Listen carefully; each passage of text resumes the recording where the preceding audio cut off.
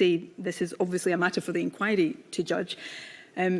In terms of any informal communications I had, which, as I have already said, were limited, both in terms of the number of people and the extent of the communication, there would be nothing in those communications that was not available to either the inquiry or the public through the record of the Scottish Government, or indeed in the very detailed public statements that were being made every day. I want to assure the inquiry of that I take and took very seriously the duty that was on the shoulders of me as First Minister and of the Scottish Government collectively to make sure that this inquiry and the corresponding Scottish inquiry would have at its disposal all of the evidence and material that would allow it to assess the decisions and the underpinning reasoning and evidence for those decisions.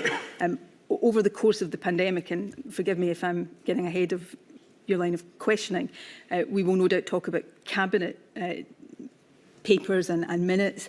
Over the course of the pandemic, I think there would have been in the region of 100 Cabinet meetings. For each of those, there would be detailed papers, detailed minutes that would not just record the decisions that Cabinet reached, but that would look at the different options we assessed and discussed, that would narrate the evidence and the reasoning behind the decisions we arrived at, and in Cabinet minutes would also have lengthy and comprehensive summaries of the points made in the discussion around the Cabinet table. Now, obviously that is not all that the inquiry has at its disposal, but if it was all that this inquiry had, that would be a comprehensive and very detailed account of every decision that the Scottish Government took in the course of the pandemic. As at May, at least, I think you've indicated already, you were fully cognizant of the fact that there would be a public inquiry, yes? Yes. And in August 2021, you announced that there would be one. Yes. You knew at the time when you made the statement announcing the Scottish COVID inquiry that material which you had used to exchange messages, informal communications, would assist in the very important aims of the inquiry, scrutinising the decisions that you took. Yes. And you knew at that point that those messages had been destroyed. I knew, yes, that I had operated in line with a policy that I had operated in line with, and advice that I had had from the outset of my time as a minister to ensure that conversations with others in government with any impact or relationship to government business shouldn't be kept on a phone that could be lost or stolen, but properly recorded. And I was very cognisant of, and had been from the start of the pandemic, so not just at the points in time that you are referring to, from the start of the pandemic, of my duty to ensure that anything of salience, relevance, substance to the decision-making of the government would be properly recorded through the Scottish Government record. Thank you. You were asked a question by a journalist from Channel 4 where he asked you at that very press conference in August 2021, Scottish Government has a patchy record of disclosing evidence when asked to do so. Can you guarantee to the bereaved families that you will disclose emails, WhatsApps, private emails, if you've been using them, whatever, that nothing will be off limits to the inquiry? You responded, I think if you understand statutory public inquiries, you would know that even if I wasn't prepared to give that assurance, which for the avoidance of doubt I am, then I wouldn't have the ability. He asked specific questions about informal means of communication, including WhatsApps, but you knew by that stage that your WhatsApps had been destroyed. But I also knew that anything of any relevance or substance from any of that material would be properly recorded in the Scottish Government system, and indeed would have been communicated in all likelihood by me through the daily media briefings that I gave. The importance, in my view, is making sure that the inquiry has at its disposal all of the evidence underpinning the decisions, as well as the decisions we were arriving at. I operated from 2007, based on advice, the policy that messages, business relating to government should not be kept on a phone that could be lost or stolen and insecure in that way, but properly recorded through the system. I would want to, again, underline that in my case, that communication was extremely limited, and I do not, would not relate to matters of substantive government decision making. But that wasn't the question you were asked. You were asked the question as to whether you would disclose emails, WhatsApps, private emails, if you've been using them, whatever. He didn't ask you the question as to whether the material that was contained within the discussions exchanged by those media was recorded on the corporate record. He asked whether the emails, WhatsApps, private emails, whatever, would be disclosed, and you gave an assurance that they would be. And I, as will have been the case in many occasions over the course of not just the COVID pandemic, but in my many years in politics, answering questions. When you're answering questions, you're trying to answer the substance of the question, and when you look back at the literal terms of the answer, it can be put to you in that way. So I accept that, and I apologise if that answer was not as clear. But I also want to be very clear and give the inquiry a personal assurance that I am certain that the inquiry has at its disposal anything and everything germane to my decision making during the process and the time period of the pandemic, and the factors underpinning those decisions. That has always been important to me, and it remains important to me, but more importantly than that, it's essential to the scrutiny of the decisions that I will carry the impact of these decisions with me forever, and I want to make sure that those who come after me in politics have the benefit of the learning, the things that my government did right and the things that my government did not, that were not right, or with hindsight that we wish we had done differently. I cannot say strongly enough how important that is to me. These decisions were of a magnitude beyond what I had ever experienced, and that is true of decision makers everywhere, and the impact of them I think about literally every day, and I want this inquiry and the Scottish inquiry to scrutinise those decisions so that we can learn and future governments can learn appropriate lessons from them. In case there's any doubt on the matter, Ms Sturgeon, when I delivered the opening statement in this module, we were keen to try to make it clear that our position with regard to those decisions was that they were extremely difficult decisions, and I think there can be no doubt about that. As regards your production of documents, however, you did not produce to us any WhatsApps, messages or any other informal communications with your first statement dated the 6th of November 2023, despite the request that you do so. At the time, for the reasons I have set out, I did not hold WhatsApp messages or text messages at that point, and as I have said, because I had gone through a process of making sure anything of relevance, which would have been very, very limited, I could assure myself would be available through the public record and the Scottish Government record. When I was asked to double check when the inquiry sent another request for a statement, I discovered an isolated text message with one individual, the then Deputy First Minister of Northern Ireland, which I provided to the inquiry. And I also found, and I apologise to the inquiry because I hadn't at the time thought to look in this place because it would not be a normal means of communication. But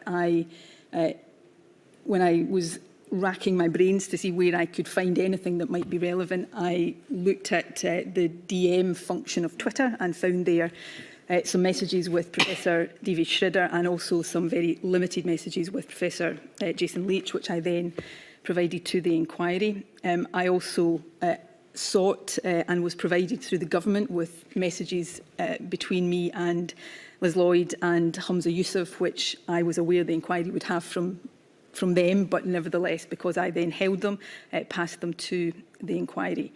There is one exchange in the Twitter DM messages with Jason Leach that I think gives an indication of my approach to informal messaging, where he is raising something with me, and I think it is the last message in this exchange. I in terms say to him, if you want to talk about matters like this, come and see me properly. This is not the place to do it. And that was my attitude to that kind of messaging. So should we take that to be an instruction to Professor Leach that if he wanted to carry out such conversations where he was discussing important matters related to the pandemic with you, you wanted to be clear to him that that was a matter which was not appropriate for these media? It should be done more formally, in-person discussions was your practice? Absolutely, and that was, I made it clear to him that that was my practice. I think the exchange was related to hospital capacity and ventilation facilities in hospitals at a relatively early stage of the pandemic. Yes. Of course, Professor Leach, we know, conducted extensive discussions related to important decisions in the pandemic with others, including the current First Minister. As I know you will appreciate, I have only seen exchanges that have been explored at previous evidence sessions, so I cannot talk in any way about the totality of those messages. Yes. I have not seen, to the best of my knowledge, anything that would suggest he was engaging in decision-making. There are exchanges, conversational exchanges. Many of these exchanges that I have seen, and from other governments as well, I think on WhatsApp would be the kind of exchange that, had people not been working remotely and been in the same building as I actually was with key advisors throughout the pandemic, these are the kind of conversations that would have happened verbally, face to face, and end up being translated to WhatsApp because of the nature of people's working environments. Given the fact that you were in St Andrew's House, I think, quite a lot of the time, as we heard from Ms Freeman, as she was, there were a large number of those verbal conversations between you and others, like Ms Freeman, who are based predominantly there during the pandemic. Isn't that right? Yes, I mean, the majority of the conversations that I would be having with certainly Ms Freeman and the Chief Medical Officer at the time, and other senior advisors would be face-to-face in St Andrew's House. I was in St Andrew's House from very early in the morning till very late at night, almost every day for an extended period of time, as were these other individuals. I think Ms Freeman did say 7 days a week you're all there, for a period, 7 days a week, yes. Yes. Were the salient points of those verbal discussions committed to the corporate record? So at my private office were also, not my entire private office, but key individuals in my private office, and they would have a rota. There would be somebody from my private office in the building with me. So salient points would be recorded as appropriate and fed through the system. I think perhaps, if I may, there's two further points to be made there.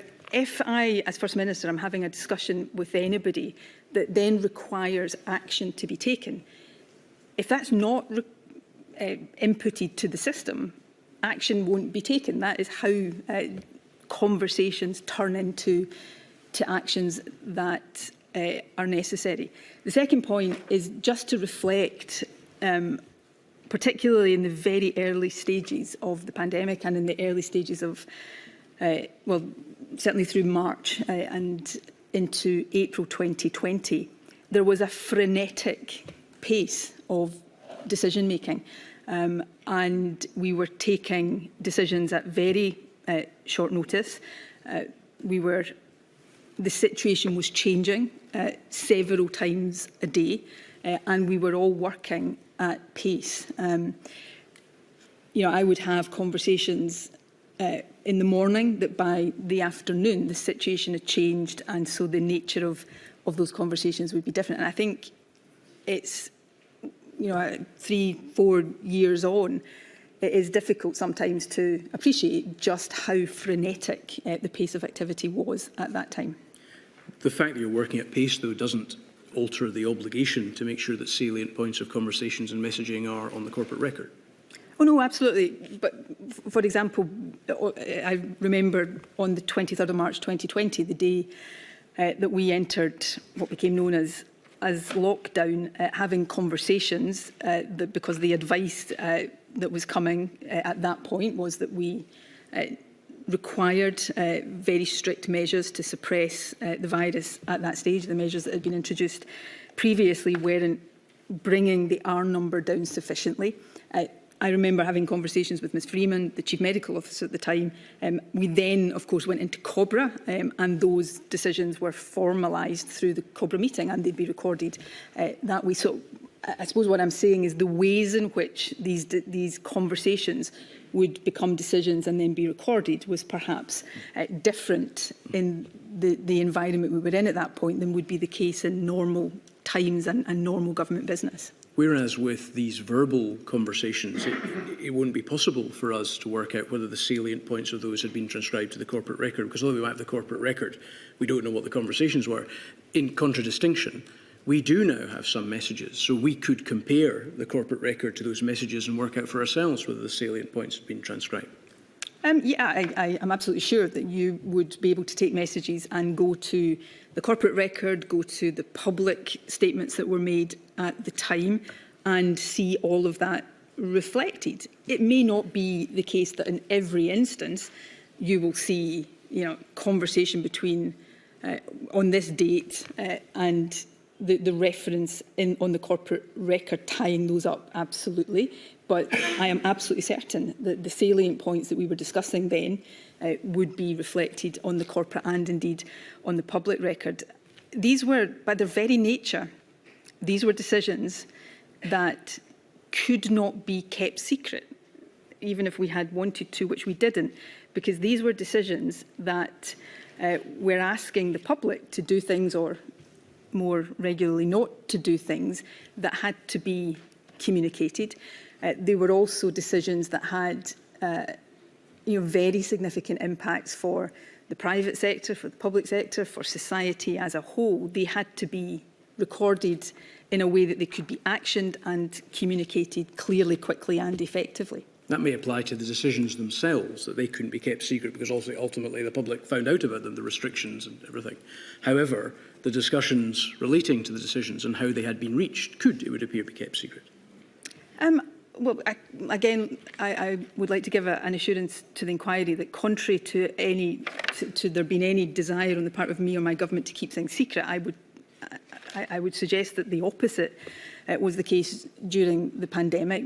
We went to great lengths to communicate not just the decisions. I took a view very early on in the pandemic, it's for others to judge whether it was right or wrong, that if we were to achieve a level of compliance with the restrictions that we were placing the country under, then it was important that the public didn't just know what we were asking them to do, but why we were asking them to do it, and what the reasoning was that had taken us to those decisions. And that's what I sought to do, sometimes effectively, perhaps sometimes not so effectively, on a daily basis. So we were not having discussions that weren't then being communicated to the public openly. In the nature of not just government, but life generally, it is not possible to record, and I'm not even sure it's desirable to good governance, if I may say that, to record every single word that is uttered in a conversation in government. There needs to be, in government, and I think this is in the interest of good governance, the ability for ministers with each other or ministers with advisors to have an open, thinking out loud discussion before getting to the point of a proposal, let alone a decision. But salient points about why we were taking decisions and what those decisions were, absolutely. To go back to, I think, the question you initially put to me, Mr Dawson, absolutely. I firmly am of the view that they will all be discernible from the corporate government record and indeed over and above that, the public record. We subsequently learned from your second statement that you had used various informal means of communication for some messaging with Mr Youssef, Ms Lloyd, Mr Swinney, Ms Freeman, Dr Calderwood, Dr Smith, Professor Leach, Ken Thompson, Leslie Evans, Professor Sridhar, the First Minister of Wales, Mark Drakeford, and the former Deputy First Minister of Northern Ireland, Michelle O'Neill. Is that correct? Yes. You produced no messages with any of these individuals with your first statement. Is that correct? Yes, but as I also say in the statement, those messages would have been extremely limited. If I take John Swinney, for example, it has never been our practice, not just during the pandemic, but generally to text. I don't think I've ever WhatsApped John Swinney, and certainly if I have, it would be the exception. But text messages would be very occasional, and the nature of the text messages that I would have with John Swinney would be, are you free to speak? Or can I pop in to see you? It's just never been in the nature of it. With some of the others, Catherine Calderwood was one of those who was in St Andrew's House with me. The number of people in the Scottish Government, however many thousands of people work in the Scottish Government that I hold a mobile phone number for, is extremely limited. It was not my method of communication with Mark Drakeford and Michelle O'Neill. These are discussions with other government leaders that would have been recorded through the normal systems. So I, again, want to be very clear that it was not my practice to not just not take decisions through informal messaging, but have substantial or lengthy or detailed discussions about government decisions through these means. It's not my style, it's not my practice, it's never been my practice, not least because I don't think it is a good or effective or helpful way of reaching decisions, not just taking decisions, but it's not a helpful process in reaching decisions either. WhatsApp messages between yourself and Mr Youssef and Ms Lloyd were produced by you with your second statement. Where did you get them? They were provided to me through the Scottish Government. You obviously didn't have those on your own devices because you deleted them, hadn't you? I didn't retain them in line with the procedure I've already talked about. Are you creating a distinction between deletion and retaining? No. You had deleted them, had you not? I think deletion, I think, forgive me, I think sounds as if it was a sort of, not bothering to check whether any information was being retained. I was very thorough, and not just in the pandemic, but in all my work in government, to ensure that things were appropriately recorded. But in line with the advice I'd always been given since my first day in government, probably was not to retain conversations like that on a phone that could be lost or stolen and therefore not secure. But did you delete them? Yes. And as far as the other messages are concerned that you couldn't produce yourself between you and all these others, you deleted all of those as well? In the manner that and after the process that I have set out, yes. You also produced some direct Twitter messages that you've already mentioned with Professor Leach and Professor Sridhar. Professor Sridhar also produced those messages to us, although slightly later than you, at the beginning of December. Did you have any discussions with her about the production of those messages? I think I let her know that I'd found messages and would be providing them to the inquiry. So there was contact between you and her related to the messages? I simply as a courtesy to let her know, yes. Could I have a look, please, at INQ 000287766?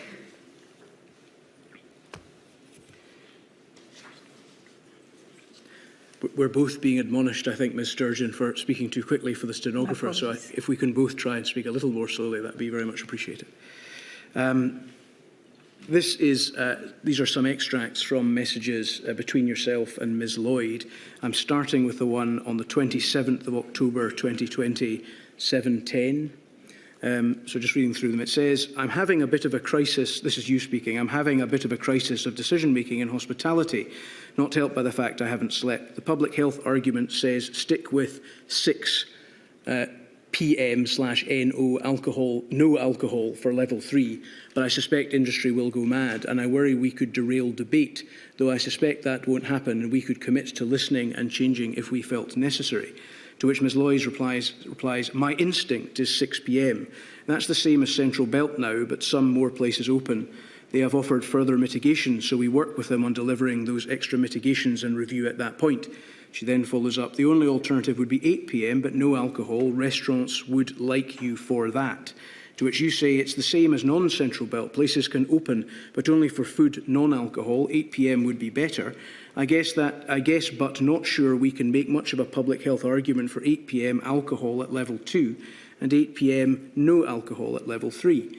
Ms Lloyd replies, that's why I would stick with 6 p.m, but if you want to compromise, it would be about giving people regulated places to be in the winter rather than unregulated homes. But no alcohol because it changes behaviour.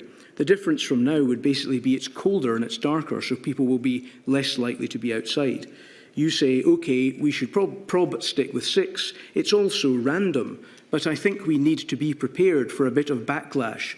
I've also queried whether we really need the last entry times, and if we do, if we should give on 9:30/10:30 as it stands. There's nothing we can point to say we've listened to industry. Ms Lloyd replies, level 2, 8 p.m. is listening to them. And then she follows up, and the whole allowing restaurants and pubs to stay open, you say, I suppose, and then she says, there's quite a lot recently. I mean, they'll still be grumpy, but there it is, I think it's meant to say. This is an example of a messaging exchange that would be relevant to someone who would be interested in knowing how decisions in this regard had been arrived at. Yes, but in many respects, I think this exchange illustrates the answers I've been giving you for context, and I'll be corrected if I'm wrong, but I think this is 7:20 on the morning of the 27th of October 2020. I think I was on my way to a cabinet meeting. I would be in the car from Glasgow. These would be decisions that Cabinet was about to arrive at, and I am simply talking about the things that I would then go into Cabinet and we would talk about and then would be recorded through the Cabinet minutes and the decisions that we took. I was probably later that day standing on a public platform talking about some of the decisions that we'd faced, the options that we had and why we had arrived at the decision that we have arrived at. There's I can't see it right now. There's a reference in there to I have queried. That's a reference. That's something I had obviously fed in as a question to the advisors who would have been preparing the cabinet minute papers. So in a sense, I look at this and I don't consider that there is anything in that wouldn't be reflected through the decision making and the evidence of the decision-making of the government, and undoubtedly hospitality and the impact of hospitality, the different time limits, that was all very, very much to the fore in public discussion at the time. And I am certain that I would have been talking openly about some of these choices and the fine balances of the very difficult decisions that we were having to take. Will we find on the corporate record or some other public record that your position was we should probably stick with 6? It's all so random.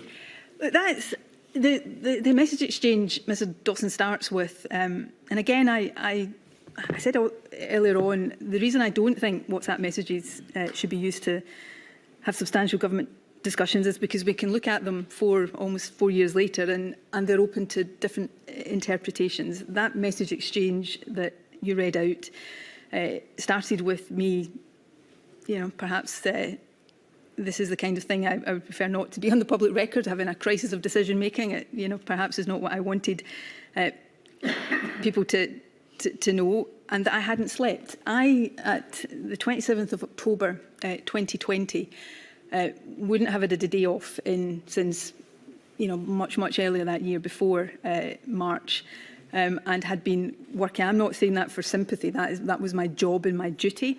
And there were moments in that where the decisions that we were taking felt almost impossible. That whatever we did, we would cause difficulty and harm to somebody somewhere.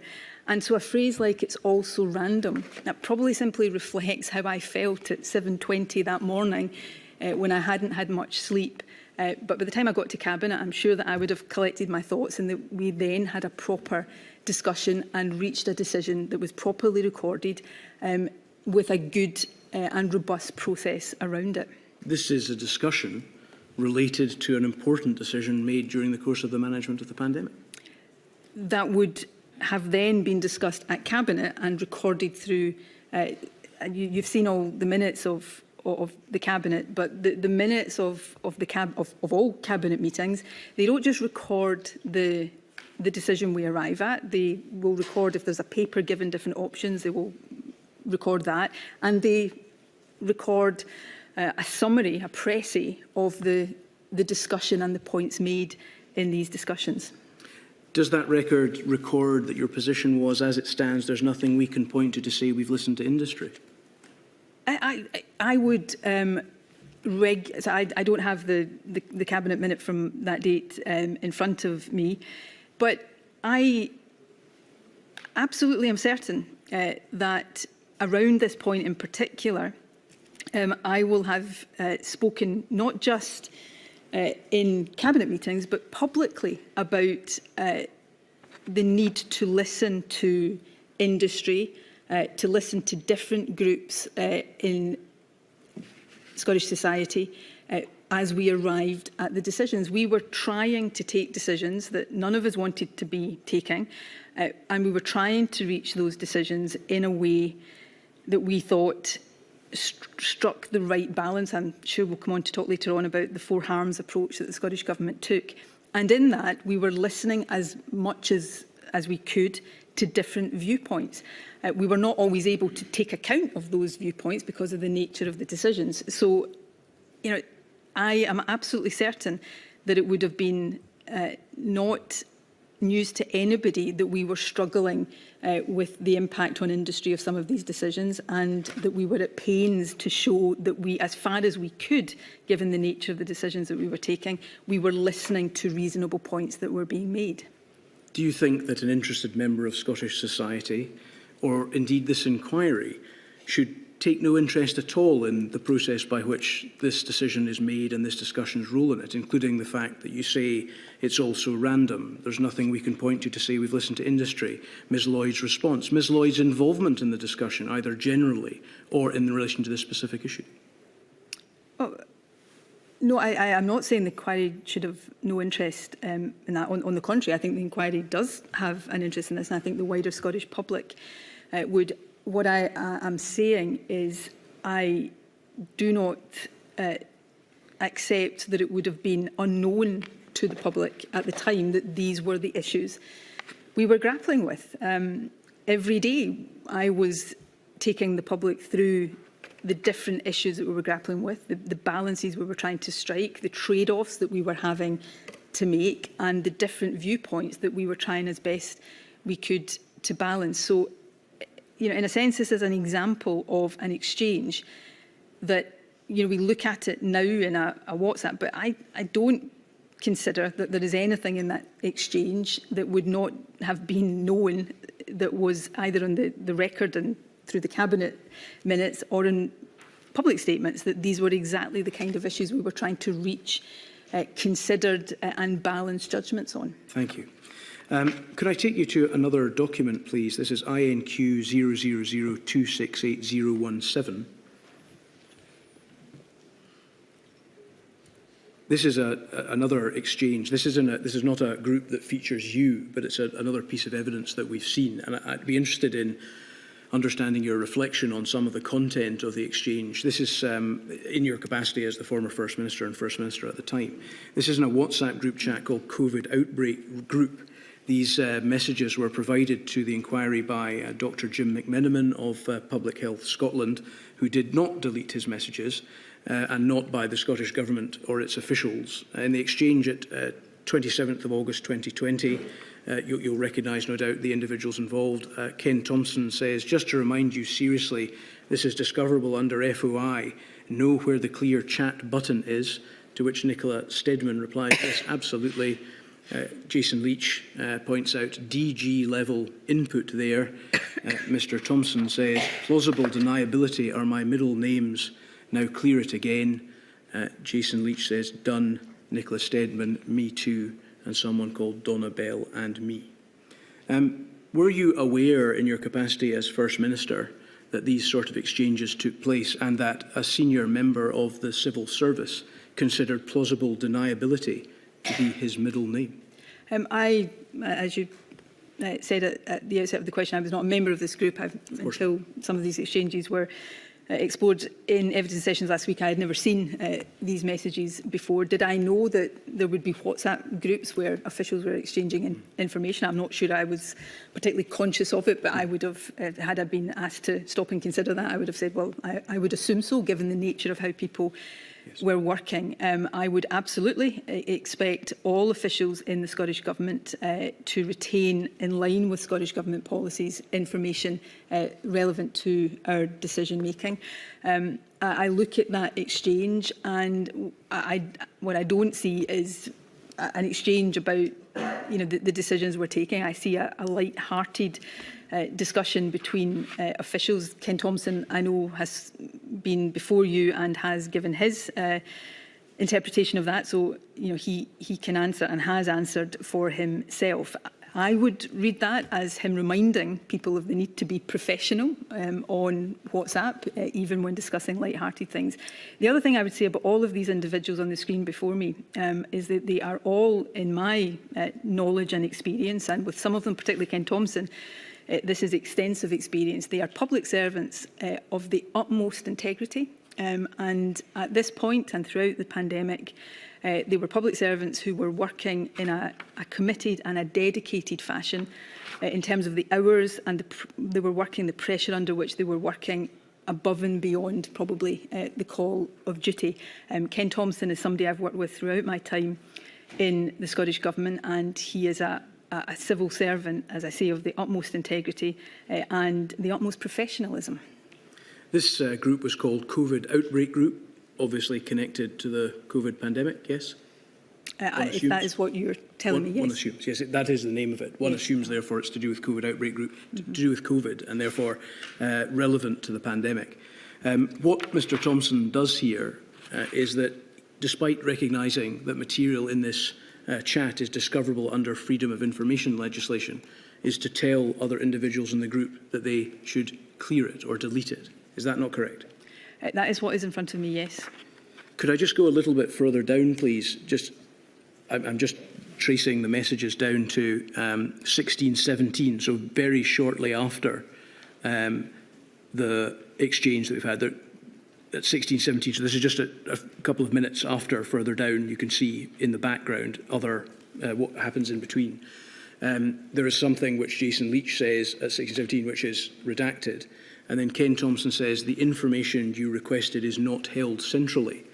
Is that a phrase you recognise? Of course it is, yes. Is that a phrase which often appears in freedom of information requests when documentation is requested from the Scottish Government? Yes. Is it a phrase which indicates, as a result of a request, the Scottish Government is not in a position to be able to provide the information it might otherwise because it doesn't actually hold the information in its central repository? Yes. Does it look to you that this is Ken Thompson suggesting that that response is an excuse often trotted out by the Scottish Government in response to freedom of information requests? I absolutely accept that as an interpretation that can be put on it. These are not my words. Of course. This is not an exchange I'm involved in, so there is a limit to how far I can go in trying to interpret what he meant by that. In looking at the exchange, my interpretation of it, which may or may not be correct, is that he is reminding the others on the in the chat that the kind of things they are talking about, they probably shouldn't be on a chat like this. Somebody says, I was a nippy teenager in 1986, for example. That's the nature of that. Again, all I can repeat about Ken Thompson is that he is a civil servant, in my experience, who took the responsibilities around recording and making sure that the government record was complete extremely seriously. He's one of the civil servants, in my experience, that was not just most experienced in that, but that was most assiduous in that side of things. So I can't answer for him. I can speak about my experience of him, and I can give an interpretation based on the context of that was meant to be a light-hearted comment, but that is only my interpretation. forgive me, the other thing I would say, like many people, given, and I can reflect back to this time, our discussions in government were very serious. There are times when they were extremely sombre. There were days when they were very, very dark, given the nature of what we were dealing with. And because the public as a whole were going through unimaginable trauma at the time, many of them still living with that trauma, reading now light-hearted exchanges, I think, can be very difficult because it gives an impression that people were not taking the situation seriously. That could not be further from the truth. I think what you have there are public servants who were working incredibly hard to take the best decisions, to support ministers to take the best decisions to keep people safe, who were, perhaps, as is human nature, occasionally engaging in light-hearted comment to try to probably get themselves through the day.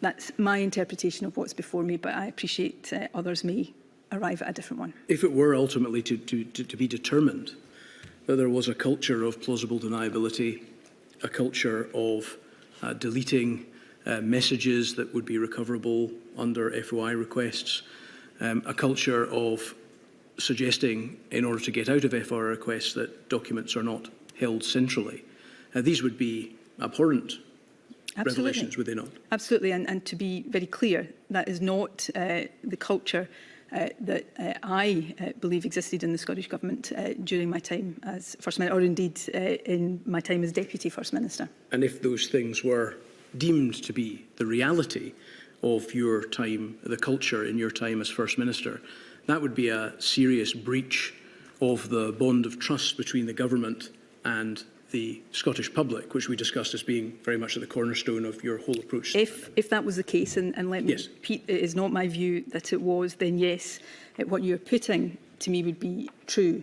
I would, again, and you will take me through, no doubt, lots of documentation later, but that single page, and I'm sure there will be other pages of WhatsApp messages that you could put in front of me, I would counterpose to the, in the region of 100 cabinet papers and minutes that properly, seriously recorded the decision-making and the underpinning rationale for the decision-making of the government. The bond of trust between any government and the public at any time is of paramount importance, but this was particularly the case during the extraordinary and unprecedented situation we faced in the pandemic, and it was something I felt to my core every single day of that. We saw in messages that we looked at in some detail with Professor Sridhar that you had suggested to her that she might contact you via either your SNP email address or your government email address. Was the suggestion that she might use your SNP email address an appropriate thing to have done in the conduct of your government business? In reflection, perhaps I shouldn't have done that, but if I had been trying to direct her to a personal email, SNP or otherwise, to keep something off the government system, then I would suggest I wouldn't also have given her my government email address. I wasn't, and obviously the inquiry has looked at that message, I wasn't pushing her in one direction or the other. What I was saying this was, I think from memory, in June 2020 or thereabouts, still a very, very tough, critical phase of the pandemic. Effectively, what I was saying to her is, if there are things you think I should know, don't stand on ceremony. I'd rather know. And at that point, I was, as I think any responsible decision maker should have been, I was trying to deepen my knowledge. I was trying to learn as much as I could about the virus and how to combat the virus. I was desperate to understand different perspectives. I was desperate to understand as much as I could from the experiences and the responses of other countries. Now, let me be very clear, the bulk of that was coming to me through Scottish Government advisors. But I had a thirst to understand as much as possible, and I simply wanted her. She was somebody who had been appearing in the media a lot. I was periodically asked about views that she had been expressing in the media, and I wanted to have an understanding, a deeper understanding of what they were. But if I'd been in any way trying to direct her to a private email address, I doubt if I would have put my government email address in there as well. And of course, the context of what we were talking about was, I think, a paper that she was sharing with the wider advisory group. At no point did Professor Sridhar send me anything that was, for my eyes only, that wasn't either publicly available information or information that was being shared with the advisory group she was a member of. I think we have seen some emails now that were very recently produced to us by the Scottish Government between yourself and Professor Sridhar, which do, I think, as the direct message exchanges suggest, indicate that she was forwarding on to you policy papers, which I think your position is that those would otherwise have been made available to you. Is that right? Have I got that right? Yes, these were, she was a member, and I know the inquiry is aware of this, she was a member of the Scottish Government COVID-19 advisory group, and these were papers she was preparing for the group. What the group did with them, or what weight it gave to them, that would be for the group to answer, but these were not things that she was preparing for me and sending to me alone. They were simply copies of things that were in wider circulation. It would, one assumes, be in accordance with the normal practice of the group, that the group would decide whether that needed to be sent to you rather than Professor Sridhar, isn't that right? Possibly, yes, but at that point, and if this was the wrong approach to take, Mr Dawson, I apologise. At that point, in dealing with an unprecedented situation and a pandemic, I wanted to understand as much as I could. I wanted my decisions to be as informed as possible. I read, perhaps one of the reasons why in the early exchange I was saying I hadn't slept much, I read extensively from public sources of articles and research studies online. I was trying to understand as much as possible and as quickly as possible. And I took the view, if somebody could help me with that, if somebody could send me something that I would otherwise see, but I might see. I'm not even sure, with my apologies to her, that I would have necessarily read everything she sent me, because I might already have seen it, or I would perhaps not think it was particularly relevant. But I had a desire to have as much information in order to deepen my understanding of the situation we were facing as I could. And while there are things we may talk about today where I think, if I was to go back and have my time again, I would take a different decision. I hope I wouldn't take a different decision on that. It was important to me to be as informed and as educated as I possibly could be. You used a personal phone for the conduct of government business while First Minister, is that correct? Yes, I did. And you never used a government-issued phone, is that right? We've heard evidence from a variety of ministers that they seem to use phones from a variety of different sources, some Scottish Government, some personal, some Scottish Parliament issued phones. Is it appropriate in your view as the former First Minister that ministers are conducting business on phones that are not government issued phones? It was never suggested to me at any time during my period as First Minister that it was not appropriate. The reason I used a personal phone was that I didn't want to have multiple devices. A government phone, I wouldn't have been able to do constituency business or party or personal matters, and on a constituency one I can do the other. So you get the picture here. Yes. So I wanted to have one device. It was never suggested to me that was inappropriate, and I don't believe it was inappropriate. I think any phone, whether it is personal, Parliament, government, is vulnerable to being left on a train or lost somehow, which goes back to points I made earlier on about the practice and the policy around how information is retained in government.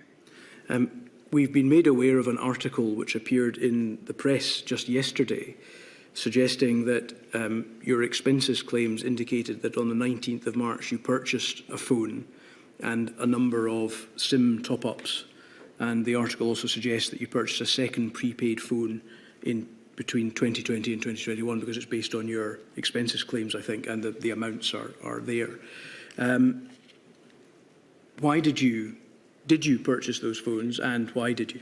They were purchased certainly through my expenses on my authority. I didn't personally purchase them. They were also not for use by me.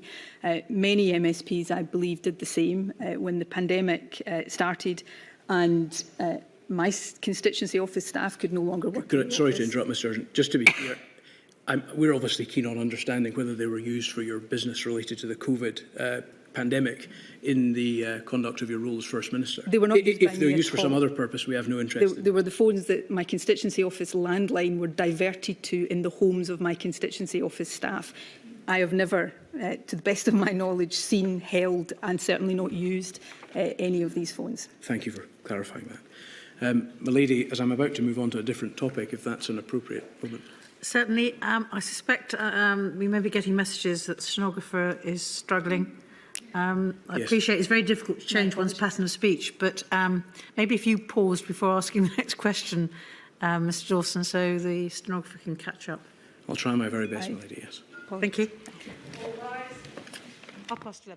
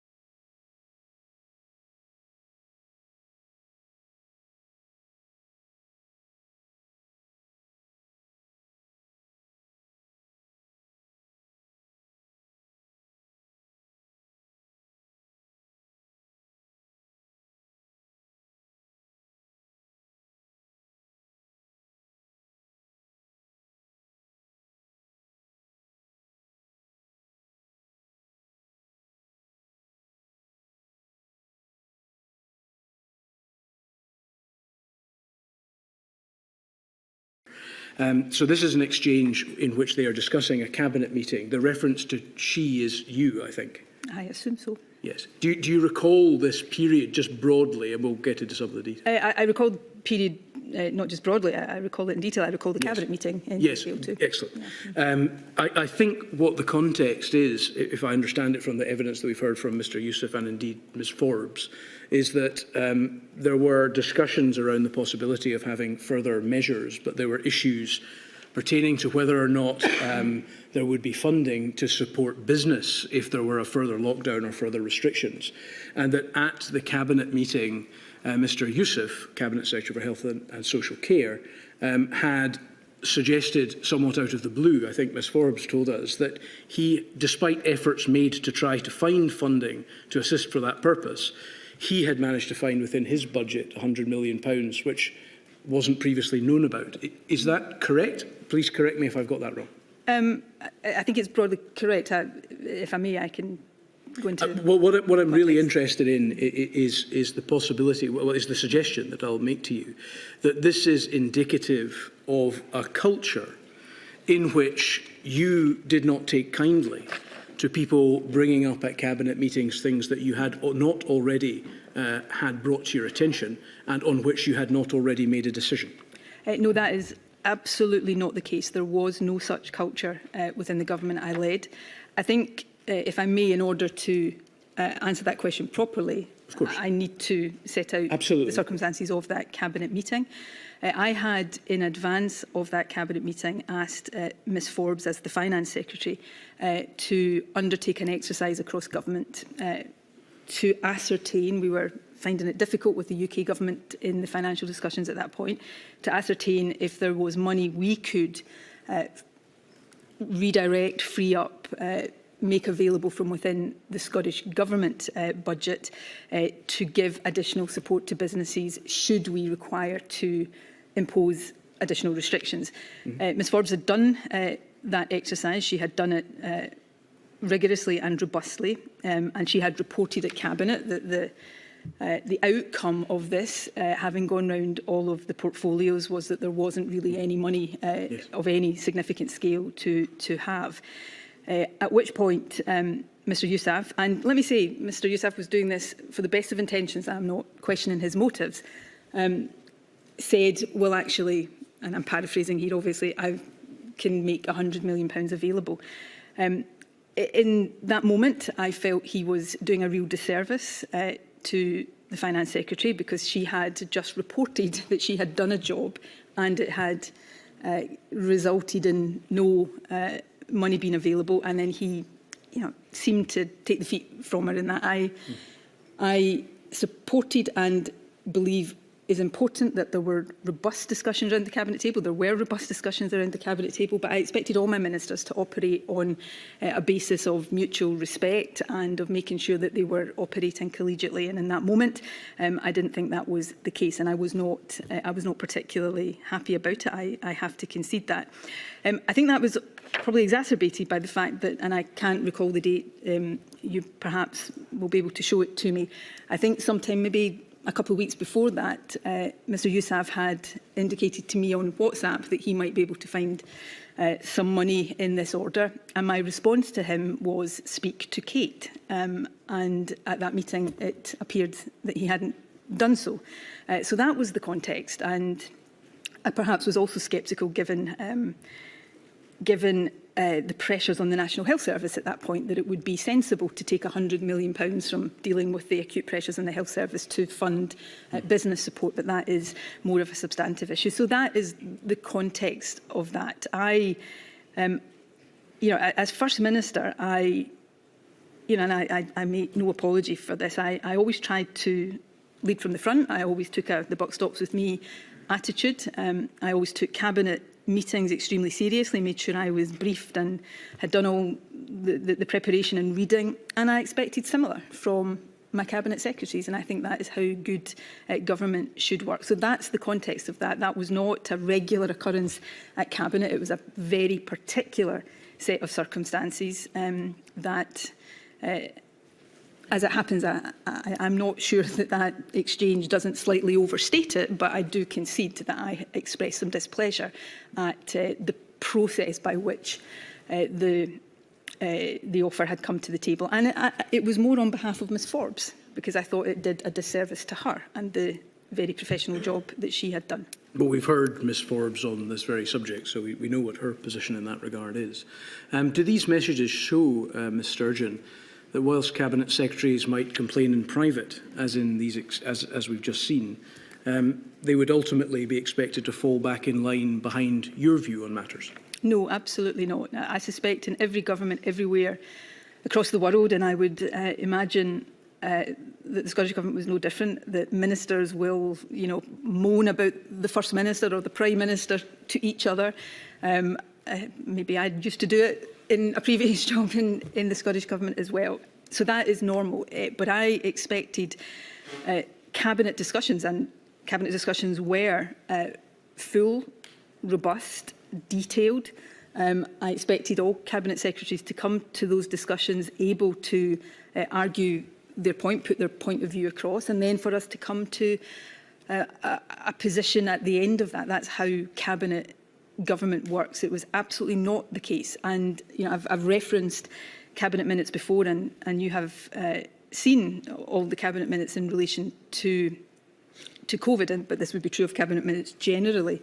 There is usually, 2-3 pages in a Cabinet minute that in detail summarises the discussion, the points that were raised. It doesn't attribute those points to individuals. That's not how Cabinets are minuted, but it goes into detail about the points raised. So you can look across all of these minutes and see the nature and the detail of the discussion that has been had. And that is how I operated within government, and it's how I would have expected all my Cabinet Secretaries to operate. You can't see these views in the Cabinet minutes?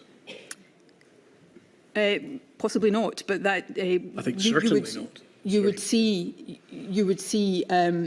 for example, the discussion about money. You would see the discussion about the fact that there had been an exercise to try to find additional resources.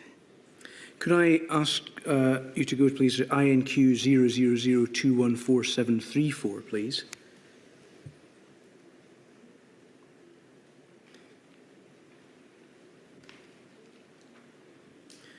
Bottom of page 6. If we just go to the first page, please, can we do that? Just to see what it is. These are conclusions, as we've come to understand. They're called minutes of the Cabinet meeting held on the 22nd of June 2021. Does that appear correct? Yes. And if we could go to page 7, please. Just again to try to contextualise this, our understanding is that this is around the time either at or shortly before cases started to rise again as a result of the Delta wave hitting Scotland. Would that be broadly your recollection? Of that time period, yes. Thank you. I'm looking at the decisions taken under subparagraph P and Q, maybe over the P. Yes, thank you. These are the matters decided by Cabinet. It says, for the purposes of COVID-19 decision-making during the summer recess, to delegate to the First Minister decisions that were broadly consistent with the strategic framework and timetable, noting that the First Minister will be supported as required by the gold group structure of key ministers, including Mr Swinney, Mr Youssef, Ms Forbes and any other ministers with an interest with input from, name redacted, chief advisers and senior lead officials. And under Q, over the page, in the event that the First Minister and Gold Group were to reach a decision that differed materially from the strategic framework, that Cabinet should be advised through correspondence, and if the First Minister requested it at a meeting of the Cabinet, which she could convene at any time, should circumstances require. Is the reference there to the Gold Group, a group which is sometimes called Gold or Gold Command? It is indeed, and it's an example, and I mean this in the nicest possible way, of the civil service often attaching names, grand names, yes, to meetings that are otherwise routine. Yes. Our understanding, Ms Sturgeon, is that this was a group which, please correct me if I've got this wrong, but our understanding is that it was a group which tended to meet. It didn't always have the same people in it. It was almost certainly always you. I think it was always you. But it would tend to meet in the days before a cabinet meeting, which would, if regularly scheduled, would take place on a Tuesday. Is that right? So sometimes over the weekend, for example, I think we've seen. Yes, so cabinets routinely met on a Tuesday. I'm sure there were periods during COVID when we met on other days, but Yes. routinely a Tuesday. The Gold Group, which was a name I didn't ascribe to, it came to be known as that, was initially an opportunity for me and for other ministers as appropriate to interrogate the data, to ask questions of advisers, and before we even got to the point of shaping the proposals that would go to Cabinet for decision, to start to, in our own minds, firm up the direction we thought we were going in. I should be very clear that the Gold Group, Gold Command, whatever terminology we want to use, was not a decision-making or a formal governance body. The Gold Group would not have reached a decision, and actually I think the rest of that paragraph makes that quite clear, that had the Gold Group wanted to propose a decision, that would have had to have gone through a proper Cabinet process. And just to be clear, Cabinet correspondence, I think in the UK Government as well as the Scottish Government, it's not the preferred way of reaching Cabinet decisions, but it is a way in which Cabinet decisions can be reached short of a meeting. I don't think that happened in this case, but so that paragraph there makes very clear that the previous paragraph, which is not before me right now. If we just put the previous one back up, please. Thank you.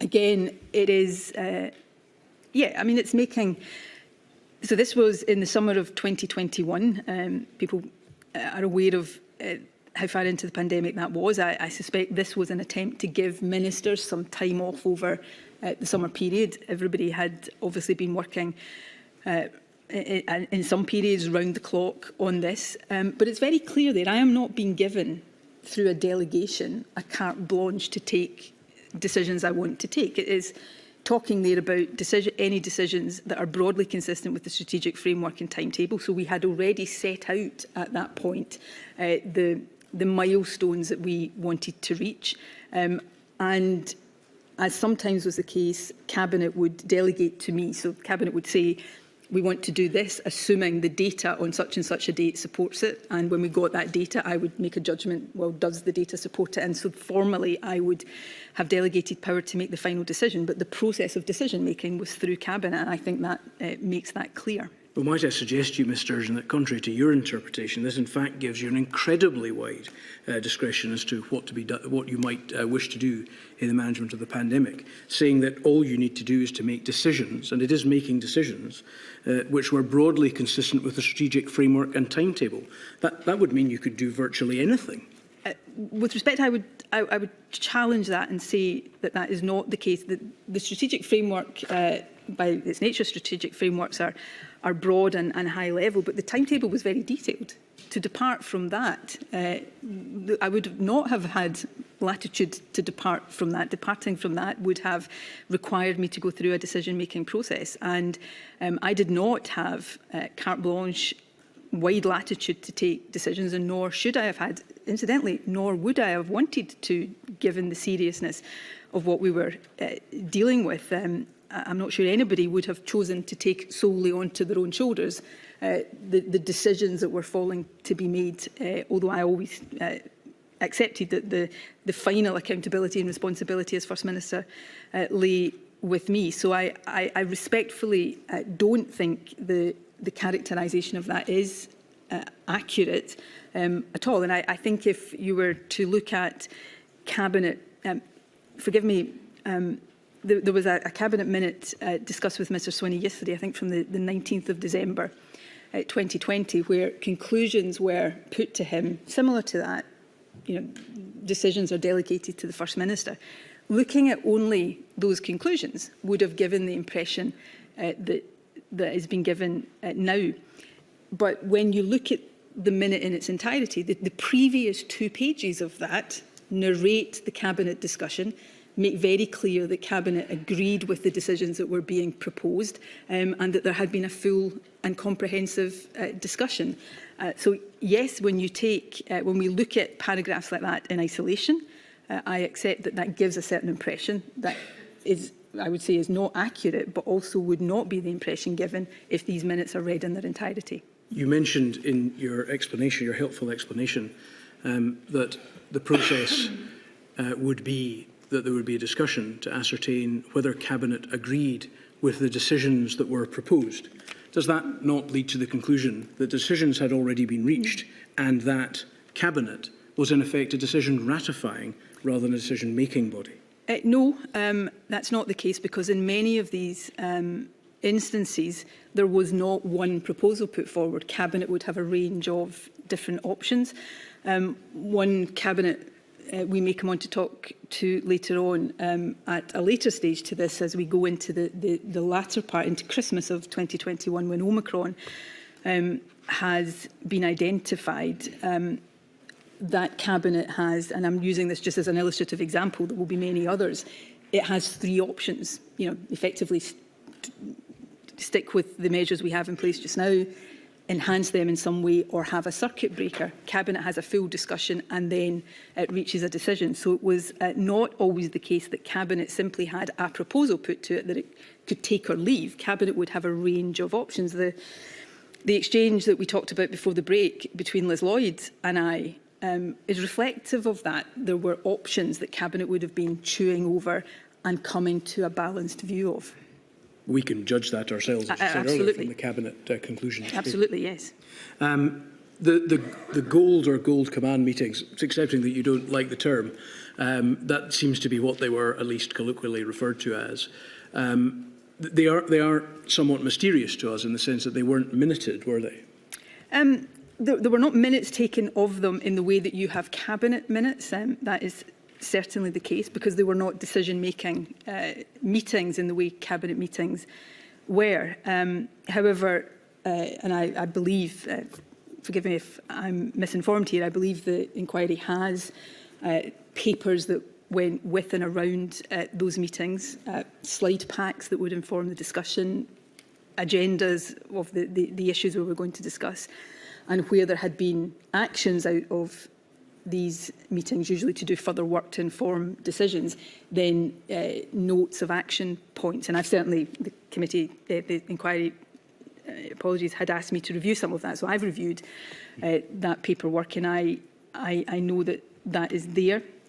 But in many of these meetings, the purpose of them was, Cabinet had choices and options, but no Cabinet on any issue, anywhere, sits with a blank sheet of paper. So there is a process of shaping the options that will then become the decisions that Cabinet takes. And these meetings were often to try to shape those options. So in a sense, the output of those meetings, and I use this term loosely, the minutes of those meetings are the Cabinet papers that then go to Cabinet for decision, because that is what comes from these meetings into the Cabinet papers that then inform and shape the decisions Cabinet reaches.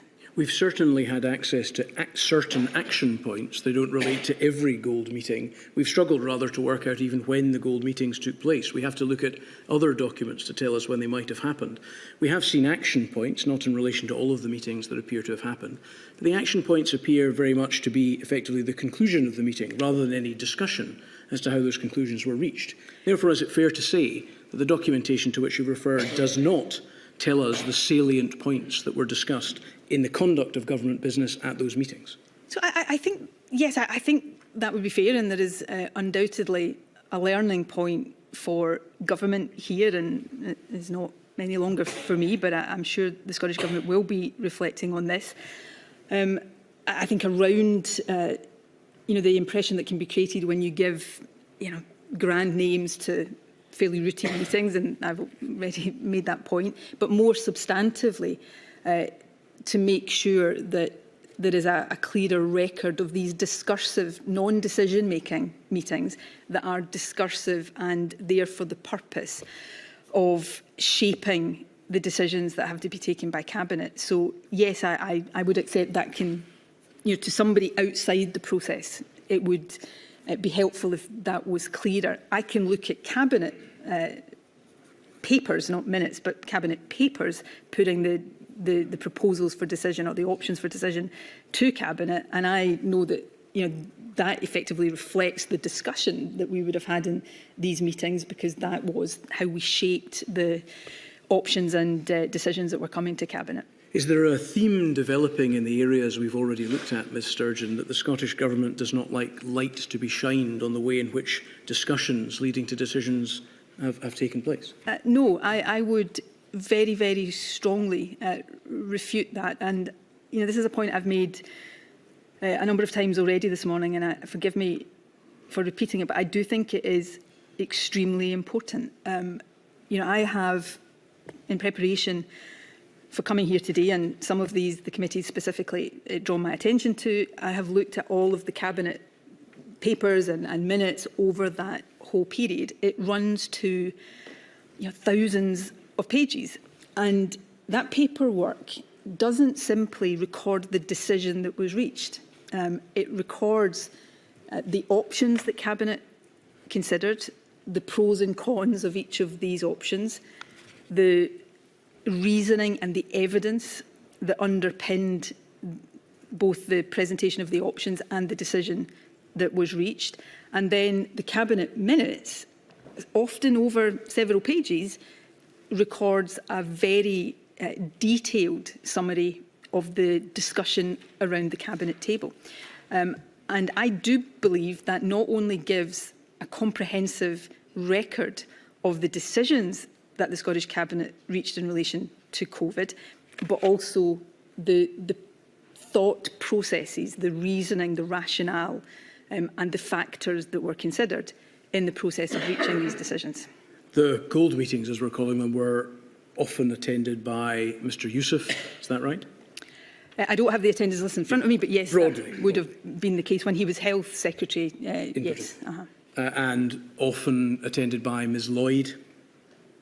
There would have been a special advisor in them and officials there and somebody from my private office. If their position at this inquiry were that the gold meetings were a decision-making body, would they be wrong about that? Yes, the gold meetings were not. Cabinet was the decision-making body.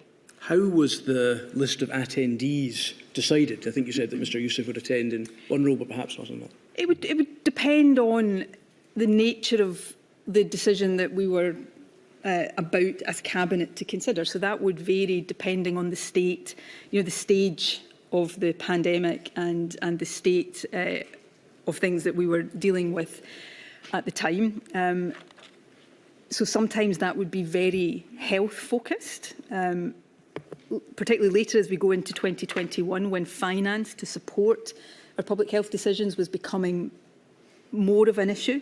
That would include finance.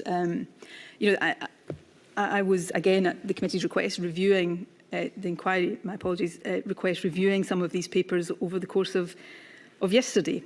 So, for example, at late 2020, there were meetings that Ms Forbes, as I think she said yesterday, wasn't at, but her office was copied in to the notice of the meeting and the papers. The Economy Secretary, Fiona Hislop at the time, was at these meetings. Later in 2021, when finance was much more of an issue, Ms Forbes would be in attendance and perhaps another minister might not be.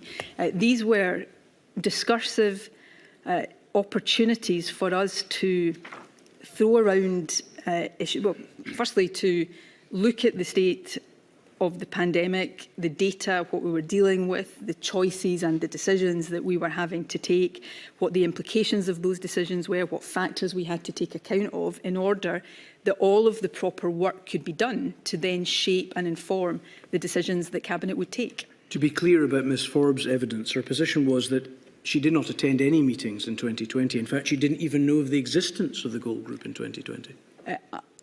I obviously cannot say what information was shared with her at that time about these meetings with the private office, but having reviewed some of these papers last night, and I will, apologise and be corrected if I've read this wrongly, her office was copied into the papers and the notification of meetings at the end of 2020. But she didn't attend in 2020? She wasn't in attendance in 2020. I don't think it would be true to say that her office didn't know about these meetings. Had she known, and obviously from her evidence yesterday she didn't know, but had she and had wanted to attend, there would have been nothing to stop her attending. But in those meetings at the end of 2020, I believe that the Economy Secretary was present, because at that point, as we've reflected earlier on, issues around hospitality, the impact and the burden on businesses was one of the issues that we were frequently discussing and reflecting on. These meetings presented discursive opportunities, as you've described them, at which Ms Forbes, the Cabinet Secretary for Finance, did not participate. Is that correct? She did not participate in all of the meetings, no. She didn't participate in any of the meetings in 2020? I think there were probably only, I think there were only few meetings in the latter part of 2020. I don't have the list in front of me right now, but I believe that these meetings, these gold meetings, started in perhaps September, October 2020. So I don't think there were very many meetings in 2020. She wouldn't, from her evidence yesterday, she wasn't there. She was at meetings in 2021. There was no, this was as I think you're demonstrating in your questioning, it was a reasonably fluid group, in order that we had the right people around the table to sort of throw around the issues that we were discussing in order to inform decisions at Cabinet. Of course, Ms Forbes, with all other Cabinet Secretaries, would have been at Cabinet when the actual decisions came to be taken, and would have been and did make their views known and contribute fully to those discussions and take part in the decisions. As she wasn't there, she obviously wasn't one of the right people to have round the table. Was that right? No, that is, well, she was there when we got into 2021, when finance became more of an issue. That is not the basis on which I operated at any time over my period as First Minister, and certainly not during the pandemic. All I was interested in was having around the table the people that we needed to inform the decisions that we were taking. And when those decisions failed to be taken, all of the Cabinet were there. My only motivation at any point during the pandemic was to do the best we could to keep the country as safe as possible. Sometimes we would have succeeded in that, other times we didn't. And I carry the regret for the occasions that we didn't all the time, and always will do. But the motivation was just to try to take the best possible decisions we could. Could we go to INQ 000346141, please? This is some notes taken by Ms Lloyd. You may recognise the handwriting. From the 28th of September 2020. And in these notes, she says, Gold Command, and she refers to, let's find the page. It's the next page I think I want to look at, if that's okay.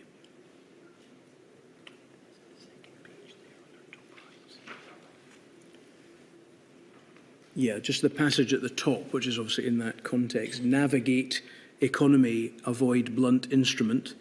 FH, no finances. FM, starting point, how do we reduce impact of spread with minimal economic impact? Political tactics, calling for things we can't do to force UK. This is a Gold Command meeting that Ms Forbes was not at. Is that your understanding? Yes, FH will be Fiona Hislop. Yes, Ms Hislop was. That's my understanding as well.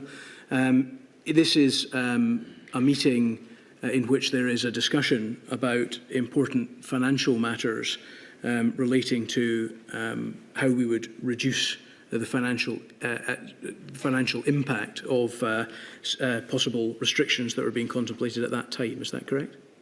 That certainly is how it appears from what's in front of Again, to contextualise this, just to make sure we're literally on the same page, but my understanding of this period is that this is a period when cases have risen. You made an announcement on the 7th of September that you would have to slow down the easing of the lockdown.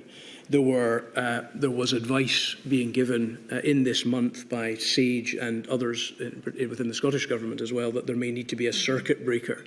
And I think what the context of this discussion, just so we're understanding each other, is that there was consideration of what the economic situation would be if we had another lockdown, in particular whether there would be funding for business and for furlough and that sort of thing. Is that, again, broadly your understanding of this period?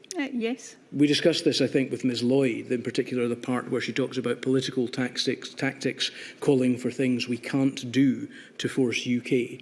What was the reference there? Do you recall? Well, this was during a period as we are sort of September through the autumn of 2020, which culminated in the second lockdown in England, enhanced measures in Scotland, but not full lockdown. And it was at that point, it became much more of an issue as we went into 2021. But this was at the point where this issue, which I spoke about very often at the time, and which no doubt we'll speak about later today, was starting to come to the fore of a disjoint between the ability of the Scottish Government and the responsibility of the Scottish Government to take public health decisions, but our inability to borrow the money or raise the money to compensate businesses or individuals for the impact of those decisions. When such decisions were taken by the UK Government for England, they could provide the financial support. And this was a frustration that was expressed by us regularly, and also by the First Ministers of Wales and the First Minister and Deputy First Minister of Northern Ireland. That is, again, these are not my words, they're not my notes, but we often, not often, that would be putting it too strongly, but this was the start at which we were experiencing a situation where we were not managing to persuade the UK Government privately, and therefore we were having to contemplate airing some of these issues publicly.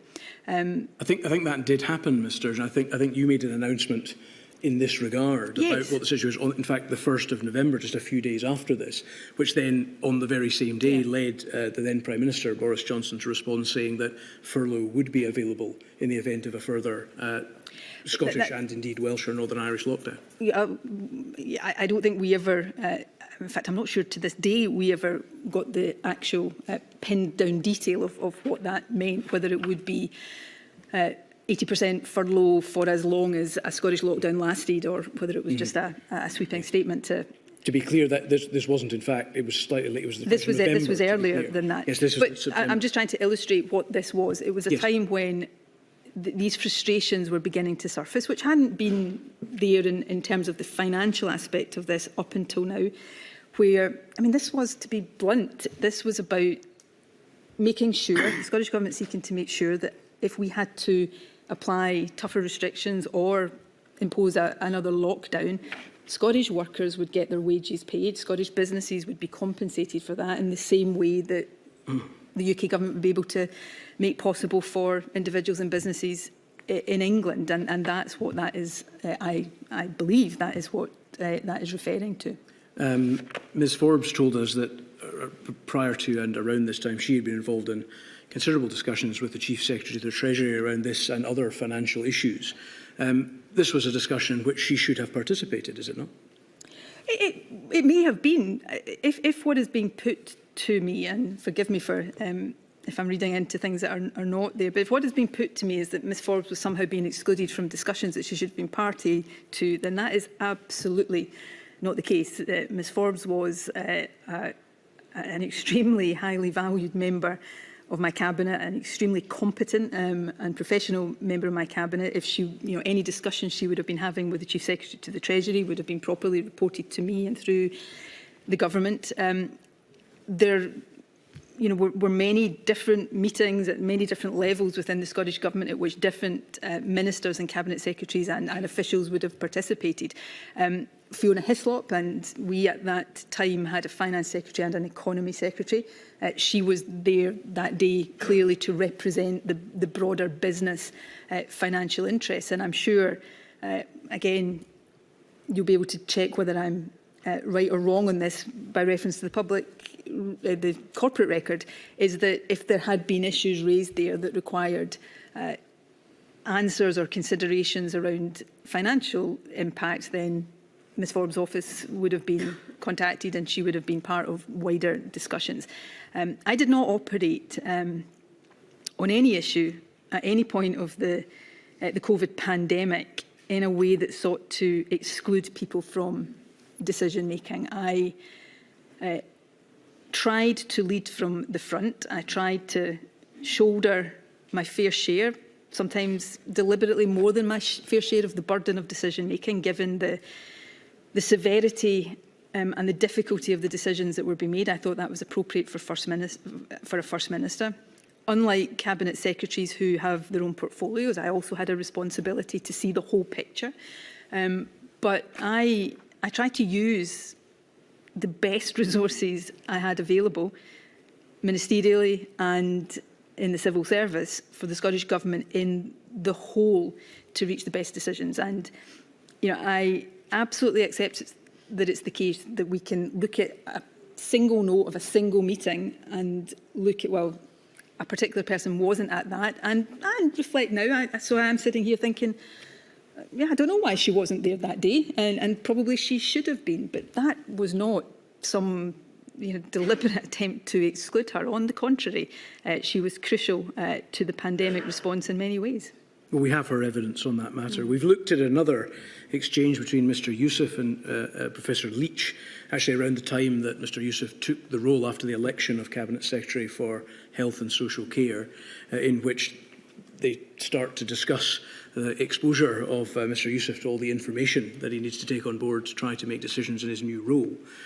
Professor Leach refers, they discussed the possibility or the imminent deep dive meeting that's about to take place, at which they're both going to attend. And Professor Leach suggests, as regards that meeting, that there was some FM keep it small shenanigans, as always. She actually wants none of us. Is that an accurate reflection of the way in which you manage the pandemic in Scotland? No, it's not, and it couldn't be further from that. Perhaps you have to know Jason Leach as well as I do to fully appreciate his, sometimes turn of phrase. I should say I have got the highest opinion of Professor Leach, and he was crucial in a very, very positive way to our handling of the pandemic. This probably refers to, if it's not, and this wasn't particular to the pandemic, it was probably particular to my First Ministership overall, a bit of a sort of, I don't know how to describe it, almost joke within the government. In government there is a tendency, and again I say this respectfully, I've got the highest regard for the civil service and deep gratitude to the civil service for everything they do, and particularly did during COVID.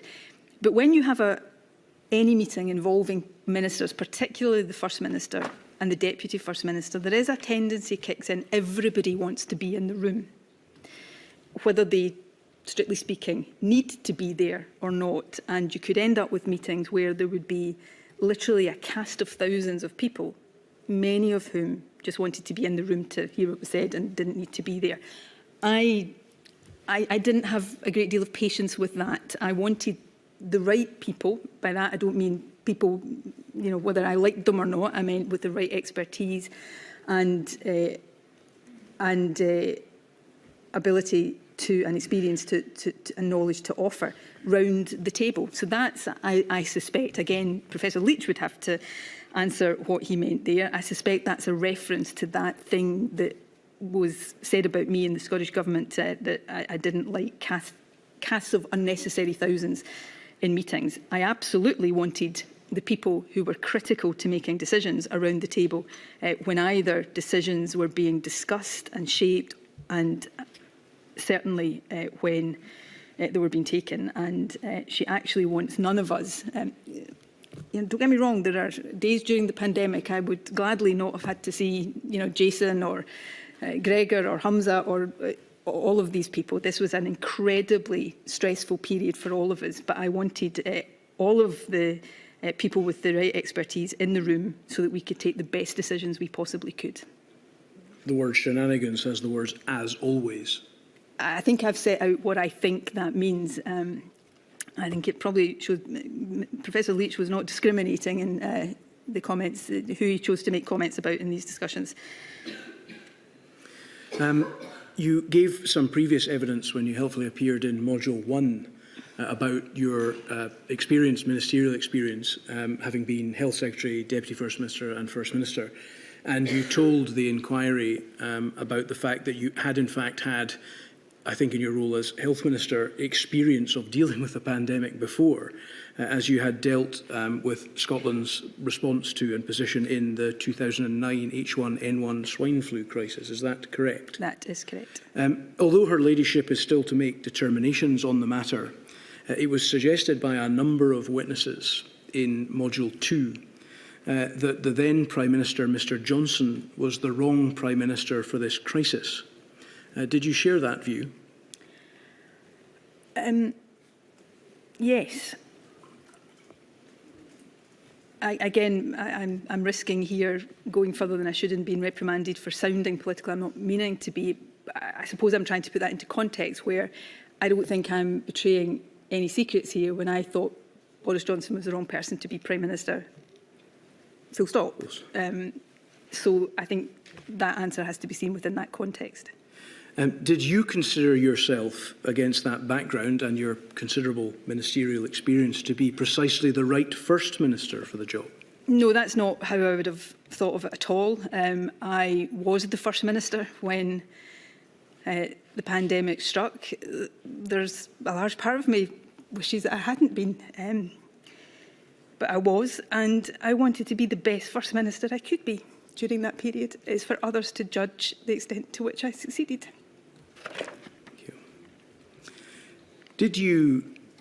It's undeniable that you had the previous experience of the H1N1 crisis. That's simply a fact. And that you had considerable experience in dealing with health matters, in particular as you had been Cabinet Secretary for Health. I'd be interested to know, Ms Sturgeon, whether in the juxtaposition between that simple state of affairs and your opinions shared by some others of Mr Johnson, that you saw a political opportunity in the fact that you were well equipped in your mind to deal with the response and he was not? No. The answer I gave you a moment ago about Boris Johnson, I don't remember thinking that in the moment. I've made the political comment about my views of Boris Johnson generally. In those early days of the pandemic, my view was, and my experience was, that we were all trying our best in almost impossible circumstances. To the next bit of your question, did I see an opportunity? I didn't see an opportunity of any description in COVID. I saw a threat, a risk, a catastrophe. My memories of the early part of 2020 in terms of how I was feeling and thinking and the emotions that I was experiencing was at first fear at what might be about to unfold and confront the country. At times, and I think you've seen snippets of perhaps the sort of human side of being a leader and a politician in these moments.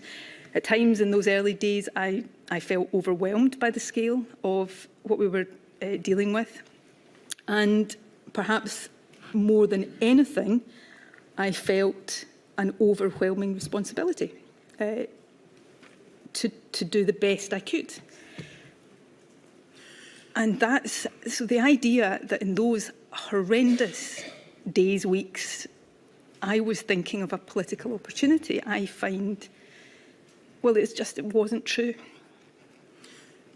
Was it the case, Ms Sturgeon, that the overwhelming responsibility that you've described feeling manifested itself in you taking a very firm grip over decision-making, difficult decision-making, such that ultimately decisions about the management of the pandemic were made by you?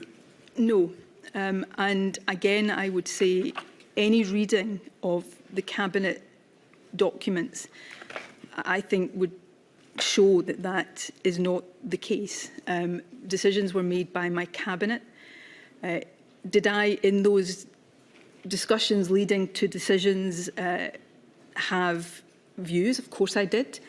We've reflected earlier on, I was trying to inform myself, to educate myself. I had a role in Cabinet that, to an extent, the Deputy First Minister had as well, to see the whole picture and not just particular portfolio impacts. But the decisions were taken collectively by Cabinet, and I absolutely maintain that that is what the Cabinet documentation shows.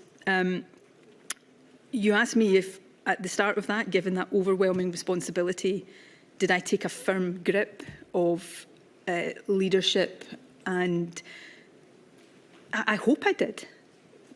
I had never experienced, and most people at that time had never experienced, I had been health secretary during swine flu, thankfully turned out not to be anything as severe as COVID. I had never experienced this before, and I had a sense of responsibility that as First Minister I had to lead from the front, that I had to take the decisions collegiately, but ultimately have an attitude that said that the buck stopped with me, that I was accountable. So we'll talk about decisions, and have done today, and will do no doubt later on, that are decisions that were probably taken not by me, but by my cabinet secretaries or ministers.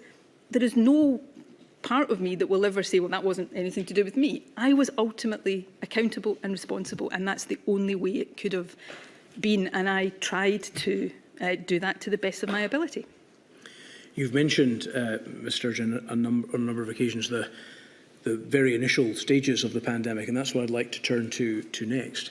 Just to link it into a matter that you've in fact just been discussing, we've heard some contradictory evidence about the extent to which those who were involved from a scientific perspective in the 2009 swine flu crisis, at the time when information was emerging about the new threat, took that experience to be something of a comfort, based on the fact that, as you've said, it didn't turn out to be as bad as it might well have been in Scotland.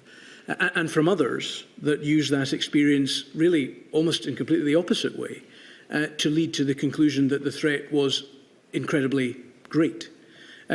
Based on your previous political experience of that and knowledge, which you've told us about in Module 1, to what extent were you able to draw on that experience?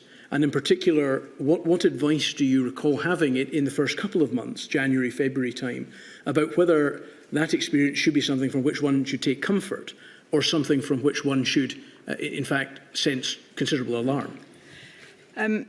If I may, there's different parts in that, so Yes. if I can try to address all of them. I don't think there was any advice in that early period that said, in terms, you know, don't worry, it will just be like swine flu, versus, you know, we should be thinking that because it was mild in swine flu, it will be the opposite. I don't think there was advice in those terms. During January and into February 2020, I think I received the first briefing. Forgive me if I'm not getting my dates absolutely correct here. I think I received the first briefing about swine flu around the 17th of January. I convened the first meeting of the Scottish Government's Resilience Committee, the Scottish Government equivalent of COBRA, I think on the 28th or 29th of January. So from January onwards, there was a distinct and almost on a daily basis growing understanding and apprehension that this was going to be extremely serious. Sometime in February, early February, and I remember this vividly because it was part of that sense of fear and responsibility I spoke about, seeing, you know, reasonable worst-case scenario projections that were terrifying in terms of what could have happened. In terms of going back to swine flu, in my own view, this is a question I've asked myself often. Did the experience of swine flu even subliminally influence my attitude in the early days to COVID? It was definitely there. I learned things in relation to swine flu, the communication approach, the daily briefings. The then Chief Medical Officer, Sir Harry Burns, and I did a similar approach in swine flu. So I'd learned about the importance of clear, regular communication, and I was able to draw on that. I don't think I had any sense that because swine flu had turned out to be, to use a loose term, a false alarm, the same was likely to happen with COVID. In fact, I think that because that was in my mind, I think I was guarding against that in those early days. But it's a complex question with perhaps no simple answer. I think there are other things which no doubt we'll come on to in those early days or those early weeks, that if I had my time again, I would want to do differently. I think there were assumptions made, for example, around the public's willingness to comply with restrictions and how long that would last, that were made by decision makers, myself included, that turned out to be wrong, I think, that perhaps influenced some of those early decisions more than a memory of swine flu did. Thank you. As I say, we have conflicting evidence about what scientists thought about that. We heard evidence from Professor Nick Finn, who was not actually at Health Protection Scotland as it was at that time, but spoke on behalf of that body and Public Health Scotland in the evidence we heard. He, in his evidence, was one of the witnesses who sought to draw on the H1N1 experience as something of a comfort, given the way it had turned out. Was HPS a body from which you were getting advice about the threats at this time? Yes, so I referred to the early briefings. They would come either from HPS or, informed by HPS through whatever channel in the Scottish Government. Looking back at swine flu, HPS back then was a body, I was Health Secretary, I was familiar with it anyway, but worked closely with Jim McMenamin, who I know you heard evidence from as well, worked extremely closely with him, and somebody else I have the highest regard for, his expertise and commitment to these issues. So HPS was, obviously Public Health Scotland was established at the start of the pandemic, but HPS was a valuable and valued source of advice to me and to the government more widely. We know that HPS stood up its national incident management team on the 13th of January. So we understand that that was a body that was providing advice at that time to the government. Is that correct as far as you recall? Yes, so I think the 17th of January was the first time a briefing came to me, but that would have been informed by the I think at that early stage it was, and I think this is reflected in the early advice, it was something of an intelligence gathering operation from what was happening principally in Wuhan, in China, and anything else that was being seen across the world. But that would have been the source of the advice that was coming to me. You were also quite naturally receiving advice from Dr. Calderwood over this period, is that correct? Yes. Were you aware of a series of emails exchanged in late January from the 21st of January, which were sent by Professor Mark Woolhouse, a consultant epidemiologist at Edinburgh University, to Dr. Calderwood, and the contents of those emails? No, I wasn't aware of them at the time, either of their existence or of their content. I should say my direct contact with Dr. Calderwood in this context would probably have started around the time of the first SCORE, Scottish Government Resilience meeting at the end of January. So I wasn't aware of the existence or the content of those emails, but having now had the opportunity to read them, certainly as we went from January into February, the tenor and the general content of those emails was certainly percolating through in the information that was coming to government ministers. So I don't read them now and say I had no idea that this was perhaps not in all of the detail of that, but in the general sense. So would Professor Woolhouse, the general tenor of Professor Woolhouse, obviously Professor Woolhouse is very much in the camp of, based on previous experience, in particular his experience in dealing with the swine flu crisis and the emerging information, he was very much in the camp of hitting the serious alarm button at that stage. You say that was percolating through? Yes, in the sense that as we went through the latter part of January into February, I think Cabinet first discussed this on, if I'm remembering the dates correctly, here on the 4th of February. Now, just to give a sort of accurate picture here, the concern was increasing and mounting as we went through late January into February, and certainly as we got to the end of February into March, it was ever higher. But we had a sense, a very strong sense from the latter part of January that this was something to be very worried about. We've been through the emails from Professor Woolhouse and with Dr. Calderwood on a number of occasions to look at the detail. I think you've seen those, as you indicated. I don't intend to go to the details, but what I'm interested in is ascertaining what your understanding was of the practical steps which Professor Woolhouse over and above his detailed epidemiological analysis of things like the R0 and that sort of thing, the practical steps that he was indicating ought to be taken at that stage in order to try to deal with the threat which he had identified. These include the requirement for an integrated surveillance system, various different types of surveillance, including genomic sequencing, isolation, infection control, contact tracing, public messaging and social distancing.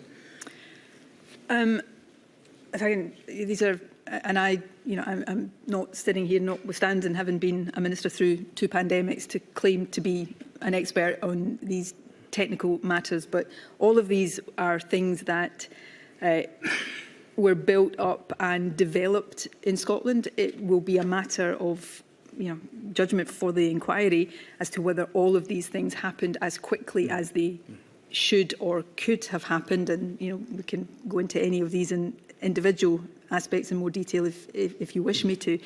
But if I take, so we had, and I remember this well from my time as Health Secretary, we had a system of surveillance, the Sentinel surveillance system, which was based on sample testing of respiratory infections across certain GP practices. Some not initially in January or February, but later that was scaled up to cover, I think, more than 1 million of the Scottish population.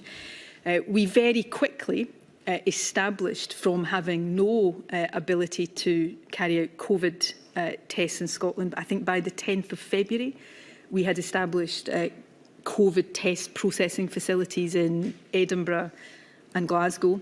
I think at that early stage, positive tests still had to go to Colindale in London for confirmation, but so over a very short period of time, we had established from no testing capacity to having that, and then that scaled up ever more. Genomic testing, again, an issue we might or might not come on to talk about. The Nike conference, there was genomic study done around the lineage of COVID in that. So there was a very substantial study done later on involving genomic sequencing of the importation of COVID to Scotland. So whether we did it quickly enough will be for others to judge, but certainly as we go into the later part of 2020, these capacities are there in Scotland and have been developed and possibly in some cases still developing.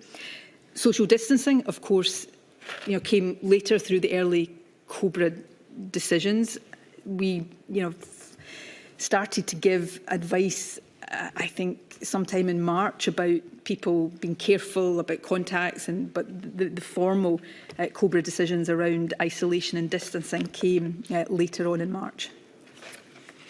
When Ms Freeman gave evidence to the inquiry, she was of the view that Scotland's Public Health Service lacked in staff, facilities and kit to introduce a testing system of the kind that was being introduced, and that the capacity of tests remained at only 350 per day until April. Does this, in your view, based on your involvement and recollection, indicate a lack of urgency in Scotland's response? So, specifically on testing, I would say I don't think it reflected a lack of urgency. I think it reflected the capacity we had in place, and therefore, and that determined the speed at which we could scale from the very limited capacity to the much greater capacity we had. So if you take testing, for example, the testing facilities that were available pre-pandemic, diagnostic testing facilities, tended to be, not just for COVID, but generally in multiple small-scale labs. While there were expert staff working in these, there was a need to recruit, which is not easy to do with people of the expertise we needed. There was also at that point, and there are different conclusions that can be drawn from this, I appreciate, but at that point there was intense supply chain pressure on swabs and reagents for testing. So I don't think it was a sense of a lack of urgency, but it by necessity, there was a certain limit to how quickly we could go from where we were at the start of the pandemic in testing to where we wanted to do. It took time to put the larger scale labs. That said, the Glasgow Lighthouse Lab, which was done through the UK Lighthouse system, I think was open by sometime in April. So things moved relatively quickly. Were they as quick as I would have wanted? Even at the time, and certainly with hindsight, no. But there were practical constraints that we were dealing with at that point. Had your H1N1 experience of 2009 taught you that early, decisive action to contain a viral pandemic would be necessary, and that it would require a testing and tracing capacity? Yes, and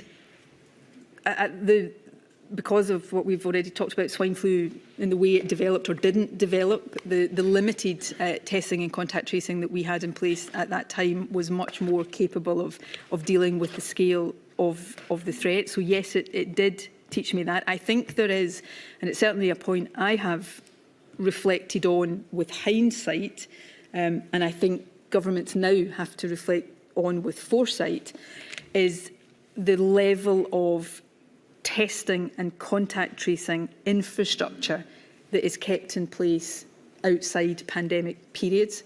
It is very costly to do that, but we certainly suffered from not having a greater baseline capacity at the start of 2020 than we had, and we scaled up as quickly as we could.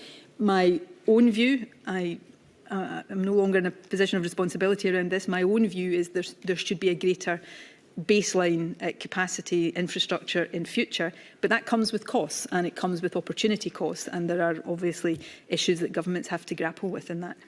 The maintenance of that baseline capacity may well be costly, Ms Sturgeon, but I rather suspect that the pandemic itself has shown that Absolutely. It is even more costly not to. So let me be clear, yes, and I want to be clear that I was not suggesting that the financial cost should take priority over the human cost. There were many costs of the COVID pandemic. The human one was the worst of all. So I absolutely agree with that. And Scotland and the UK was not alone in this internationally. Some countries had or appeared to have a greater baseline capacity of testing. I should also say for completeness at this stage, although you'll stop me if it's an area you're going to come on to, testing had limitations. It is absolutely the case that I think it would have been desirable to have been able to do more testing at an earlier stage.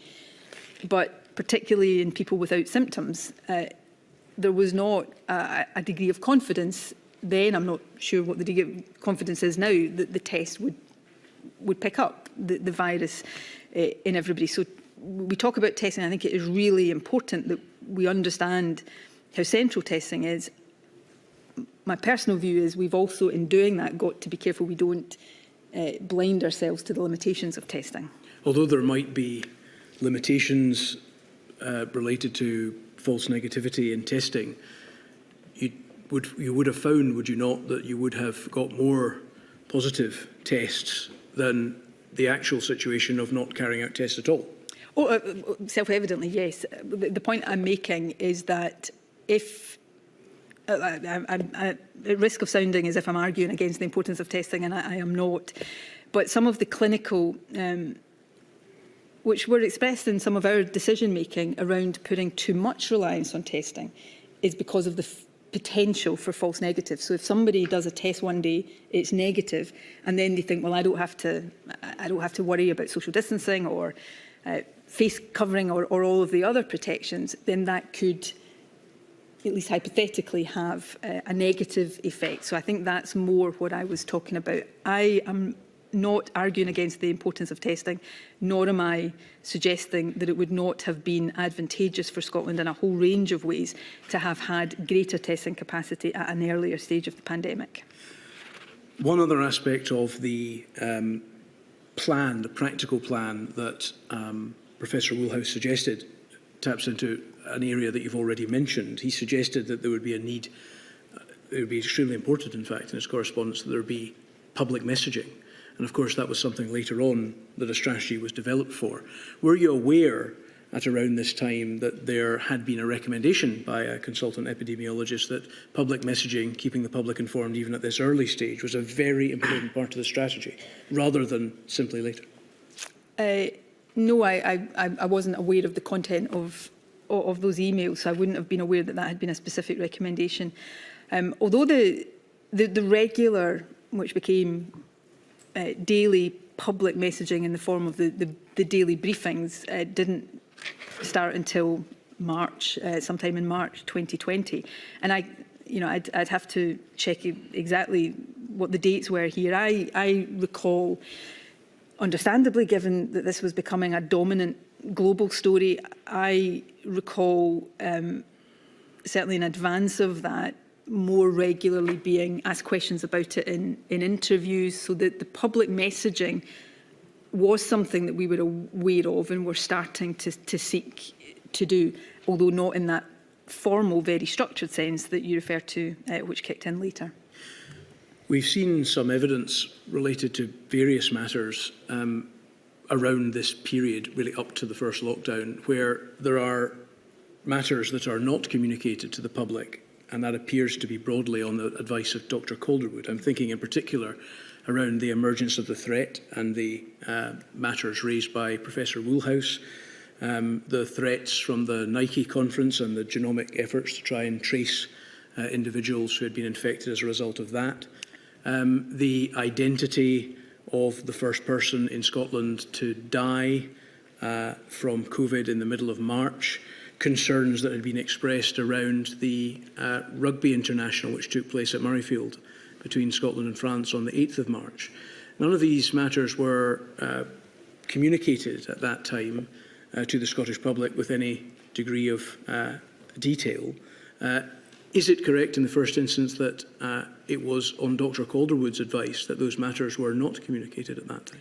I mean, there were different considerations in each. Yes. Understandably, these have been grouped together. Yes. They all stand individually, and I would have to go. Of course. And certainly, you But don't want the me to go through simple them question was, individually. did Dr. So Calderwood provide it? in the case of Nike and the rugby, yes, I took advice from Dr. Calderwood and discussed that advice with her. I don't think her advice, whatever I might think now with hindsight, that if I was to go back, would I take the same judgment? I may take a different judgment, but I don't think her advice was unreasonable. If I can take Nike perhaps as the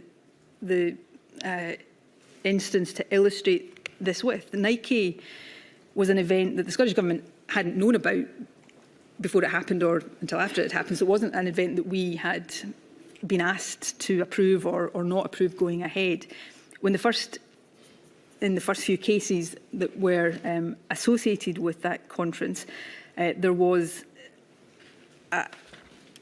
an incident management team put in place, led by Health Protection Scotland. It wasn't genomic sequencing that traced individuals. That came later to trace the sublineage and Yes. could show what happened with or didn't happen with the spread of the infection. But there was an incident management team that kicked in to do contact tracing, to do everything. And we now know they were very successful in halting any further spread from the, I think, 38 primary and secondary cases that were identified with that conference. The issue It's the publication became whether we put into the public domain at that time that I think it was the second case had been associated with that conference.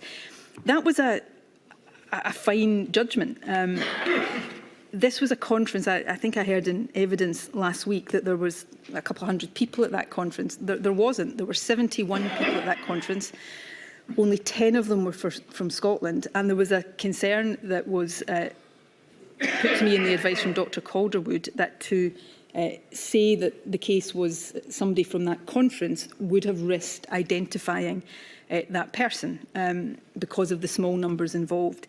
I got that advice. I think I spoke to Dr. Calderwood and I accepted that advice. I don't think it was unreasonable. I heard Dr. Smith say to the inquiry, and I thought this was a reasonable way of putting it, that a different clinician might have had a different risk appetite for patient confidentiality and given different advice.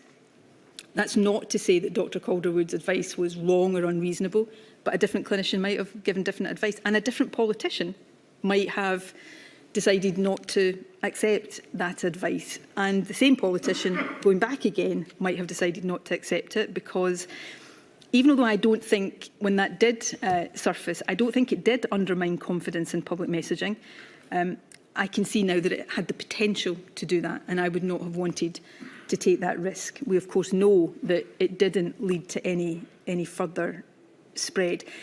The final point I want to make about this is, this was in early March. On every given day, there were judgments falling to be made, decisions falling to be made, often very fine judgments that could have gone one way or the other. And we were taking these in this unprecedented situation, trying to reach the best decisions we could. I hope the majority of these decisions were the right ones. Some of them, undoubtedly, we would have fallen on the wrong side of that judgment, and perhaps with hindsight, this is one of those. But that doesn't mean it was a decision reached with a motivation of secrecy. There would have been no reason, other than the patient confidentiality, for the Scottish Government not to have said that this was associated with a Nike conference. The reason the decision was reached was on the basis of patient confidentiality. It may have been a judgment we should have taken in the other direction, but that was in the nature of what we were dealing with at the time. I've put the Nike conference and the lack of publication of it in the context of a number of other things for a reason, which is, would you agree, if it were to be concluded that over this period, despite the clear indication that had been given by Professor Woolhouse of the need for clear public messaging over this period, that the Scottish Government adopted an approach of secrecy such that it released very little, if any, information about the threat to the people?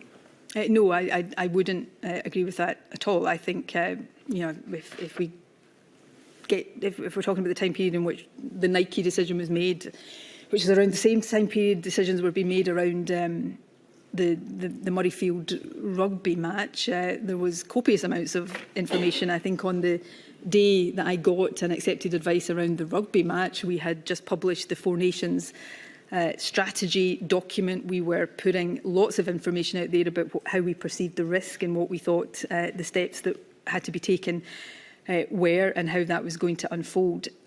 The decisions that were taken on all of these things were not taken with the intention of being secretive or keeping information away from the public.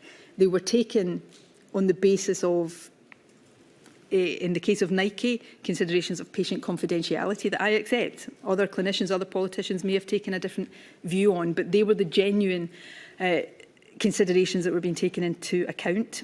In the case of the rugby going ahead, that was HPS, gave advice that came to me through Dr Calderwood at the time, that taking it all into account, the fact that it was open air, the fact that there were likely to be supporters that, if they weren't going to the match, would go into pubs instead because they would all come to Edinburgh, that it was relatively safer for the match to go ahead. These were the decisions we were weighing and arriving at every day. Was every one of these decisions, with hindsight, the correct one? Absolutely not. But they were being taken in good faith, for the best possible reasons and in the best possible way, to try to keep people as safe as possible and be as open as possible along the way in that process. Were the decisions wrong with hindsight? Would I take, because on Nike, because I saw the potential, I don't think this was the reality. I don't think this risk materialised, but I saw the potential for the Nike conference to emerge later through a media disclosure to undermine confidence. With hindsight, I would have, I think, gone the other way on that. I think the rugby at that point is a more difficult one to call. Again, with all the benefit of hindsight, yes, and within a few days, of course, I was absolutely recommending that mass events should not be going ahead. But this was public health advice that was being given to me by, respected experts, and I accept it, and I take responsibility for accepting it. And yes, on some of these, would I go a different way now? Does that mean they were right versus wrong? These were matters of judgment. There were balanced decisions we were seeking to make for the best possible reasons. We absolutely didn't get all of them right. Was the first person to die from COVID in Scotland a French national who had been at the rugby? He was, yes. No further questions at the moment, my lady, if that's a convenient time. Certainly. I shall return at 1:45.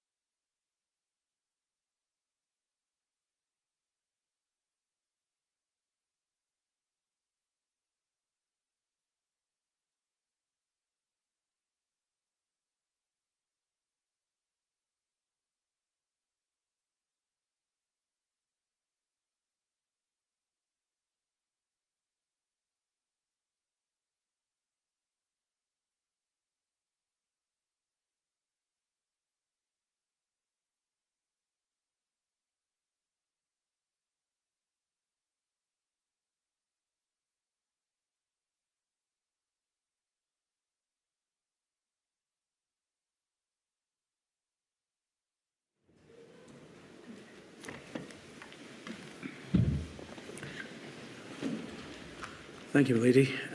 Ms Sturgeon, before the break, we were discussing some of the early decision-making on the part of the Scottish Government relating to the emergence of the pandemic. We talked about advice being provided by Dr Calderwood and others. In that period, do you recall whether you received advice from the then Deputy Chief Medical Officer, Professor Smith? He was part of the process of giving advice, so during that period, the then Deputy Chief Medical Officer was mainly, I don't think this was exclusively, but mainly the Scottish Government observer at SAGE, for example. So he would be the conduit of readouts, feedback from SAGE. They would come to me in written form, but he was frequently there in person around the table when I was discussing the matters with Dr Calderwood. Thank you. And we've also obviously heard evidence from Professor Leach, who we've talked about already, the National Clinical Director. Was he providing advice as well at that time? Undoubtedly he would have been, but it wasn't, as far as I recall, I don't think it would have been coming to me directly from Professor Leach, but I am sure he would have been part of the process of that advice being gathered from different clinicians and different experts to put to me. The three principal government medical advisors, Dr Calderwood, Professor Smith and Professor Leach, came from an obstetrics and gynecological background, a general practice background and a dentistry background. Is that correct? Yes. None of them were trained in virology, epidemiology or respiratory medicine. Is that your understanding? As far as I am aware, I know that they have varying degrees of experience in public health. Professor Leach in particular has qualifications in public health. Forgive me, I'm not saying this in any way to say these appointments are nothing, but the First Minister is not involved in the appointment of these, so that I wouldn't have been involved in the appointment process for any of these individuals.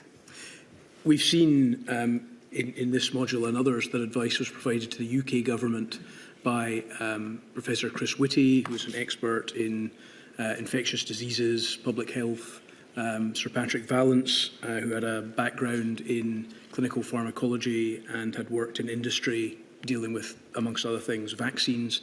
We've obviously seen and discussed some of the evidence that emerged from individuals in the background, certainly in Scotland, Professor Woolhouse in particular.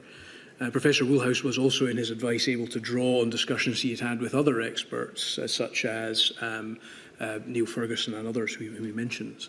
Did you have a concern over this period that the people from whom you were getting advice were not sufficiently expert to deal with the threat? No, I didn't. The advice I got from all of these individuals, not just initially, but in the case of two of them over the course of the pandemic, I had a high degree of confidence and trust in, and I think that confidence and trust was justified. I was also aware that they were not simply giving advice to me as individuals, operating solely. They were drawing on other sources, Health Protection Scotland, other experts in various aspects of this. And of course, when we get into March 2020, the Scottish Government COVID-19 Advisory Committee is established, which has a range of experts. Professor Woolhouse, of course, was a member of that. And I remember specifically the membership of that, again, was not selected by me. It was advised to me by Dr Calderwood at the time. And I do recall that she specifically said that she thought it was important to have him on there because she wanted to ensure that there was a diversity of views coming through that we didn't want to have people. Obviously, we were guarding against anything that could be described as groupthink or simply people that had one particular perspective. But that body didn't exist. It wasn't set up until the end of March and became operational in early April. Is that right? Again, you will have the dates in front of me. I don't have the dates in front of me. I think it met for the first time in late March. And it was set up, established by Dr Calderwood at my request for specific reasons that I'm happy to cover if you wish me to. But before then, again, SAGE was an important source of advice. And although there were frustrations I had with the SAGE process that led me to ask Dr Calderwood to establish the advisory group, I had great confidence in the scientific advice coming through SAGE. So at no point did I feel that I was not getting good advice.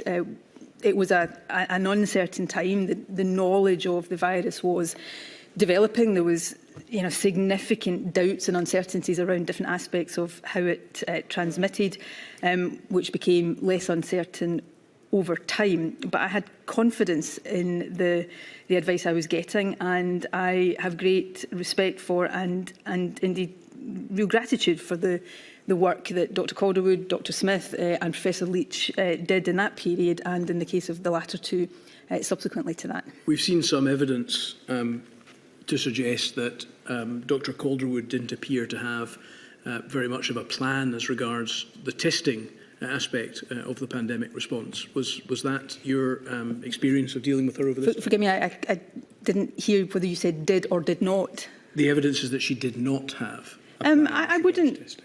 agree with that, and nor would it necessarily have been on testing solely for the Chief Medical Officer to have that plan. I think I said earlier on, we went from a period in late January to having no capacity whatsoever in Scotland to process COVID tests, to by the 10th of February, I think, if I'm getting that date correctly, to have facilities established in 2 labs, and in the week subsequent to that, capacity rolled out to every health board in Scotland. So there was a plan. I think there are very legitimate questions, which we covered this morning, about whether the pre-existing infrastructure we had in place allowed that plan to develop at sufficient pace. But I would contend the Chief Scientist for Health, David Crossman, was also closely involved in and brought great expertise to the role of developing our testing capacity and the use of testing, which of course was as important as the capacity that we had. Would it be fair to say that Dr Calderwood was one of the main architects of what there was of a Scottish Government strategy in the period from January to March? Strategy for testing or strategy for overall? Overall. She was a critical part of that. She was the main conduit of clinical advice to me, but that advice was coming from different sources, and she was part of the collective Scottish Government team that was responsible for both devising and implementing the plan to respond to the pandemic. I don't think it would be accurate to say that was her sole responsibility. And while different people would interpret phrases in different ways, key architect, I'm respectfully not sure would properly describe it either. She resigned on the 5th of April. Yes.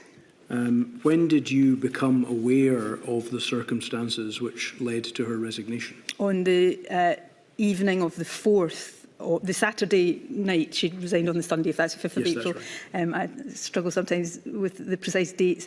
On the Saturday evening, I got a call from one of my special advisors, who advised me that they had taken a call from a Sunday newspaper with the story that then emerged on that day. Were attempts made within the Scottish Government to retain Dr Calderwood despite that report? So I will, as I do for all aspects of the COVID response, but in particular this one, I take absolute responsibility. In the immediate moment, and remember we're in the very early stages of an unprecedented situation, I had 2 considerations in my mind, and I'll end by saying what I think I got wrong in this. Firstly, I immediately understood that there would be significant public anger about this, and that would have to be addressed, and that Dr Calderwood would have to very clearly apologise and be very clear that she had made a mistake, and that the rules apply to her as they did to anybody else. The other consideration was that we were at this relatively early but still very pivotal stage in the pandemic, from a period of decision-making that was very fast-paced, that we had to respond very quickly to things, we had begun to settle into, I'm talking internally in government decision-making, more of a rhythm of how we were doing things, of the advice and the decisions that would then lead to. And Dr Calderwood was a very key part of that. She was a conduit of clinical advice to me. I had high trust in her, and she was a key part of the communication effort as well. And therefore I was mindful of how disruptive it would be to suddenly, in those circumstances, lose a chief medical officer. And so I initially thought I wanted to try to achieve two things: address the public anger and make sure there was no doubt at all that she had made a very serious error, but retain what I thought was very valuable expertise and advice in government. I think as the Sunday progressed, I began to realise I couldn't achieve both of those things, and that if I continued to try to achieve the latter of those, I would seriously compromise trust in the government's message, and that the internal ways of working, that was something for the government to deal with, and I had to prioritise the confidence in public messaging. So that led on the Sunday evening to me having a conversation with Dr Calderwood that led to her resigning. I should say, and I want to say this on the record, she had already reached that conclusion herself and made no attempt then to avoid her resignation. And I think it is to her credit that she, at that point, was very clear with me that the public, the confidence in the public messaging had to take priority. And I do think perhaps stands contrast to other incidents, but I think that is to her credit. But it was a very difficult episode in what was overall an incredibly difficult period. We've seen some correspondence over that weekend, as you described this. She eventually resigned late on the Sunday, the 5th, that tend to suggest that there was a process over that day whereby there was an evolving realisation, I think, that she would end up having to resign. Are you saying, for Ms Sturgeon, that your initial reaction was to try to keep her, but that became impossible? Yeah, I think I thought wrongly, as it turned out, and I quickly realised this was not possible to achieve both of those objectives, to make sure we didn't have the public confidence in our messaging undermined and keep the Chief Medical Officer in post in the midst of a pandemic. And I perhaps tried to give equal weight to those considerations, but over the course of that Sunday I realised that was not possible, and if I continued to try to achieve the latter, the outcome of that would be the undermining of confidence, and that quickly led to the situation that unfolded on the Sunday evening. But as I say, Dr Calderwood had already, I think herself, come to that same conclusion. So ultimately, did you tell her to resign, or did you agree that she should? In point of fact, I said earlier on that Chief Medical Officer is not a first ministerial appointment. I probably technically couldn't have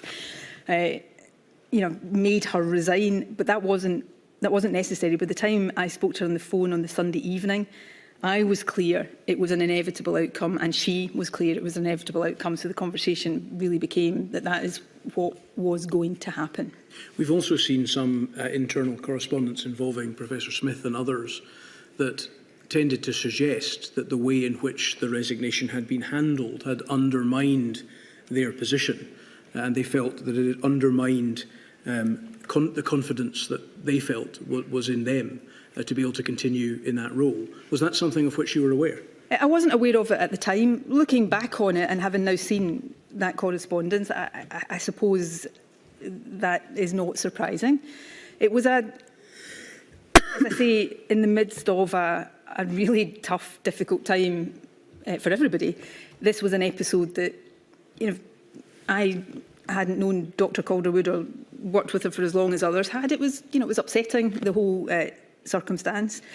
And so, yes, I can see that perhaps the process that unfolded over that Sunday of trying to achieve both of those things may have given an impression to other advisors that I thought the loss of her would be so catastrophic that they felt that I didn't value their advice or their input. That wasn't the case. I can perhaps see why they might have thought that, but that wasn't the case. I highly value the contribution of all of the individuals who were advising me. Did that experience to any extent undermine the ongoing relationships of the team that remained in place with you? It's certainly not in my experience, and I genuinely don't think that was the case. We very quickly, moved to an adapted way of working. Dr. Smith became at that time, acting Chief Medical Officer, and later became Chief Medical Officer in his own right. And yes, there were difficulties over the next few days. We had to adapt to the loss of somebody who had been very central to our response going forward. But I don't think it damaged relationships at all. I think something else I read into that correspondence was that there had been a sense of, because Dr. Calderwood with me had been the key clinical communicator, had Dr. Calderwood not resigned that weekend, we decided to try to establish a very firm point of contact between the public and the government. But that position of her doing the daily briefings with me every day would not have been sustainable, because it would have taken up too much of the time sheet. So we were already planning to move to a situation, which we did anyway, where the clinicians would share that responsibility. I might, on that particular aspect of that correspondence, it might be read slightly differently, I think, to suggest that the remaining medical and clinical advisory team, if we can put it that way, were of the view that too much reliance had been placed on Dr. Calderwood as an individual and not on the team more widely, and indeed other sources of expert advice.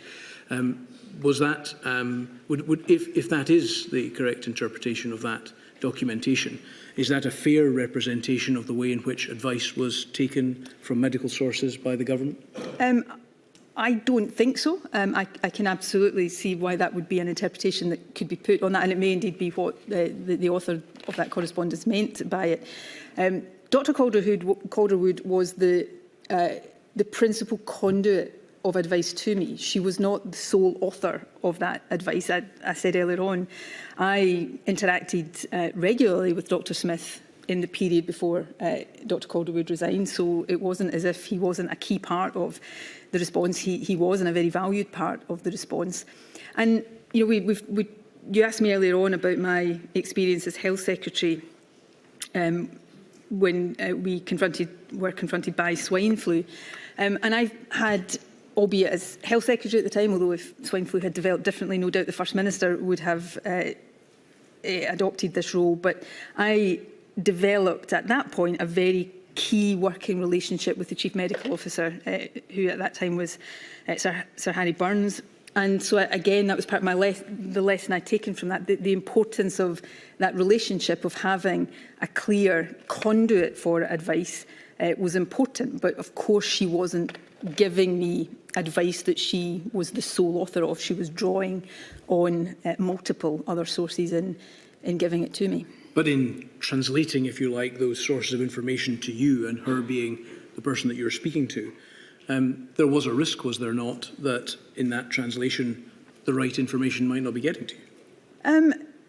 There was a risk. If I've given an impression, Dr. Smith would not always be, but equally not infrequently be in the room at the same time. It wasn't that she was the only person that I was speaking to. Frequently in the very early days, she would take part, as Dr. Smith did later, in the calls between the 4 UK CMOs, and come straight off that call and give me information that she had got from the other 3 CMOs. So it was a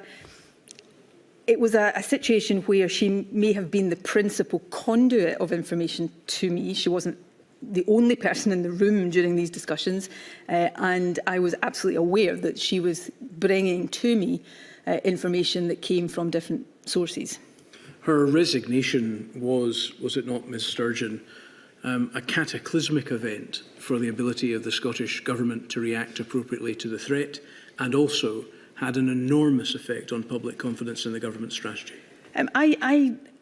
On both of those, it had the potential to do both of those things. I don't believe it did either. Had Dr. Calderwood not resigned on that Sunday evening, I believe, in terms of confidence in the public messaging, it may well have had that impact. I would suggest that the evidence through public attitudes and public polling after that suggests that it didn't have that effect. I think her resignation stemmed the potential for that. And on the first, it did have a disruptive effect, but it was one that we were able to overcome reasonably quickly and establish ways of working. And, you know, I think I know Dr. Smith stepped up and did a very good job in those circumstances. So I absolutely accept the potential for both of those things to happen. I wouldn't necessarily agree that either of them were the outcome. Thank you. Sorry to jump around a little in the timeline. I'm going to go a little bit earlier than that, beginning of April. On the 12th of February 2020, there was a ministerial tabletop exercise called Exercise Nimbus, which took place involving representatives of the UK Government, Scottish Government, Welsh Government and Northern Irish Executive. Was this something you were aware of at the time? I undoubtedly would have been aware of it at a certain level at the time, but I don't think it was something at that point that was particularly high up my awareness scale, if I can put it that way. You didn't attend it? I didn't attend it, unless you're about to tell me that I did, and I haven't recalled, you didn't, but as we I'm pretty certain understand. I didn't attend it. Ms Freeman also did not attend it. Mm-hmm.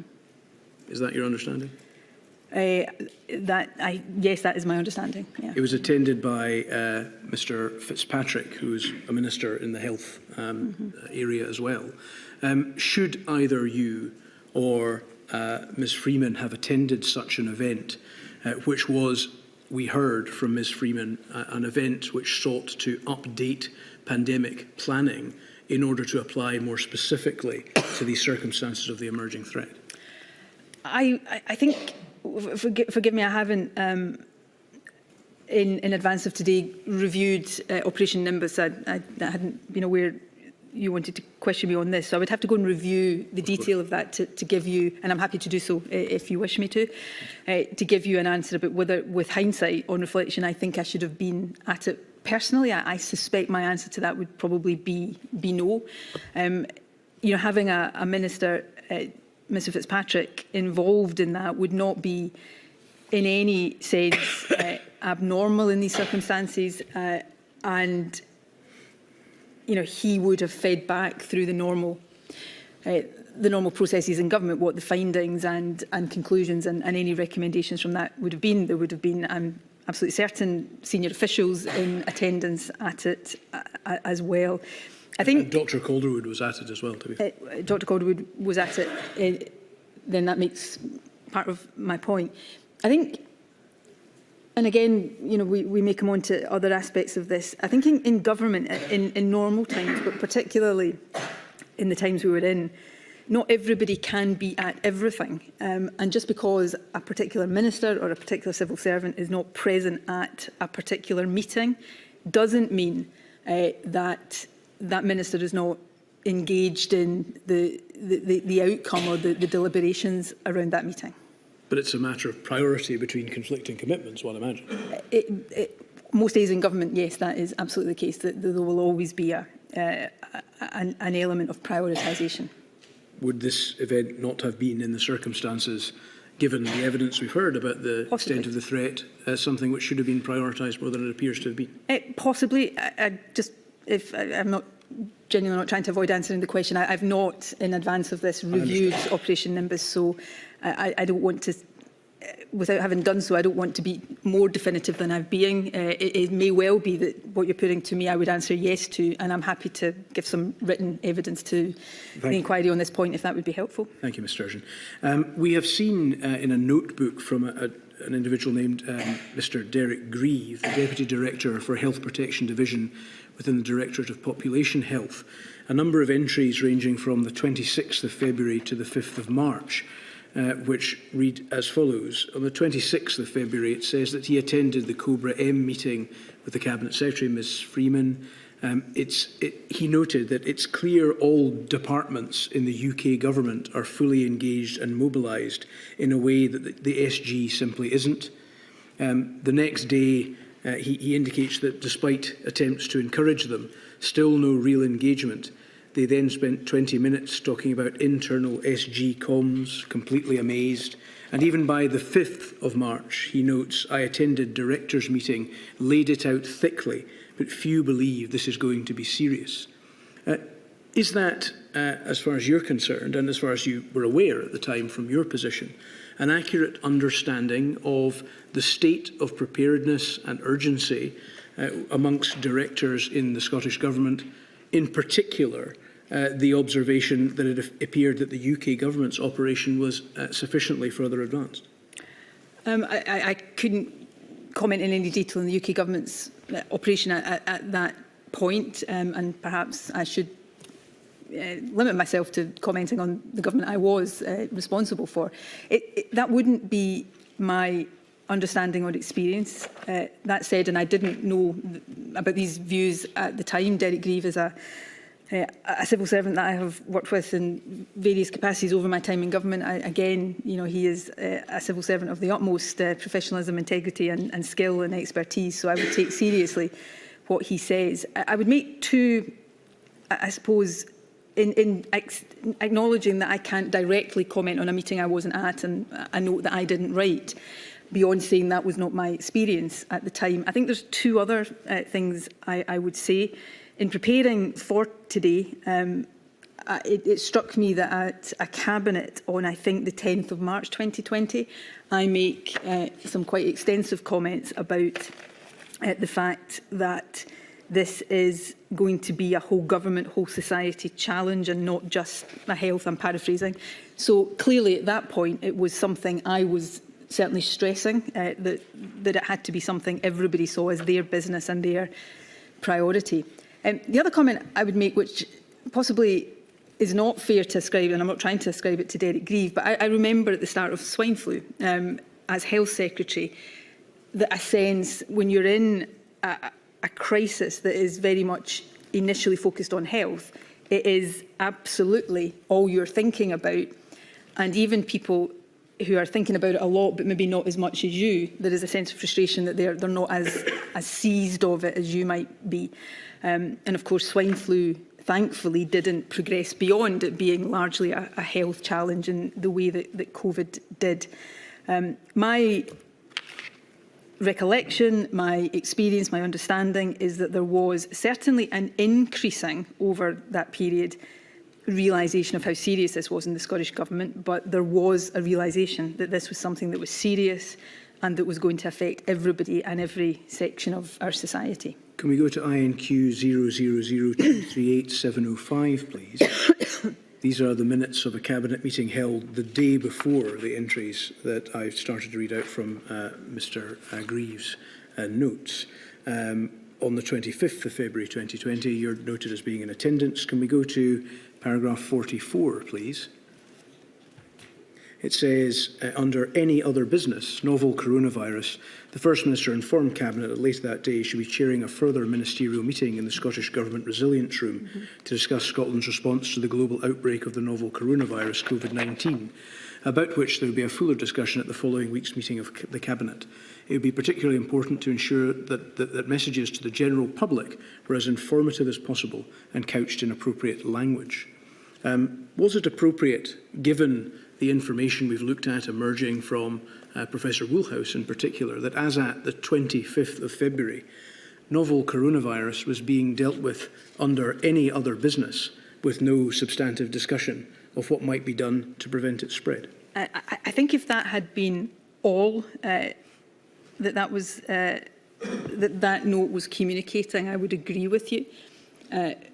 But I was communicating the fact that later that day, I was chairing a meeting of the Scottish Government Resilience Room. That was, forgive me, what date? The 25th of February. I started chairing those meetings in 28th, 29th, I think, of January, with one exception, when I'd been visiting flooded areas elsewhere in the Deputy First Minister chaired. I chaired all of these meetings. This was a period where there was significant work ongoing. There was either the following week or the week after that, at Cabinet, there was a very substantive paper submitted and led by Jean Freeman. So I would suggest that that was giving, if that had said, there is there's a global outbreak of the novel coronavirus, we'll keep Cabinet informed, and there was no action behind it, I would accept that. But that, in Scottish Government terms, is very significant action that is clearly in train as a result of that information, and that there would then be a more fully informed Cabinet discussion in the week after that. This was also not the first discussion that Cabinet had about COVID. I think the first discussion was on the 4th of February. And so there would have been extensive Cabinet discussions along the way. And that is an indication to fuller discussions that were ongoing across government. There's no note of any discussion relating to procuring or building a testing capacity, is there? Because that one note doesn't describe it, it doesn't. So this is the 25th of February. By the time this note is written, we have already taken the first steps to build testing capacity. Our testing capacity at the end of January, 0. By the 10th of February, two weeks before this note, we had established testing facilities in Glasgow and Edinburgh. I think we very quickly after that established a facility in Tayside in Dundee as well. I don't know whether that would have been before or slightly after this note. So clearly, evidently from the reality of what was happening, there was work to build up testing underway by the time this note was written.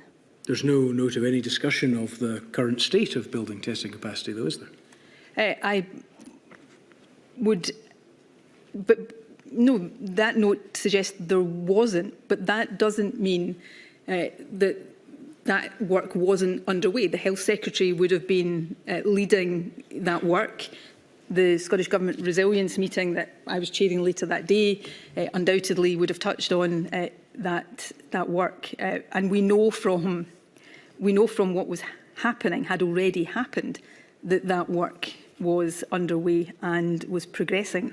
As I said earlier on, the question of whether it was progressing quickly enough is another discussion, but it was undoubtedly progressing. There's no note of any discussion or information being shared about procuring personal protective equipment, is there? Again, that does not mean that work wasn't underway. We had, I think, in fact, I think, again, I can't bring it up. Perhaps you can bring it up, but I think one of the first Cabinet meetings, one of the first briefings I received in January 2020 told me about the first release of face masks from the national stockpile. So clearly, again, just because this note doesn't say that these issues were discussed at this particular Cabinet meeting, the evidence, both in documentation but in reality of what was happening, was that this work was underway.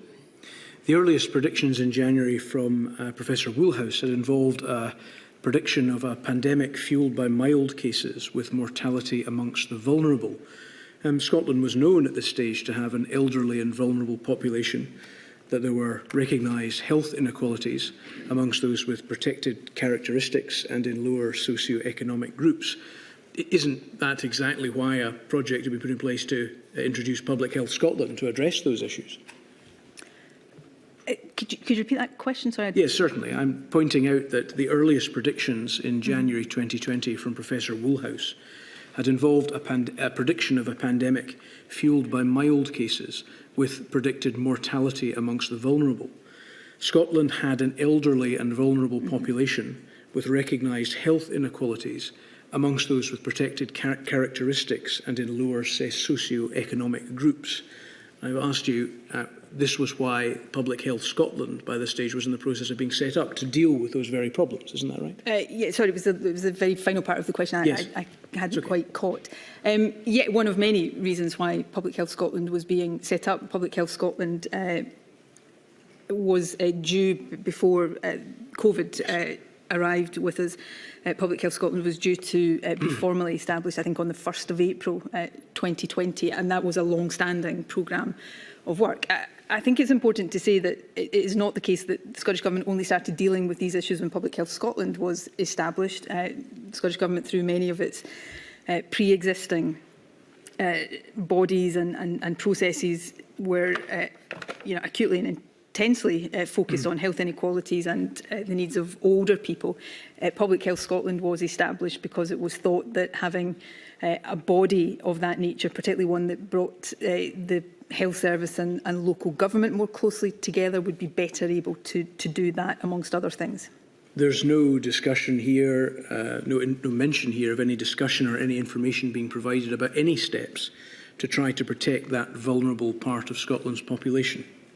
I know from the work that was underway in the government at that time that all of these issues were being progressed, all of these issues were being worked on. I suspect that, because I know that because not all of that is encapsulated there doesn't mean that wasn't happening. Okay, well, what steps were being taken to protect the vulnerable part of Scotland's population? All of the work we were doing to understand COVID,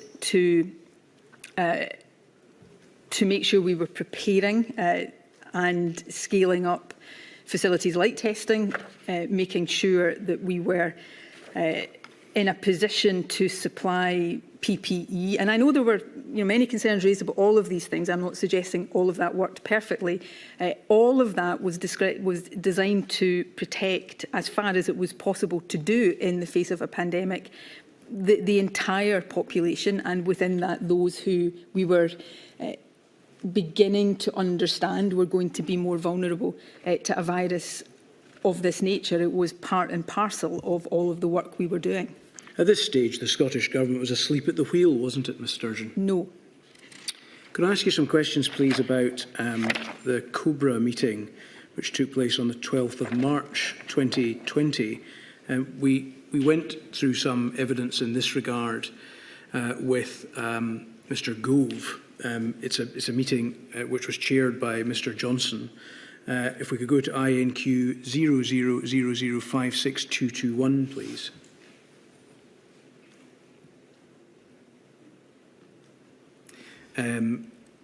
Could we go to page 8? Thank you.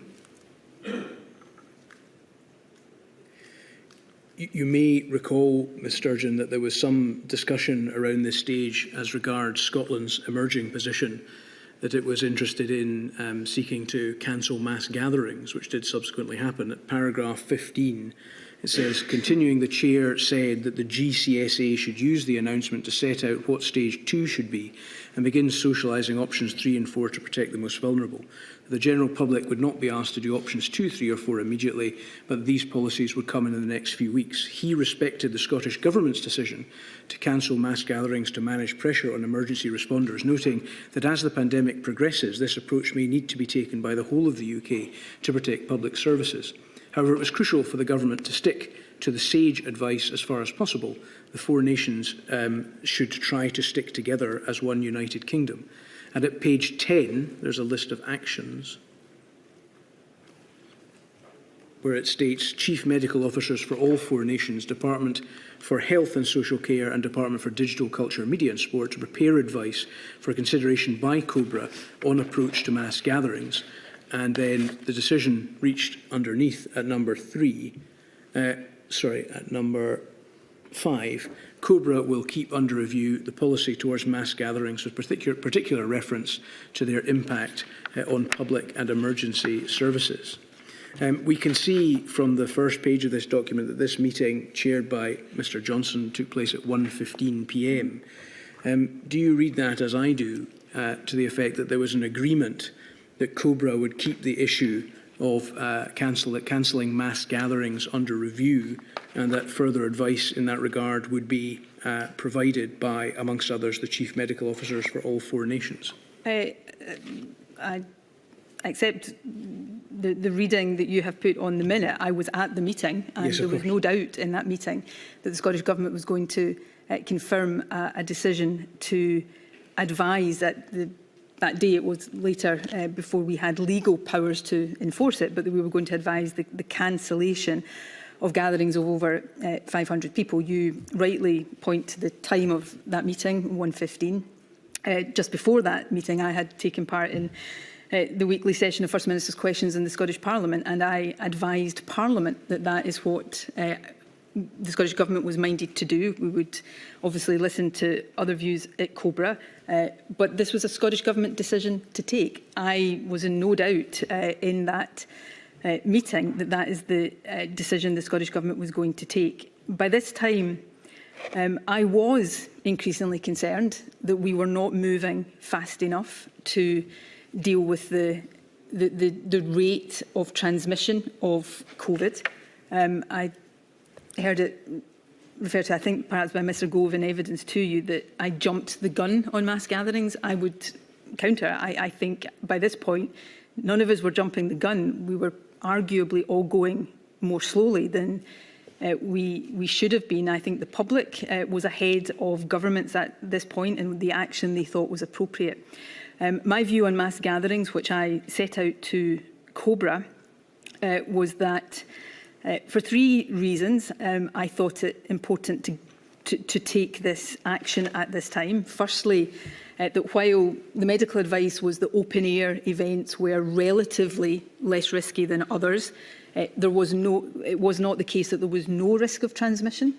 And I thought at that stage, given the state of the pandemic, we had to do whatever we could to reduce the risk of transmission. Secondly, I was increasingly concerned at that point about the pressure on emergency services, having to police large events when they were dealing with other pressures associated with COVID. And thirdly, I thought there was emerging a serious disjoint in the messaging of governments, that we were seeking to communicate that this was a very serious threat, but yet saying it was okay for them to continue to go and gather together in big crowded events. And if people saw that it was okay to do that, would they be less likely to follow the other advice we were giving them in the day-to-day business of their lives? Before lunch, you asked me about the rugby match at Murrayfield, and I think there is, as you put to me, an argument that should not have gone ahead. So that was my position. I set it out at COBRA,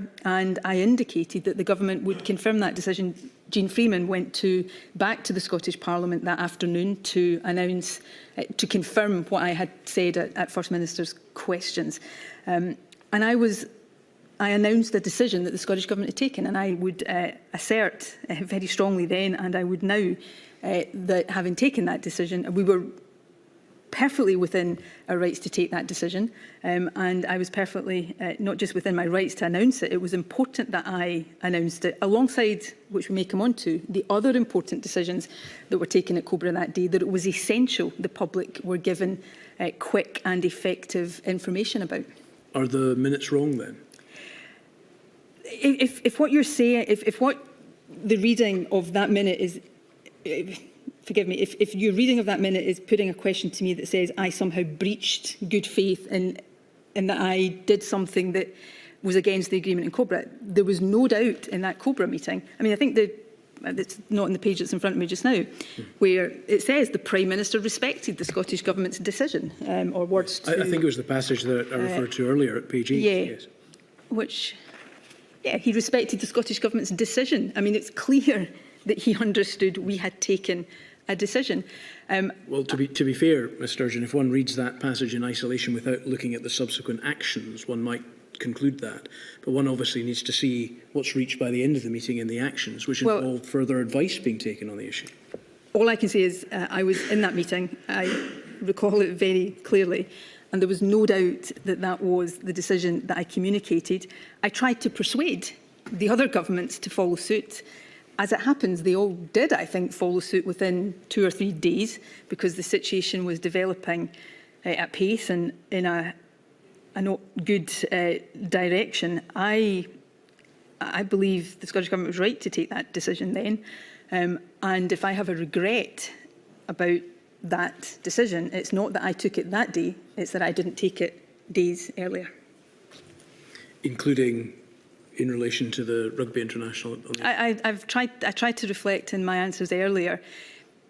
I suppose what I'm trying to reflect here is how difficult those decisions were, and how to describe now, looking back with hindsight, something as, in very binary terms, right and wrong, I think is not always fair in the nature of the decisions we were taking at the time. But it is one of the decisions that, yes, if I look back on and could take, have my time again, may go the other way. But that match was the weekend before that. So certainly, yes, I think that was, yes, if I have a regret, it is not that I took the decision too early, it's that we took it too late. You did announce at 3:20 p.m. that day that mass gatherings of more than 500 people will be banned in Scotland, is that right? If you're telling me that's the time of day, I did it roughly, yes. Yes. You also provided other updates from the Cobra meeting, such as the decision not immediately to close schools. You made these announcements before Mr Johnson was due to speak to the public about the outcomes from the Cobra meeting later.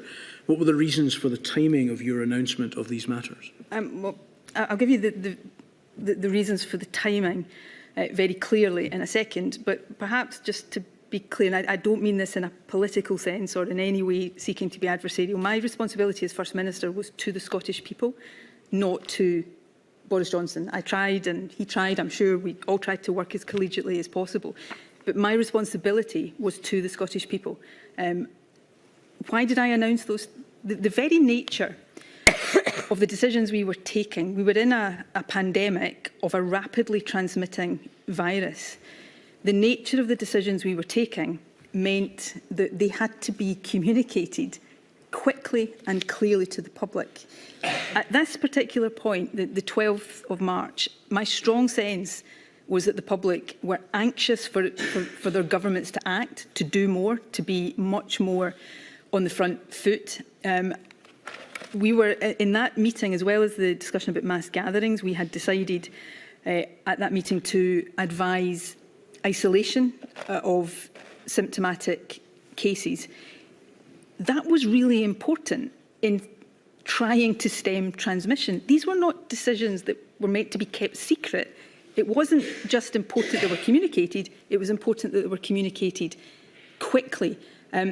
So I would put it that it wasn't that I communicated these things too quickly. Perhaps the UK government were communicating them too slowly and perhaps not doing so with the urgency that at that point was required. Did you tell the UK government of your intention to make the announcement at 3:20 p.m? It would have been, I'm certain would have been known. I don't know whether I specifically said. Again, I don't mean this to sound in any way politically adversarial. I have a duty to communicate. This was advice we were giving the public. How were the public meant to know what we were asking them to do if I didn't tell them? In Scotland, if I didn't tell them, and the rest of the UK, other leaders didn't tell them. My expectation, and what I do remember, my expectation was that by the time Boris Johnson would already have spoken out of that Cobra meeting. The media, the public, on that day, I remember, were desperate for information. I guess I was surprised that I spoke before him, not because I went too quickly, because I was surprised at the time I did it, he hadn't. These obligations of which you speak are not mutually exclusive, are they? One can have an obligation to the Scottish people, which of course you had, but you can also have an obligation to try to do what one can to maximise the efficiency of four nations working, which was the policy at that time. So therefore, would it not have been possible to discharge both of those obligations at the same time? Absolutely, and I always tried to do it. There was only one occasion that I recall in a Cobra meeting where the timing of respective communications was discussed, and that was on Monday the 23rd of March, the day we went into lockdown. And in that Cobra meeting, there was a discussion about the Prime Minister communicating first, and I agreed and honoured the agreement that I would wait until he finished. This was in the evening, I think, before I did so. At no other point was there, who's going to do it first, or you shouldn't do it before I do. I left that Cobra meeting thinking it important to communicate the decisions that had been taken to the Scottish people, because it involved the Scottish people doing things and not doing things in order to we were in a race against a virus in order to try to stem transmission of a virus. I fully expected the Prime Minister to do exactly the same. I think it would have been wrong and negligent to wait for ages before telling people what that COBRA meeting had decided. Did you consider that you had a duty of confidentiality as regards the matters discussed at the meeting? I did not breach confidentiality. I am not bound by confidentiality in a UK government sense, but nothing in this was these were Scottish government decisions. The fact that we were all agreeing them in a Four Nations context did not change the fact they were decisions within the power and responsibility of the Scottish Government. I was not breaching confidentiality, and I would go further than that and suggest that given the situation we were dealing with, the whole notion of confidentiality is a bit absurd. This was a virus that was spreading rapidly at this point. We were taking decisions that were about trying to stem the spread of that virus, and the only way those decisions could have the desired effect was if the public knew about them, and if the public knew about them quickly. And therefore, in my view, the responsibility on all of us, I can't speak for Boris Johnson, but the responsibility on all of us was to get out there and tell the people of tell people across the UK what we were asking them to do and not to do in order to, if we'd operated on the basis of these decisions being confidential, then I think self-evidently that would have been a very, very mistaken position to be in. There was a commitment at this stage by the Scottish Government to seek to promote Four Nations working in light of the fact that the virus was no respecter of man-made boundaries or responsibilities. Is that right? I had a strong commitment to Four Nations working, even when the detail of our approaches started to diverge. I didn't ever form a view that Four Nations working wasn't important.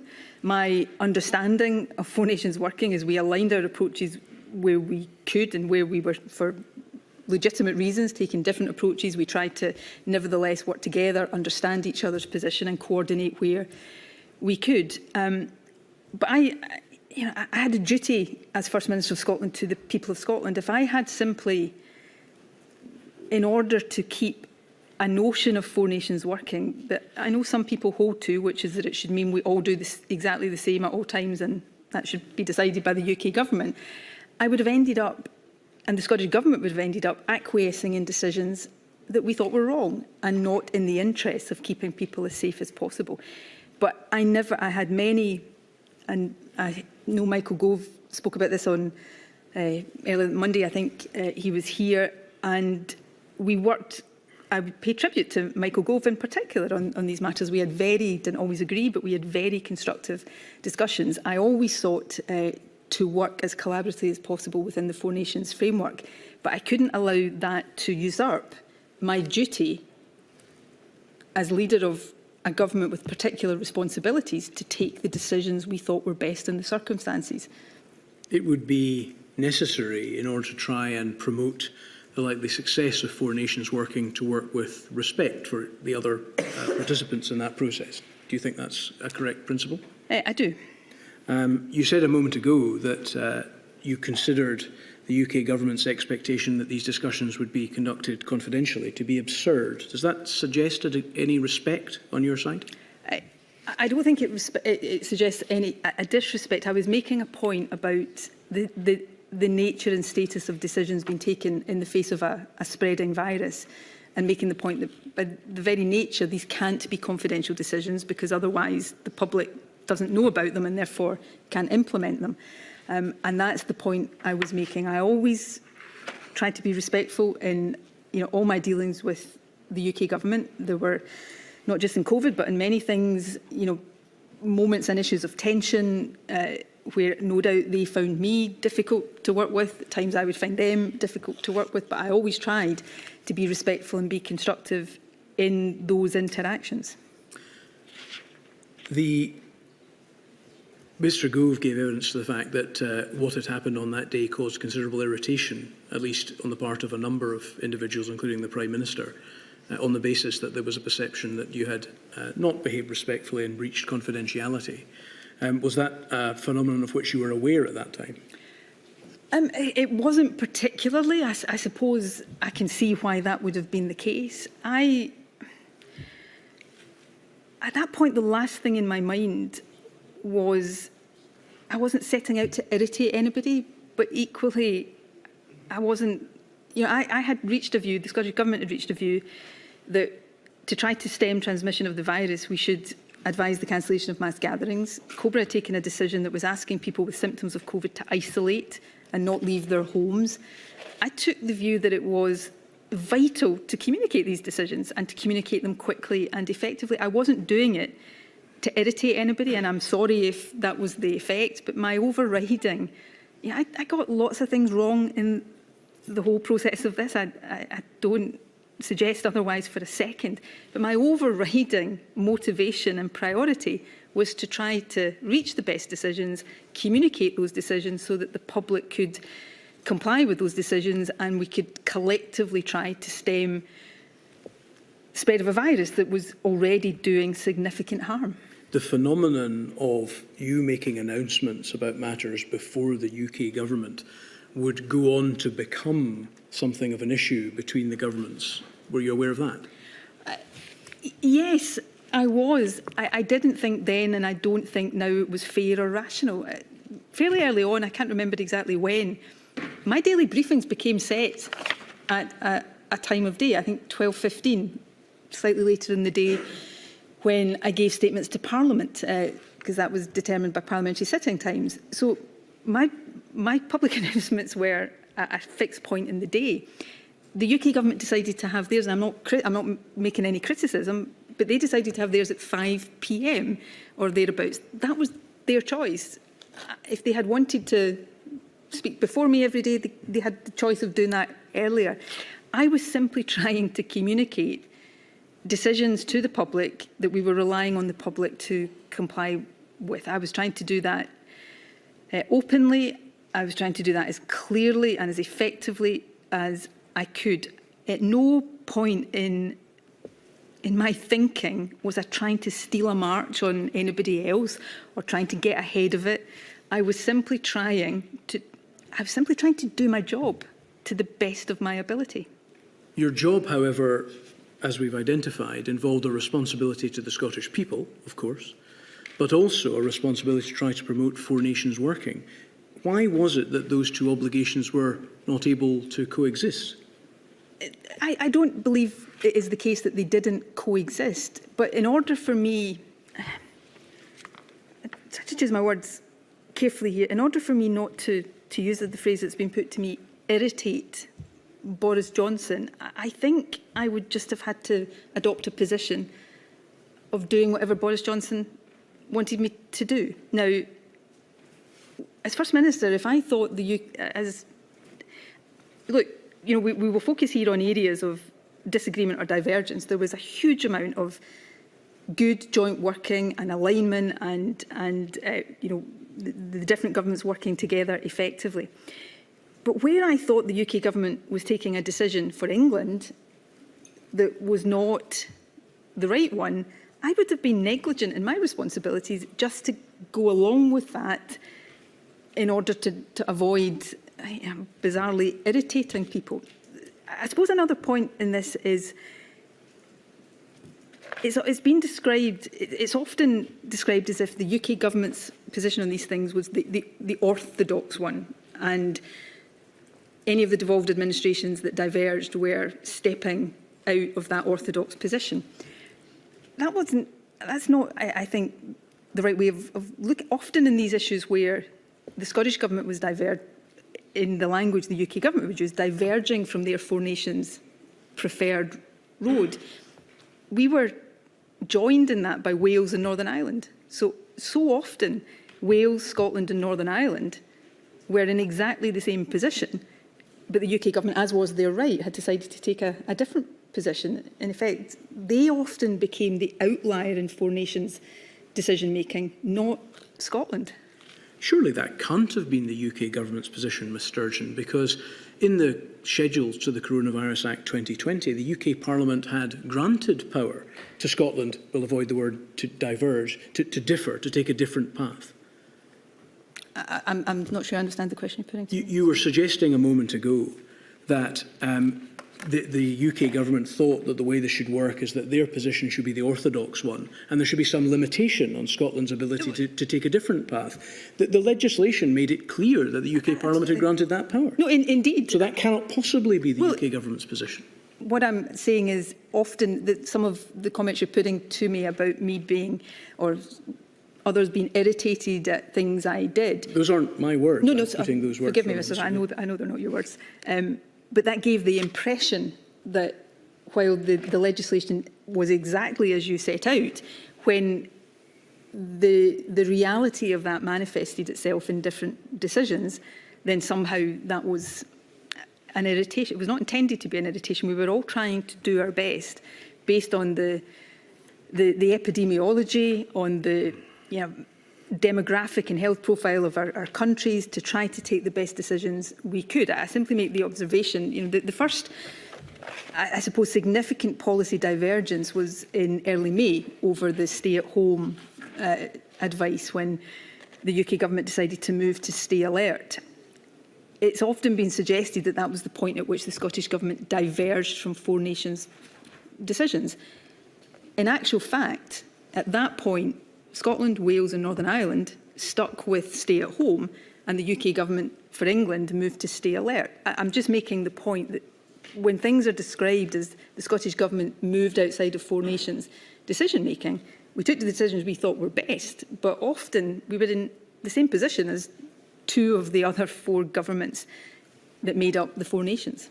On the subject of the legislation, was it your understanding, or had you received advice about whether the Scottish Government considered that the Scottish Parliament had power to impose restrictions before the enactment of the Coronavirus Act 2020, which came into force on the 26th of March? I know, I was aware, and we were always very clear that until that act came into force on the 26th of March, 25th, 26th of March, as you say, that take mass gatherings, until that point, it was advice that we were giving. It was not enforceable until that point.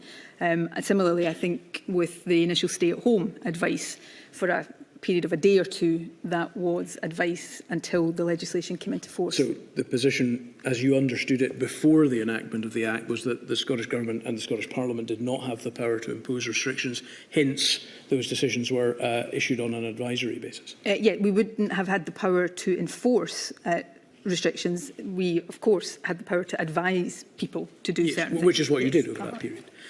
Did the Scottish Government push for an earlier lockdown? Well, the Scottish Government started, so no is the answer to, the simple answer to that, in the sense that we weren't pushing. The advice to have a lockdown really only crystallised through COBRA on the 23rd of March, so no.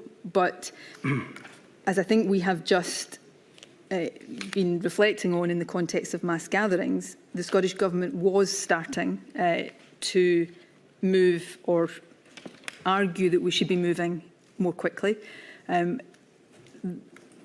example of that is the one we've been talking about, mass gatherings. We also took the decision to recommend the closure of schools slightly, I think, as it happened. Others followed suit again fairly quickly. But at that point, I was of the view we had to start moving more quickly, and started to demonstrate that through the examples I've spoken about. Before I say this, I can't say, and I don't know that anybody can say with certainty, what difference it would have made in the overall trajectory of the pandemic and the outcomes of the pandemic. But of the many regrets I have, probably chief of those is that we didn't lock down a week, 2 weeks earlier than we did. You are a staunch supporter of Scottish independence. I believe that the record will show that to be true, yes. Yes. It runs through you to your very core, does it not? It does. Is it possible, do you think, for you to take decisions on any matter without seeing them through the prism of Scottish independence and your burning desire to achieve it? Yes, I know for a fact it is, and if I ever doubted that before COVID, although I'm had other examples of doing that in the job of being First Minister and Health Secretary before that. I have been in politics for 30 years. I've been a lifelong campaigner for independence. I don't think in my entire life have I ever thought less about politics generally and independence in particular than I did during the course of the pandemic, and particularly in those early stages of the pandemic. People will judge, for better or worse, the decisions my government took. I want to say to people and give this inquiry an assurance that none of those decisions were influenced in any way by political considerations or by trying to gain an advantage for the cause of independence. I was motivated solely by trying to do the best we could to keep people as safe as possible. And we did that to some extent, but not to, and perhaps we never could have done it to the extent I would have wished we could have done. And I carry the regret for the loss of life, the loss of opportunity, the loss of education of our young people. I carry the regret of that with me every single day. But in all of the mistakes I made, that I will concede some I may argue weren't mistakes, I will absolutely assert very strongly that I did not take decisions for political reasons, and I certainly did not take decisions influenced in some way by considerations around the constitutional argument. On the 18th of March 2020, my Constitution Secretary, Mike Russell at the time, wrote to Michael Gove saying that we were suspending all work on an independence referendum. That didn't recommence, apart from reactive work and a particular very focused thing in before the Scottish election in 2021.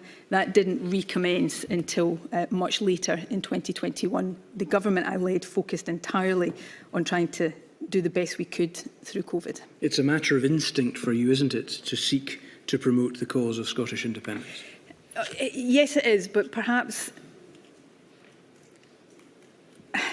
when you suddenly find yourself in a position of being the leader of a government in the face of a global pandemic, you suddenly find that the instincts you thought you had are not the instincts that come to the fore. My only instinct in the early part of 2020, and this remained the case, was to try to take the best decisions I could, and for my government to take the best decisions we could to steer the country through COVID. And I hope that people observing the Scottish Government, observing how I went about things during that period, whatever they think about me, my politics, my government, I hope that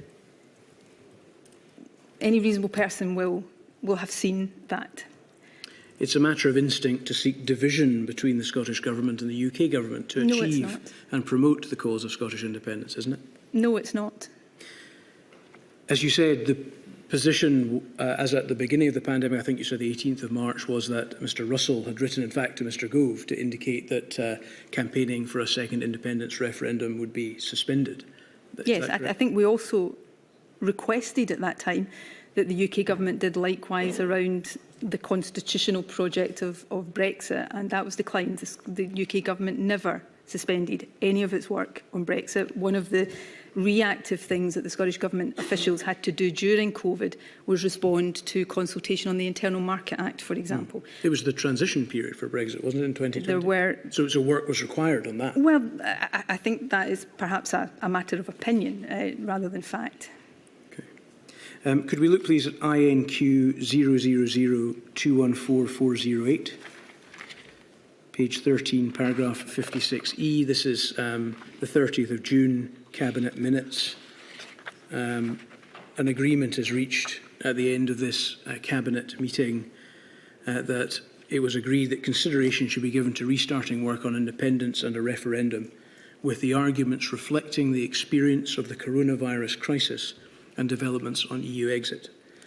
The Cabinet agreed on that date, did they not, to seek to promote the cause of Scottish independence by politicising the pandemic? No, I respectfully don't think that is a a fair or accurate reading of that part. I remember the meeting.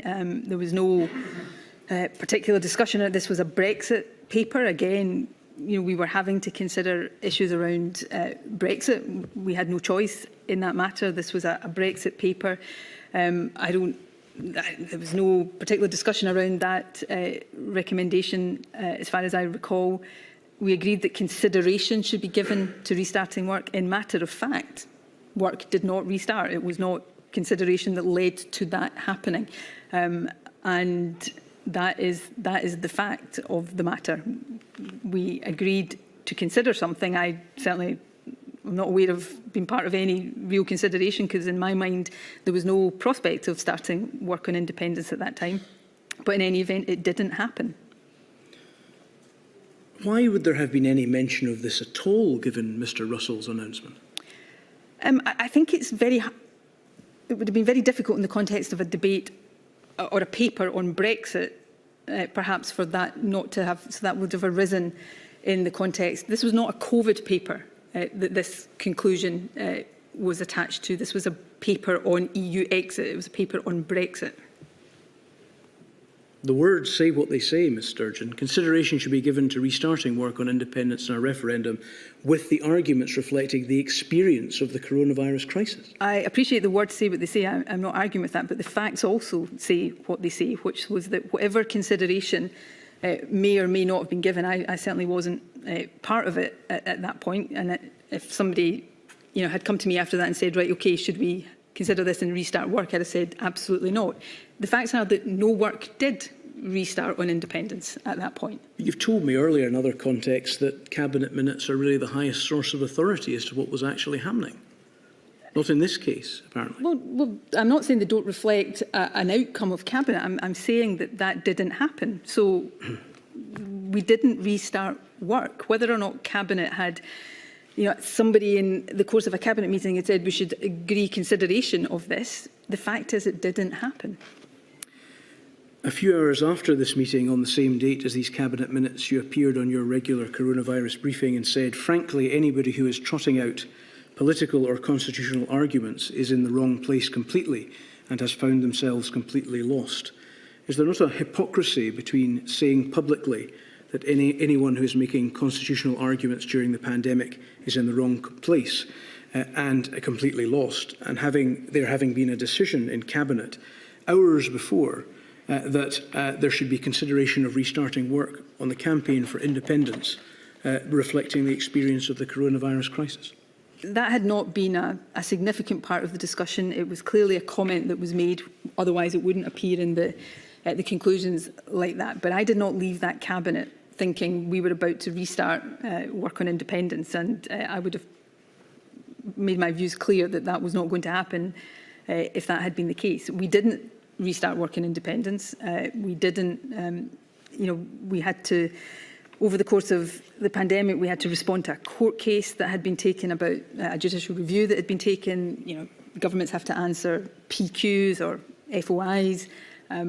We had to respond to some Brexit, but we didn't.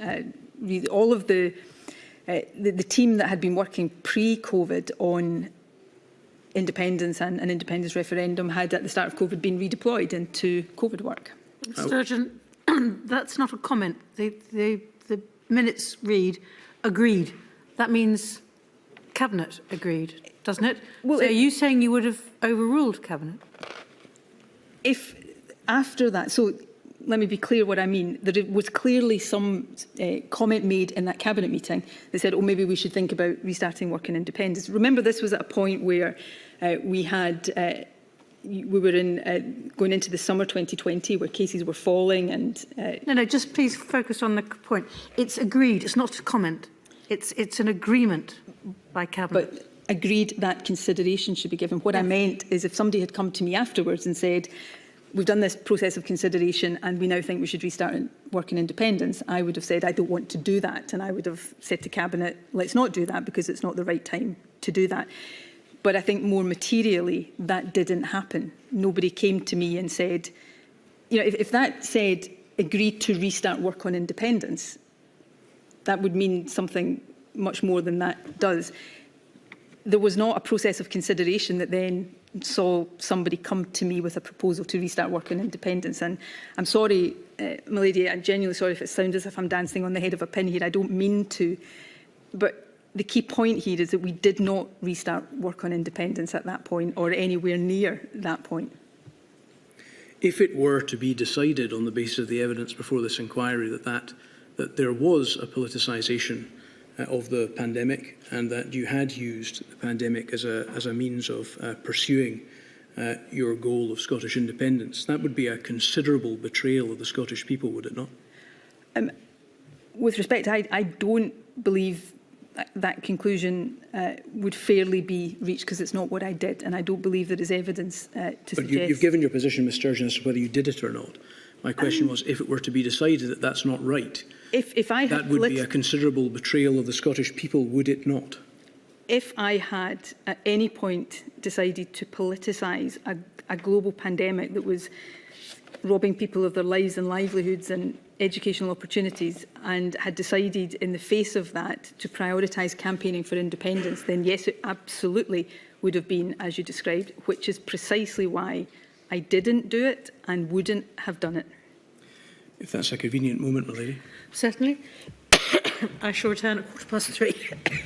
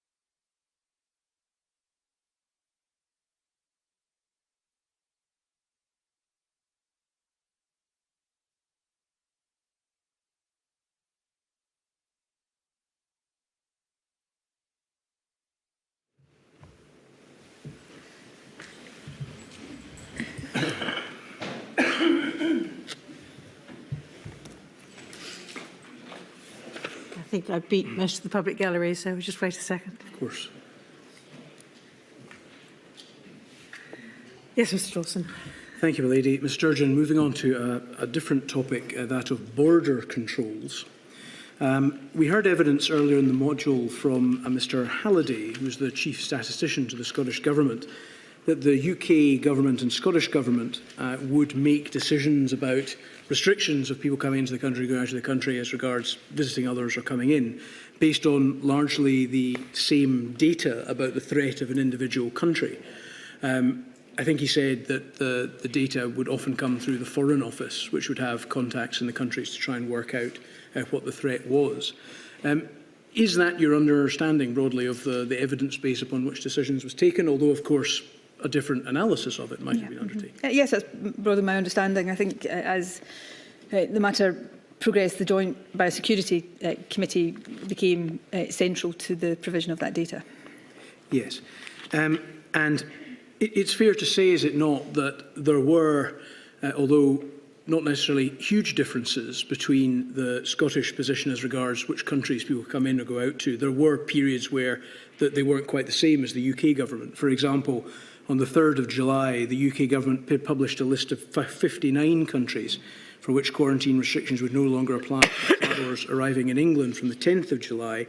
However, at that time, quarantine requirements remained unchanged in Scotland. Yes, that would be my broad recollection of that.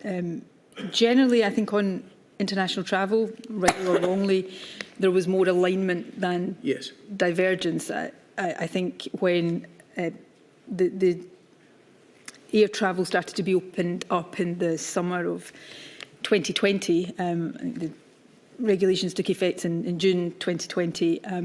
The key difference at that time was that there was, for a relatively short period of time, Spain was one of the countries that the UK government had opened up what was called at the time a travel corridor with, and for a short period of time Scotland didn't do that. We delayed doing that for a period. I think it was then, Spain was then taken off that by all countries later on. Yes, it might not be entirely surprising that there wasn't huge difference, if we're avoiding the word divergence, because it was based on the same data, although the essential point I'm trying to make is that the Scottish Government had, in terms of its devolved public health responsibilities and indeed responsibilities which had been given to it under the 2020 Act, it had the power to control that for Scotland.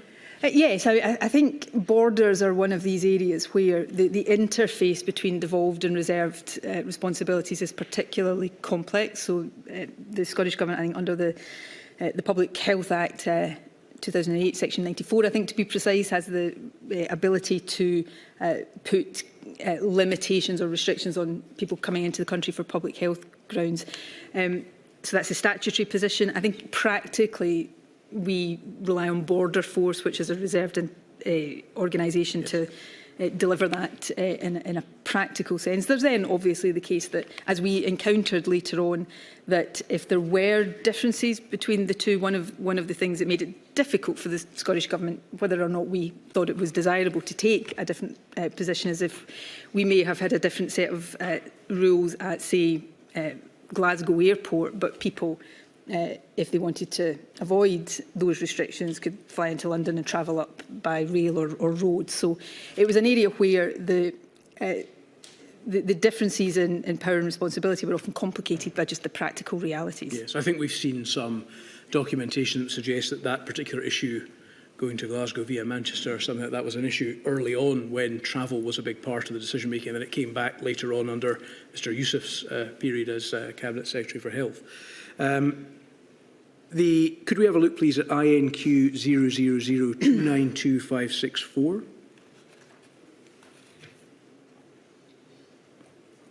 This is an exchange of emails which shows, we're going to page 6, please.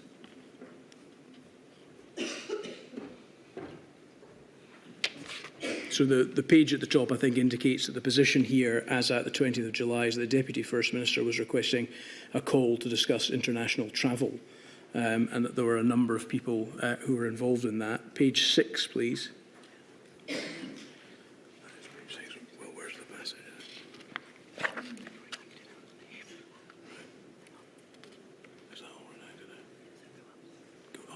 Previous page, please. Sorry, Mr. Sturgeon.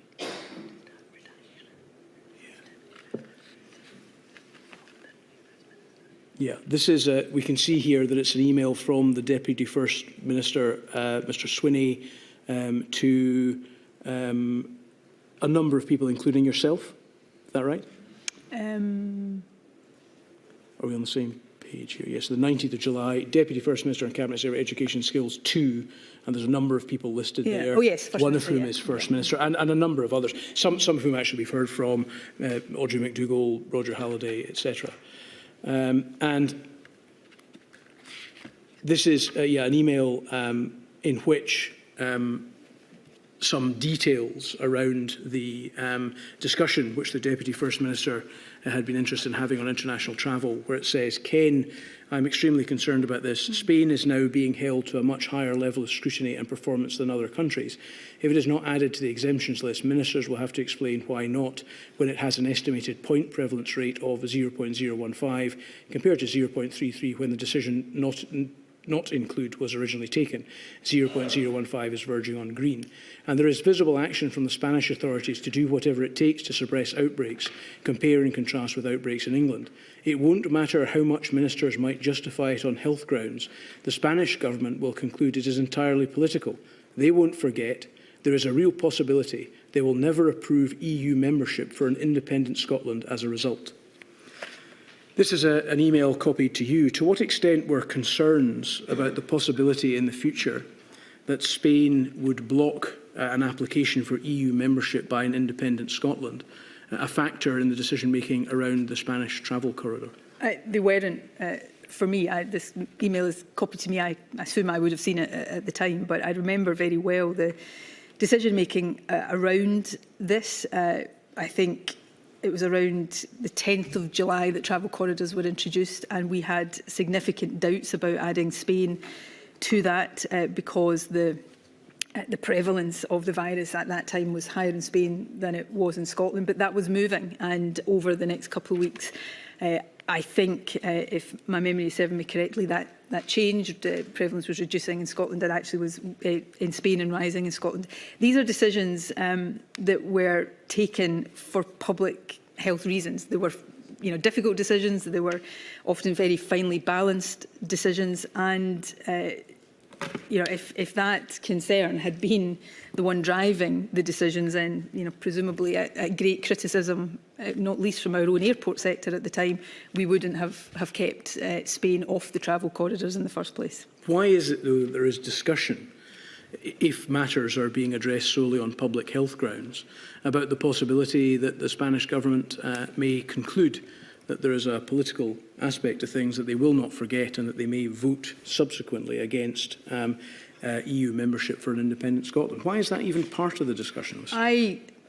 It wasn't part of my consideration. I certainly, to the best of my knowledge, didn't have any discussion of that nature. I didn't write that email. I can't speak for other people as to why that was written in that way. What I can tell the inquiry, sitting here today answering questions, is that's not the basis on which the discussion took, not the way in which the decision was taken. These were finely balanced decisions on public health grounds that often, in fact not often, always, clinical advisors would be inputting their own opinions to as well. Go to page 4, please. This is an email chain.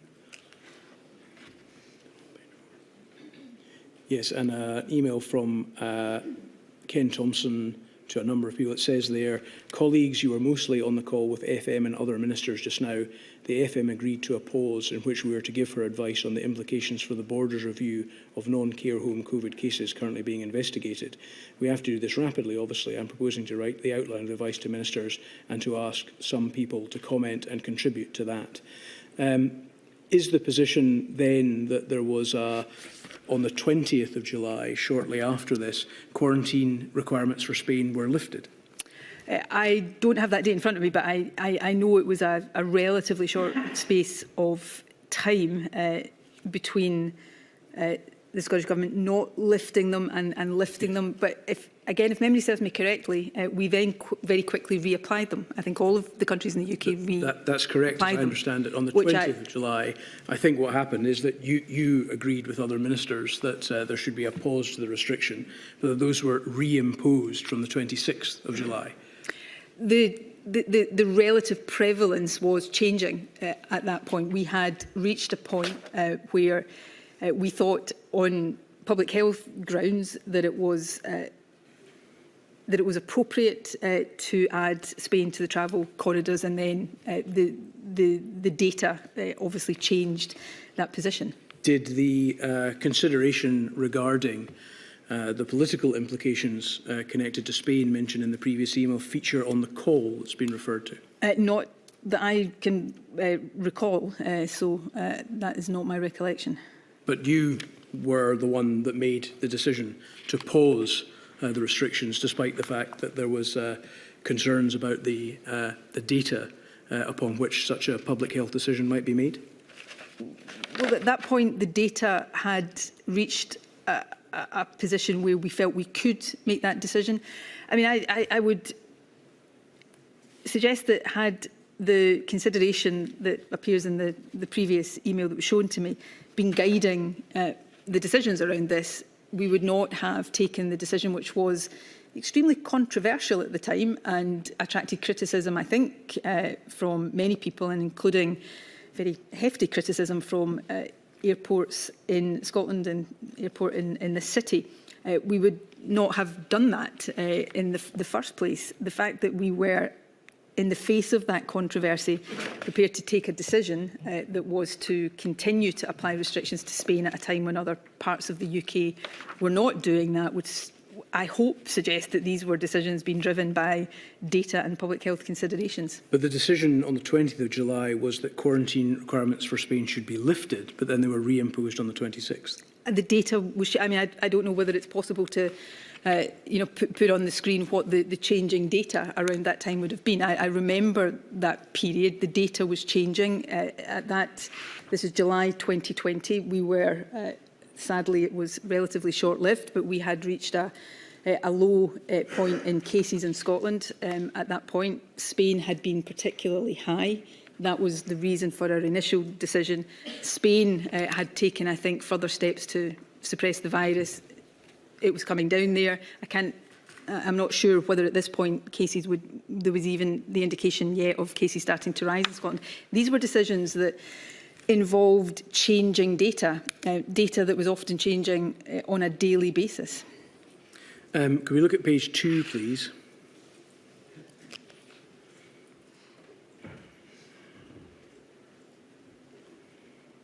And in this regard, again, Dr. Smith says that he asked for a view on the robustness of this data for Spain. There's been a remarkable change in the point prevalence from the set considered previously. It's difficult to reconcile with the public facing evidence of multiple large outbreaks in different areas of the country. And he asks whether can anyone offer an assessment of this. Now, the evidence, therefore, on a public health basis would tend to suggest that there had been multiple large outbreaks, which would not be consistent with the decision taken the next day to lift the quarantine. Is that correct? No, actually, with respect, I read that differently to that. What I think Dr. Smith is saying here, although he would have to tell you what he meant, is that while we were seeing evidence of multiple large outbreaks in different areas of Spain, and that was what had driven our concern about having restrictions on Spain lifted, the point prevalence data was actually showing something different. It was showing a change that was suggesting that cases were coming down at that point. And not just my reading of this, my recollection of the discussions at the time is that what that is saying is that, notwithstanding these very high-profile outbreaks, the overall data for Spain shows that the risk is reducing, which was what was driving our decision around the 20th of July to lift restrictions before that data, I think, started to go in the wrong direction in Spain again. So despite concerns about the robustness of the data in the face of evidence of multiple large outbreaks, you did open up the travel corridor to Spain, albeit only for a short period? With respect, I do think the interpretation of this that's been put to me is not what this is saying. and I remember some of the discussions at the time, is that the data, the point prevalence data, was no longer backing up the ongoing restrictions, that despite there appearing to be outbreaks, they were outbreaks in particular parts of the country, and the overall point prevalence data was showing that the risk from the virus in Spain was reducing. And actually, I do consider that this and the discussions that lay behind this were actually what was driving, not that this was contrary to the decision we took at that point, but that was part of what was driving that decision at that point. But surely it doesn't make a lot of sense if there are issues about the robustness of the data to change the position. And in any event, we know that you had to change it back a few days later. Mr Dawson, there was issues about the robustness of data at every step of the management of But would you not take a more precautionary pandemic approach if the changes in the data didn't seem to add up? We were under a lot of pressure from airports at that point. We were under a lot of criticism for being an outlier at that point. I think we were at that point an outlier, and the data, the point prevalence data, was showing that we were no longer able to justify the position we were taking of more onerous restrictions on Spain, and that was the position. The data was particularly around comparisons between different countries. It was changing all the time. It was necessary to assess not just the overall data, but what lay behind that data. If it's what's being put to me here is that this was a politically driven decision, certainly on my part, it was absolutely not. And I come back to this: decisions that were taken by my government in this period. I hope many of them were right. I think some of the outcomes, in a relative sense, suggest that that would be the case. Some of them were undoubtedly wrong, but speaking for myself, none of them were driven by extraneous political considerations.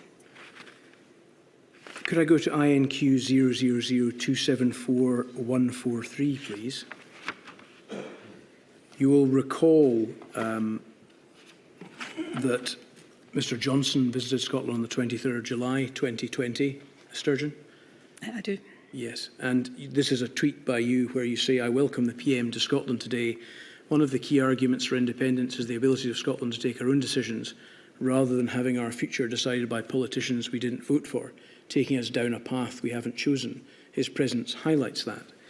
This is a political tweet relating to your support for the cause of independence in July 2020, isn't it? It is, but it's also a response to the Prime Minister at the time coming to Scotland and very overtly describing that visit as a mission to save the Union. I think he had first-person pieces in at least one newspaper ahead of that. Now, in reflection, should I have risen to the debate and posted that tweet? Probably not. But I would never even have been in that space at all, but for the pretext of the Prime Minister's visit. I was also, because he was coming to Scotland, because of the narrative that the UK government had put around his visit, I was inevitably being asked about it in my briefings and interviews. But yeah, perhaps I should have been the bigger person and not reacted in that way with that tweet. I had intended, of course, to put to you also the context, which is that on his visit, and I think in the newspapers before, Mr Johnson has spoken about the might and merit of the Union, and therefore your interpretation of that is that he was seeking to politicise the situation. Is that right? I think I say in my written statement, to be fair, I don't think generally the UK government tried to politicise the pandemic. I think this was a rare exception to that.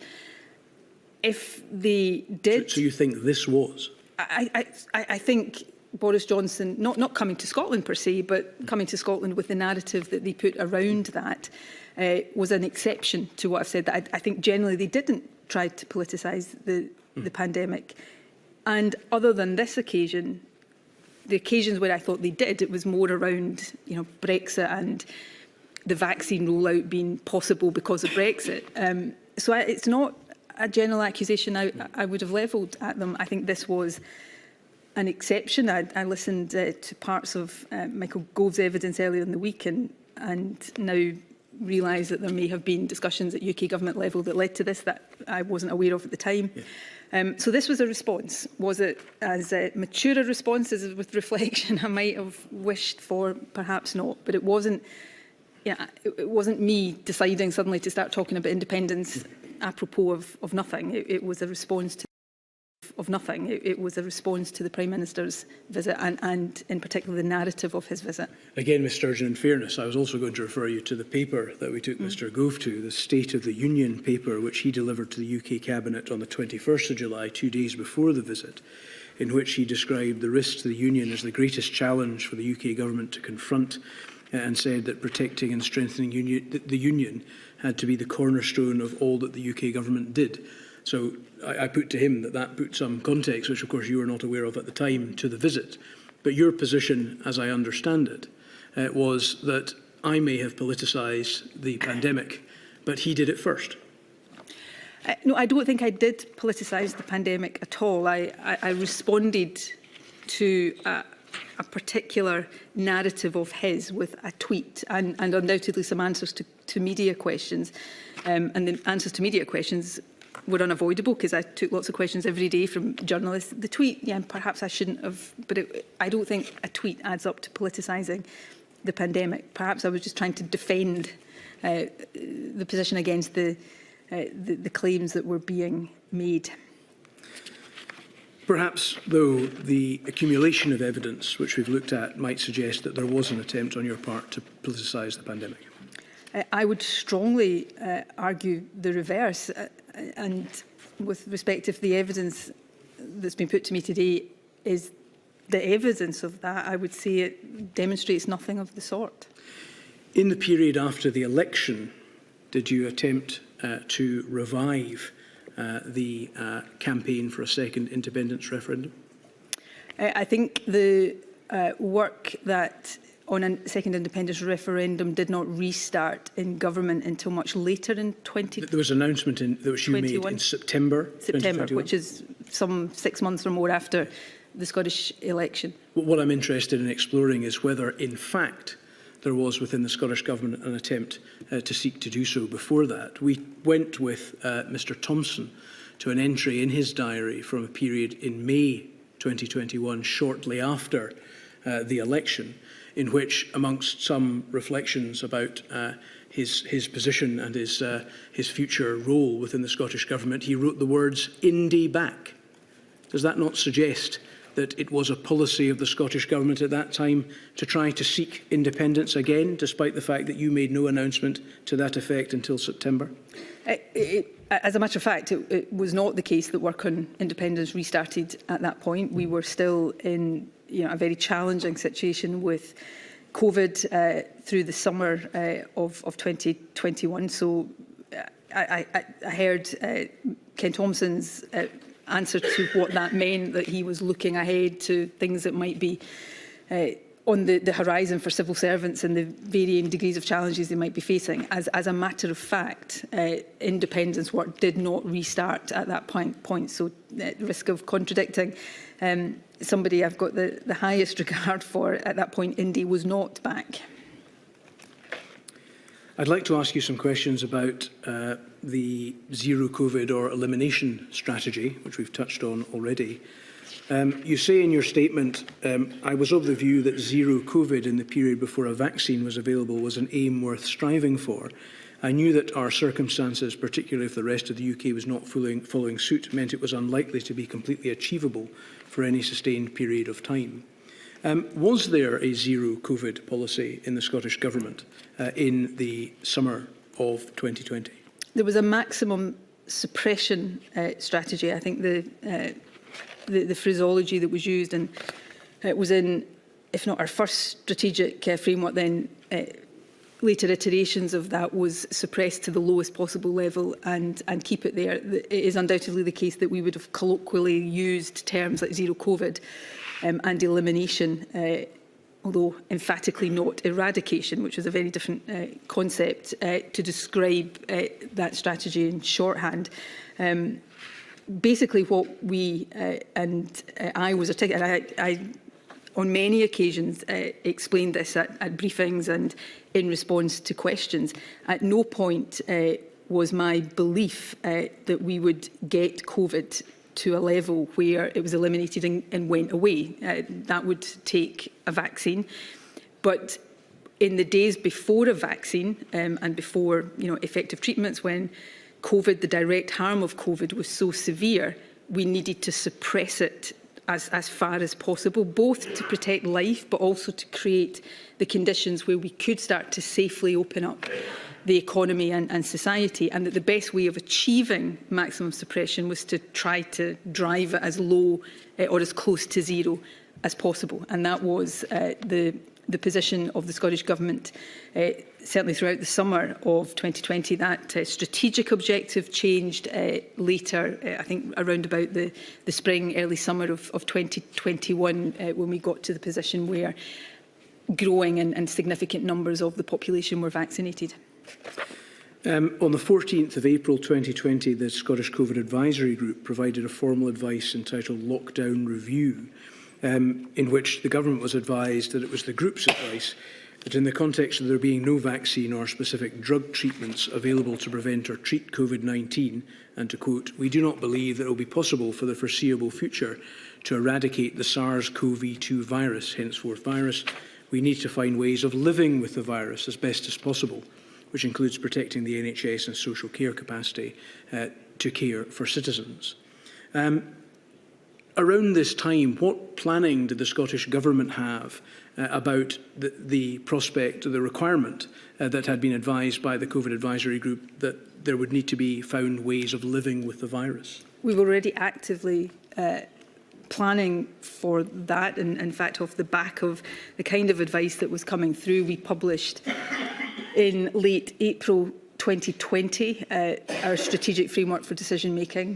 There were other publications with more detail in that through May, and then of course that I think on the 28th or later in May, round about that time, we published the route map for exiting lockdown, which set out different phases of lifting the restrictions and therefore opening up and starting to live with the virus while keeping it, to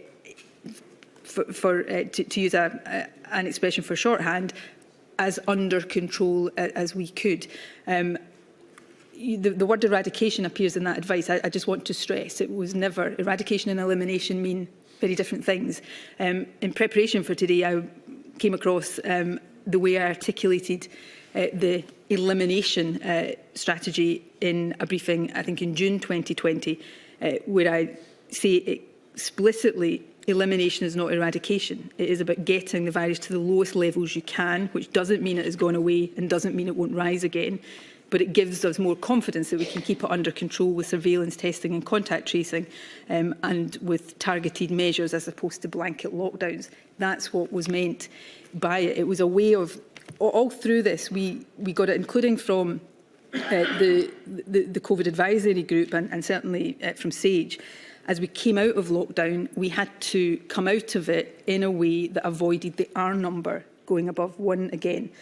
And people will recall references across all the governments at the time to how much headroom we had, and therefore we had to open up in a phased way. And that's what we were trying to do. Open up, learn to live with the virus, but keep it under control so that it didn't take off again and start overwhelming us in the way that it had in previous in the early stages.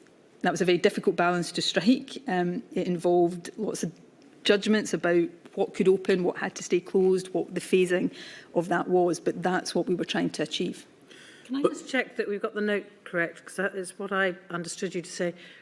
Did you say elimination and eradication are different things? Yes. Aren't they the same thing? No. In this sort of epidemiological, I think you will find comments from Gregor Smith and comments he's made. I came across one in a committee in the Scottish Parliament that we both appeared at. Eradication effectively means you get to a point where the disease has gone away and it's not a risk anymore. With COVID, that was likely and understood likely to only come with vaccines. Elimination was effectively, as I put it there, it doesn't mean it's gone away. It doesn't mean it won't rise again. You're taking measures to try to keep it at a level as close to no cases as possible, but it doesn't mean that if you lift those measures, it won't start to transmit again. So in epidemiological terms, I'm not an expert on this. No, Other people can explain it much better than me. But it sounds like people are playing fast and loose with the language. But well, I was trying, obviously not as successfully as I hoped to. I read out a quote there from a briefing in June 2020, where I'm obviously being asked these very questions, and I start by saying elimination is not eradication. I didn't come to that conclusion myself. That was the expert advice. The expert advice that was being given to me. Language in this regard is, of course, important, Ms Sturgeon, isn't it? Very much so, and I always tried to be as precise as I could in my language, hence explanations like that. I am not suggesting for a second I always succeeded. Because the language of zero COVID and elimination or eradication permeated the public's understanding of what the objective was, didn't it? In that we were trying to get to a point where we were suppressing the virus as much as possible. But the word suppression wasn't the word that was generally used by the Scottish Government at this time, was it? I believe, and it's my opinion, and others will take a different view, I think the level of understanding of the public at that time was very sophisticated, and I think there was an understanding of what was being talked about, what was meant. Language is really important, but sometimes, one of the things I think I was perhaps criticised for on the day of lockdown was calling it an effective lockdown. When the Prime Minister at the time didn't use the term lockdown, I took the view that we needed to communicate with people in language that they were using themselves, that they could understand, that we could then make sure was defined. So I think there was an understanding of what was meant by that we couldn't make COVID go away, but we could keep it at levels that wouldn't overwhelm us, get contact tracing and surveillance and testing back so that it was allowing us, as for much of 2020, from through the autumn of 2020 before the Alpha variant came, we managed to do through particular outbreaks, outbreak control, then the levels system that we used for a period. We were having a degree, not complete, but a degree of success in that, and that was only possible because we had got over the summer the virus to a sufficiently low level to allow those approaches to be successful. The language is important, Ms Sturgeon, because the language of elimination or eradication rather than maximum suppression, which is a phrase you're using just now, gave people the impression that COVID was over, didn't it? I genuinely and very firmly don't believe that was the impression at any point in Scotland over that period. To be clear, I never used the term eradication. I was at pains when asked about it to be clear I wasn't talking about eradication. But I don't believe that was the view in Scotland over any Ms Sturgeon, do you know 2020. perfectly well that people jumped on planes to Spain and this caused the second wave? Well, we've just been talking about how we tried to, deal in a way that was cautious around travel to other countries, including Spain. Some people went on holiday that summer. I think many people didn't. I think many people tried. Many people wouldn't have gone on holiday at all. Many people who did stayed in Scotland and holidayed at home. Some people would have gone overseas. I genuinely don't believe that was because people thought, the majority of people thought COVID had gone away. I stood up every day and reminded people COVID hadn't gone away and wasn't going to suddenly and magically go away. And I think there was a very high degree of understanding. And I've talked earlier on about criticism, perhaps, and I don't mean this as a criticism of them, some of our sternest critics over this period were the airport sector, who felt that my messaging in Scotland was actually making it, was discouraging people from going on foreign holidays at a time when they thought they were being encouraged in perhaps other parts of the UK. You wanted to have the reputation, did you not, of the person who had driven COVID out of Scotland?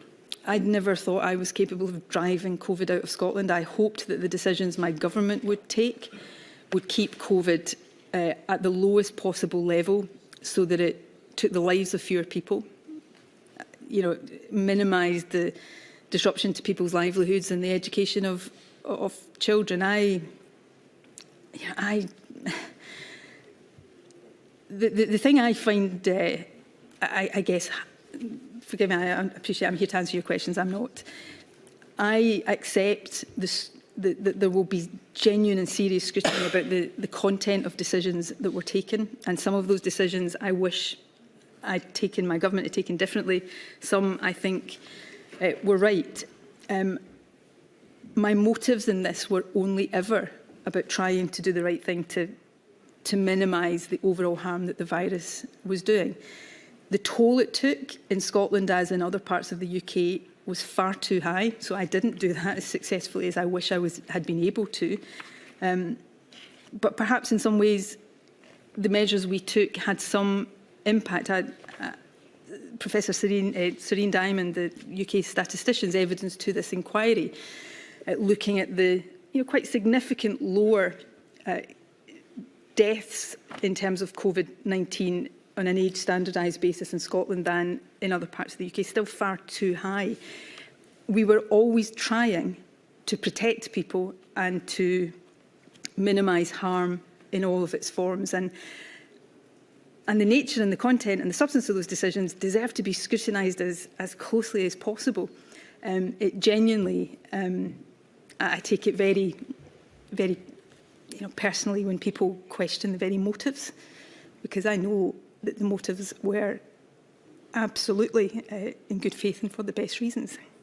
Your desire to be the person that drove COVID out of Scotland was the reason why you entered into direct Twitter messaging with Professor Sridhar, whom Professor Morris, the chair of the COVID group, has told us was in a minority of one in being the only person on that group who thought that COVID could be driven out of Scotland at that time.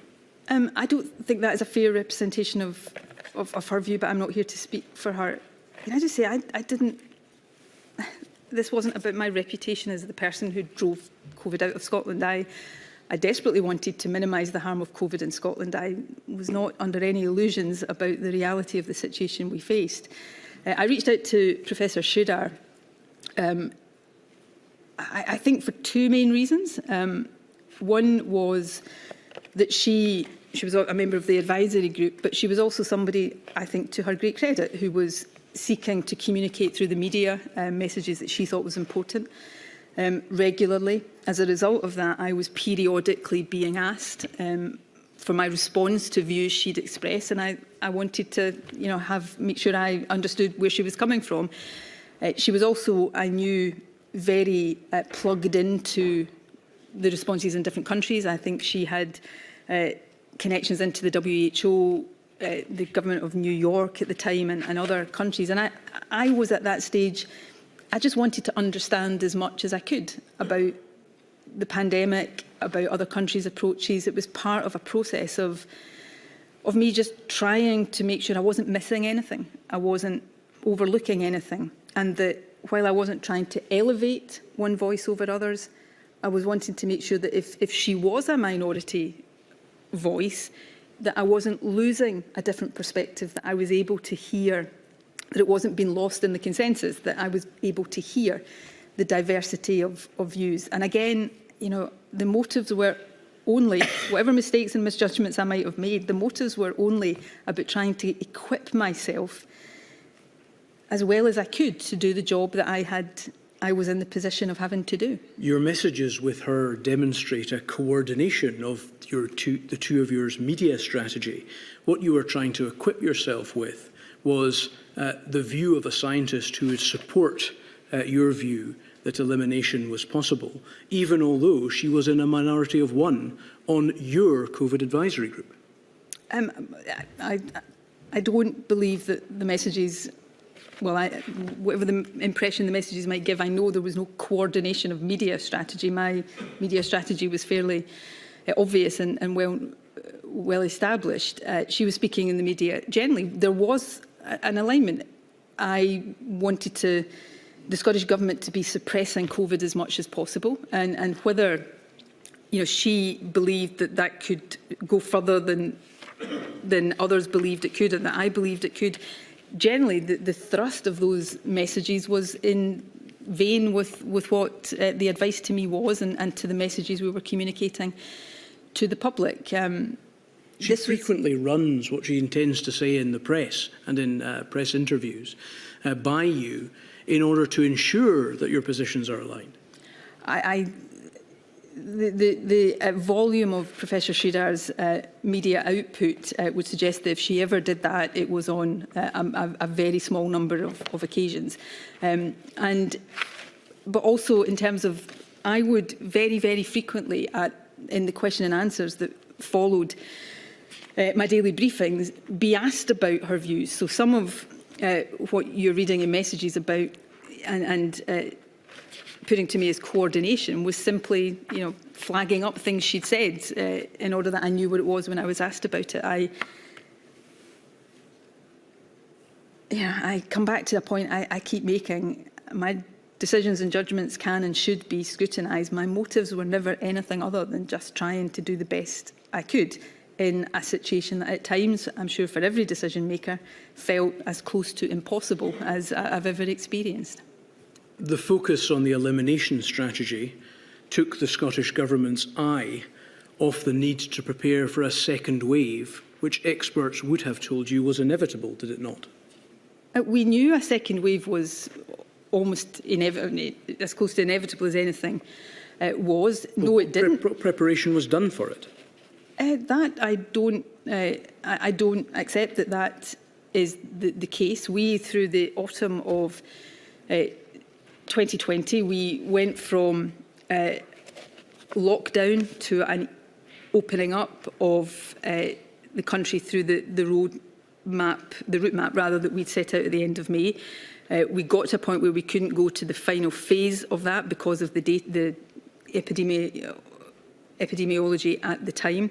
We then had a period where instead of reimposing measures, we were able to deal with outbreaks. We had some very localised outbreaks. We dealt with them through specific measures, and then the level system was applied. And actually, contrary to we didn't do anything to prepare for a second wave, we had continued to build up the testing and contact tracing capacity there that was a necessary part of trying to mitigate and minimise a second wave and deal with that as it happened. As it happened, the second, we didn't go into a second lockdown in November 2020 in Scotland. The second lockdown in Scotland came when the Alpha variant came along. So I don't accept that our eye was off the ball. I think we were taking difficult decisions, reaching difficult balances in the best way we possibly could. And I think the evidence overall is that while our response was far from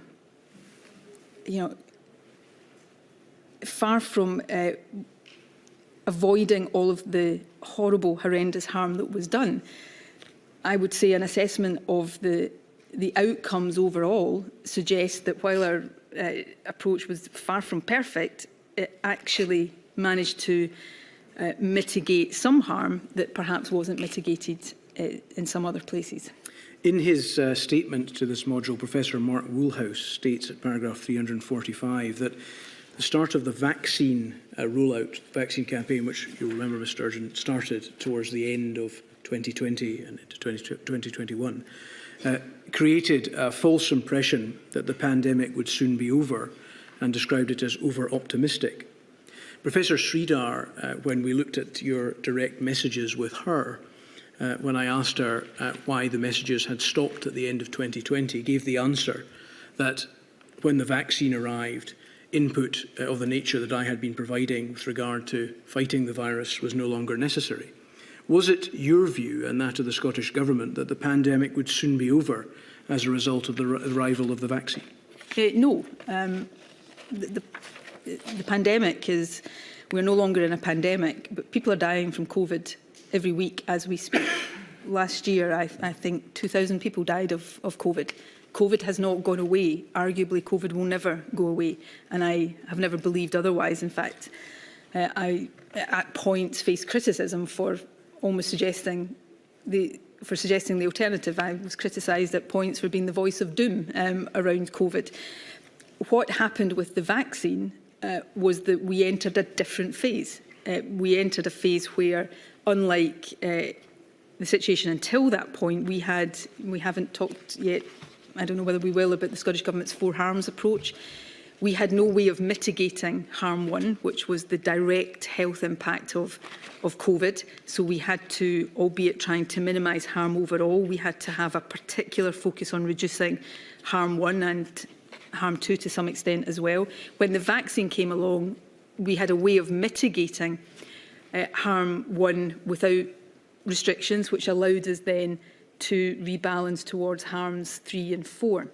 So we entered a very different phase of the pandemic because of the impact of vaccination. And that's why across all of the 4 nations, we put such a great emphasis on, as fast as possible, a rollout of the vaccination campaign. Could I ask you to have a look, please, at INQ 000334792?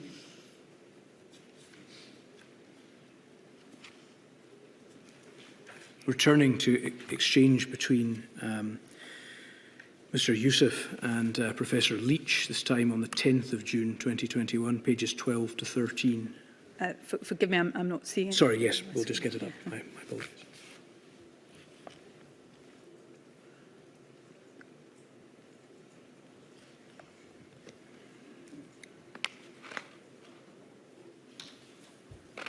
So again, this is an exchange in June of 2021. You may recall, Ms Sturgeon, that which we looked at this with the current First Minister, one of the characteristics of the fight against the virus in 2021 was that there were a number of large events which ran the risk of spreading the virus, and decisions needed to be taken around whether those should be allowed to go ahead or not.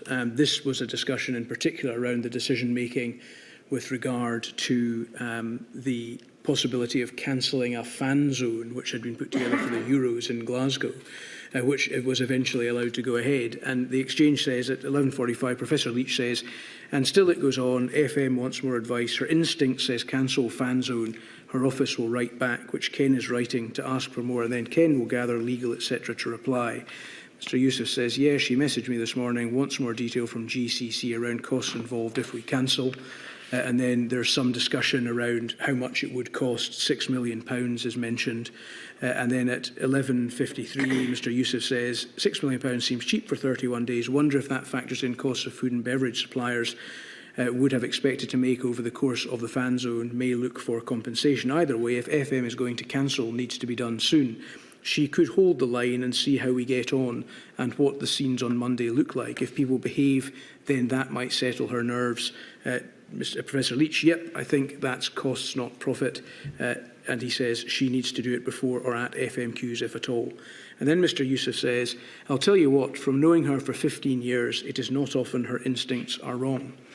Both Professor Leach and Mr Youssef, the then Cabinet Secretary for Health and Social Care, seem to be describing the ultimate decision taken in connection with the possible cancellation of this event as a matter which will be governed by your instincts. That's how you made decisions during the course of the pandemic, wasn't it, Ms Sturgeon? I think had the fan zone been cancelled, that is certainly an accusation that, based on this exchange, could have been made of me. But the fan zone wasn't cancelled, therefore my instinct didn't govern the decision. That was my instinct. I was, the Euros delayed by a year were happening. The fan zone did make me very nervous about people coming together in that way, given what we were dealing with. That was my instinct. I asked for further advice and consideration. That advice came back, and I was persuaded on the basis of the advice that my instinct was not what we should go with. We should go with the advice, and that is the position. You have in managing a situation like this, you have instincts about what's sensible and what's not sensible in a whole host of things. If I had made decisions purely on the basis of that, then that would have been deeply misguided. But I didn't. I had an instinct. I probed the question. I asked for advice through proper channels. I considered that advised carefully, and on the basis of that agreed that it should go ahead. And as it turns out, I think it was the right decision to allow it to go ahead, because it did not, the risk that I'd been worried about did not materialise. Would you agree with the proposition, Ms Sturgeon, that the Scottish Government's pandemic strategy was run on your instincts? No. Decisions were ultimately made not by Cabinet, but by you and a small band of trusted advisers. As I've said earlier on, I think the evidence before the inquiry of the Cabinet papers and the Cabinet minutes show that that is not the case. I was the First Minister. I had a responsibility to lead, to try to see the whole picture when Cabinet Secretaries, rightly and properly, are focused on their own portfolio interests. In any leadership position, you have instincts. You learn to trust, or also to know not when not to trust your instincts. But as this exchange, again, I would say, if this exchange had ended with her instinct is to cancel the fan zone, and at 12 o'clock at First Minister's questions I had stood up and announced the cancellation of the fan zone, that would prove, I think, the proposition you're putting to me. But it didn't. I had an instinct. I tested it with the experts. I asked for advice. I considered that advice. And on the basis of that advice, decided the opposite of what my instinct had started out telling me. Part of your instinct is based on a desire to seek to advance this cause of Scottish independence, isn't it? Not in the management of the pandemic. I don't think it's any. I don't think I'm breaking any news today to say that I have spent a lifetime campaigning for independence. I will no doubt continue to campaign for independence. I know I will. But when in a position of leadership and decision-making, you are confronted with a global pandemic, and as I remember sitting one night in probably February 2020 in Butte House with a set of reasonable worst-case scenario figures in front of me and a figure for the potential number of deaths that might unfold, which thankfully didn't unfold at that level, my instincts became something completely different. In that moment, my only instinct, and the instinct I brought to the management of the pandemic, was how do I lead a government that makes the best possible decisions in horrific circumstances to try to minimise the harm that this virus is going to do. And people will make their own judgments about me, about my government, about my decisions, but for as long as I live, I will carry the impact of these decisions. I will carry regret at the decisions and judgments I got wrong.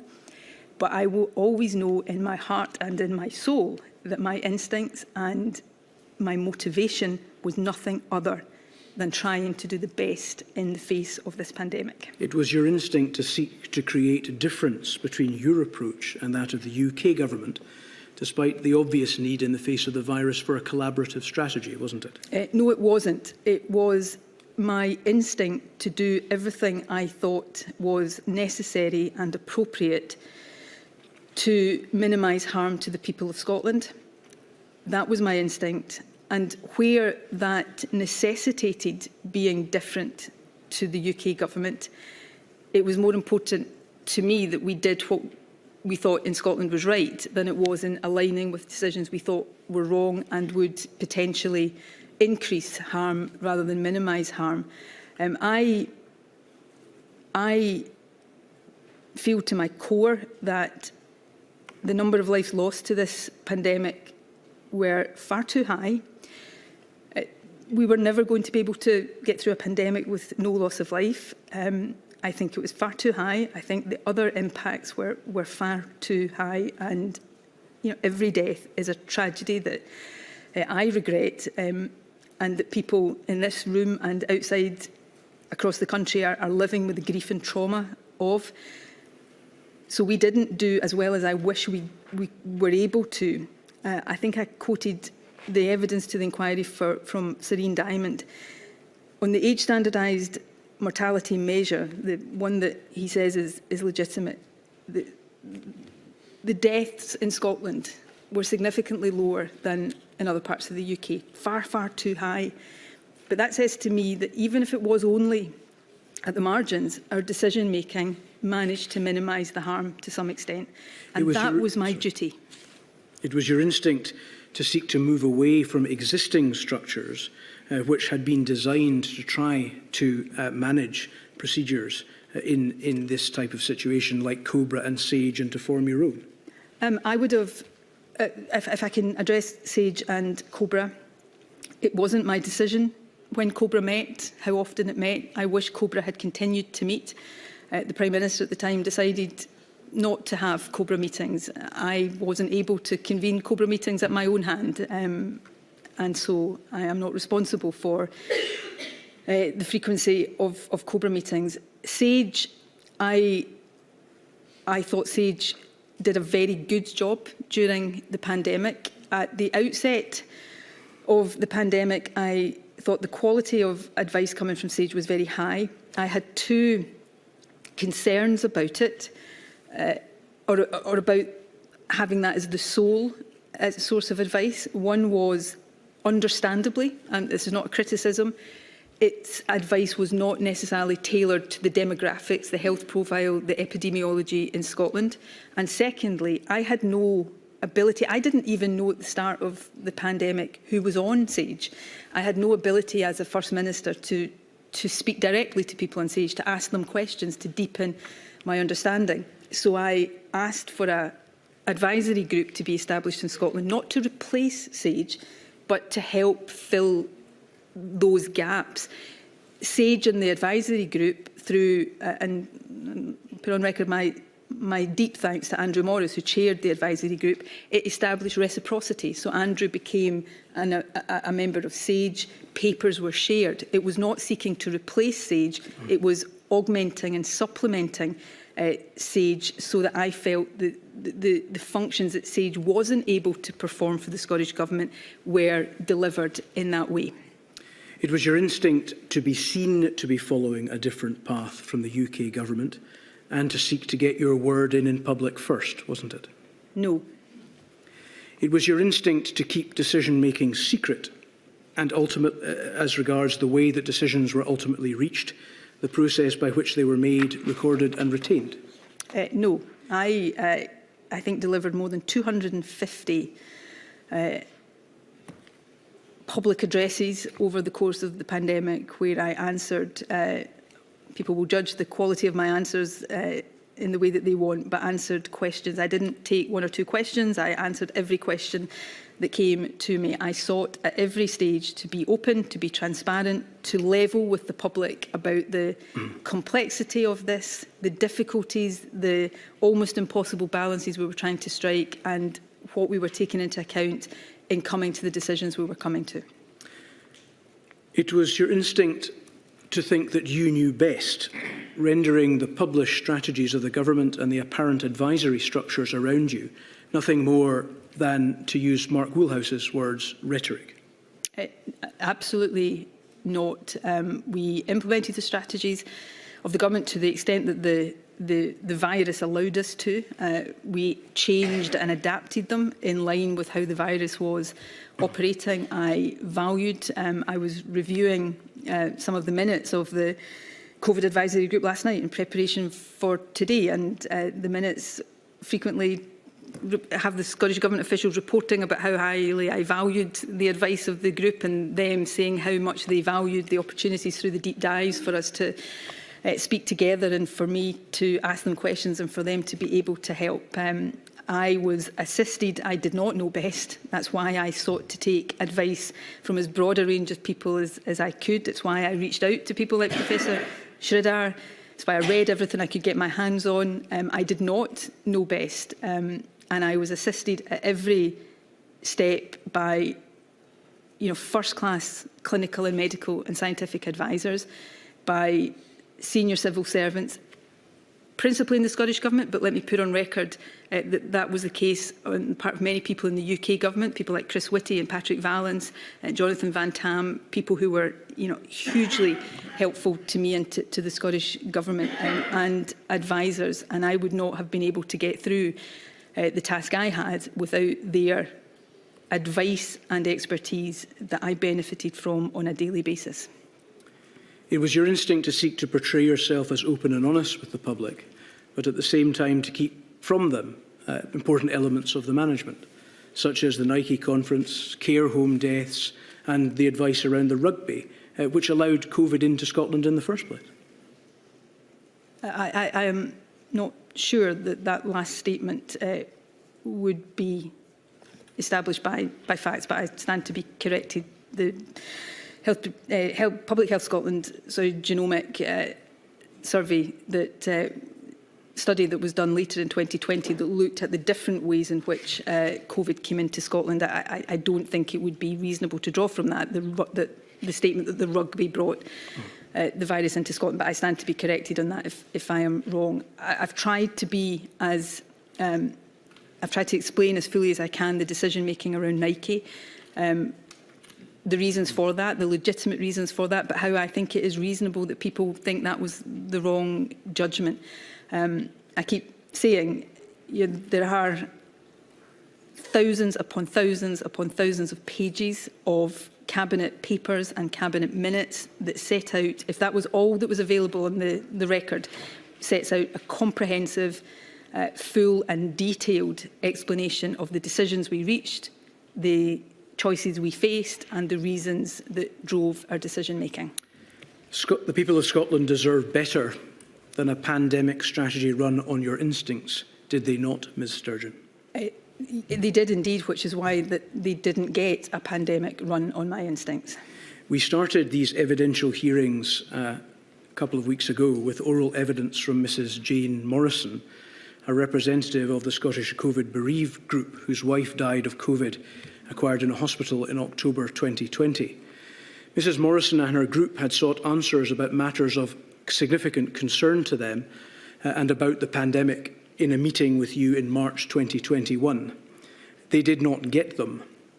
In the statement of the Scottish COVID bereaved to the inquiry, the remaining representatives of many who died, these words appear: hubris does not stop a pandemic. The story of COVID in Scotland is the story of the hubris of Nicola Sturgeon, is it not? No, I do not believe that to be the case. I am in the fortunate position of not having personally lost anyone to COVID. I wish with every fibre of my being that the decisions my government have been able to take could have reduced the number of people in Scotland today who did lose someone to COVID.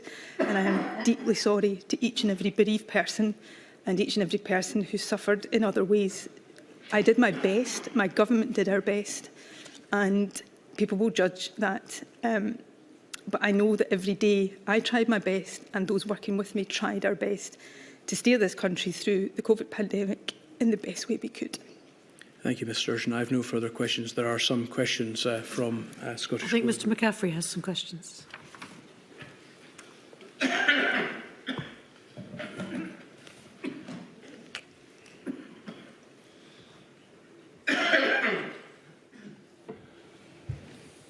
Obliged, my lady. Ms Sturgeon, I'm instructed by Amar Anwar and Company on behalf of Scottish COVID bereaved. With reference to your statement, which is found at INQ 000339033, and your evidence this morning that you wish to deepen your knowledge about the virus, I'd like to take you to paragraph 149, subparagraph B of that statement, and this relates to you inquiring as to the possibility of asymptomatic transmission. You'll see there that it says, whether COVID-19 could be spread person to person asymptomatically, the initial advice I received was that asymptomatic transmission was not possible. My private office replied on my behalf and at my request with the following query. First Minister read information online in the last 24 hours, including references to an article in yesterday's Lancet, suggesting the opposite of this, that people may be infectious before being symptomatic. What is the very certain statement in paragraph 14 based on? I received further advice from Public Health Scotland on the 25th of January, This included the following extracts.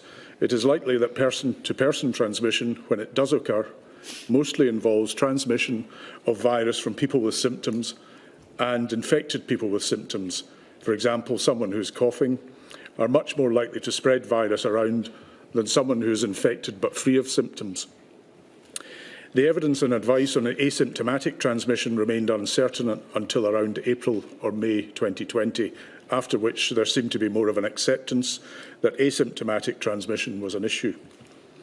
So my question, Ms Sturgeon, is therefore, why then, if by that date you knew that asymptomatic transfer was possible, would you consider that releasing people from hospital to care homes, but only testing if they had symptoms, was any protection at all?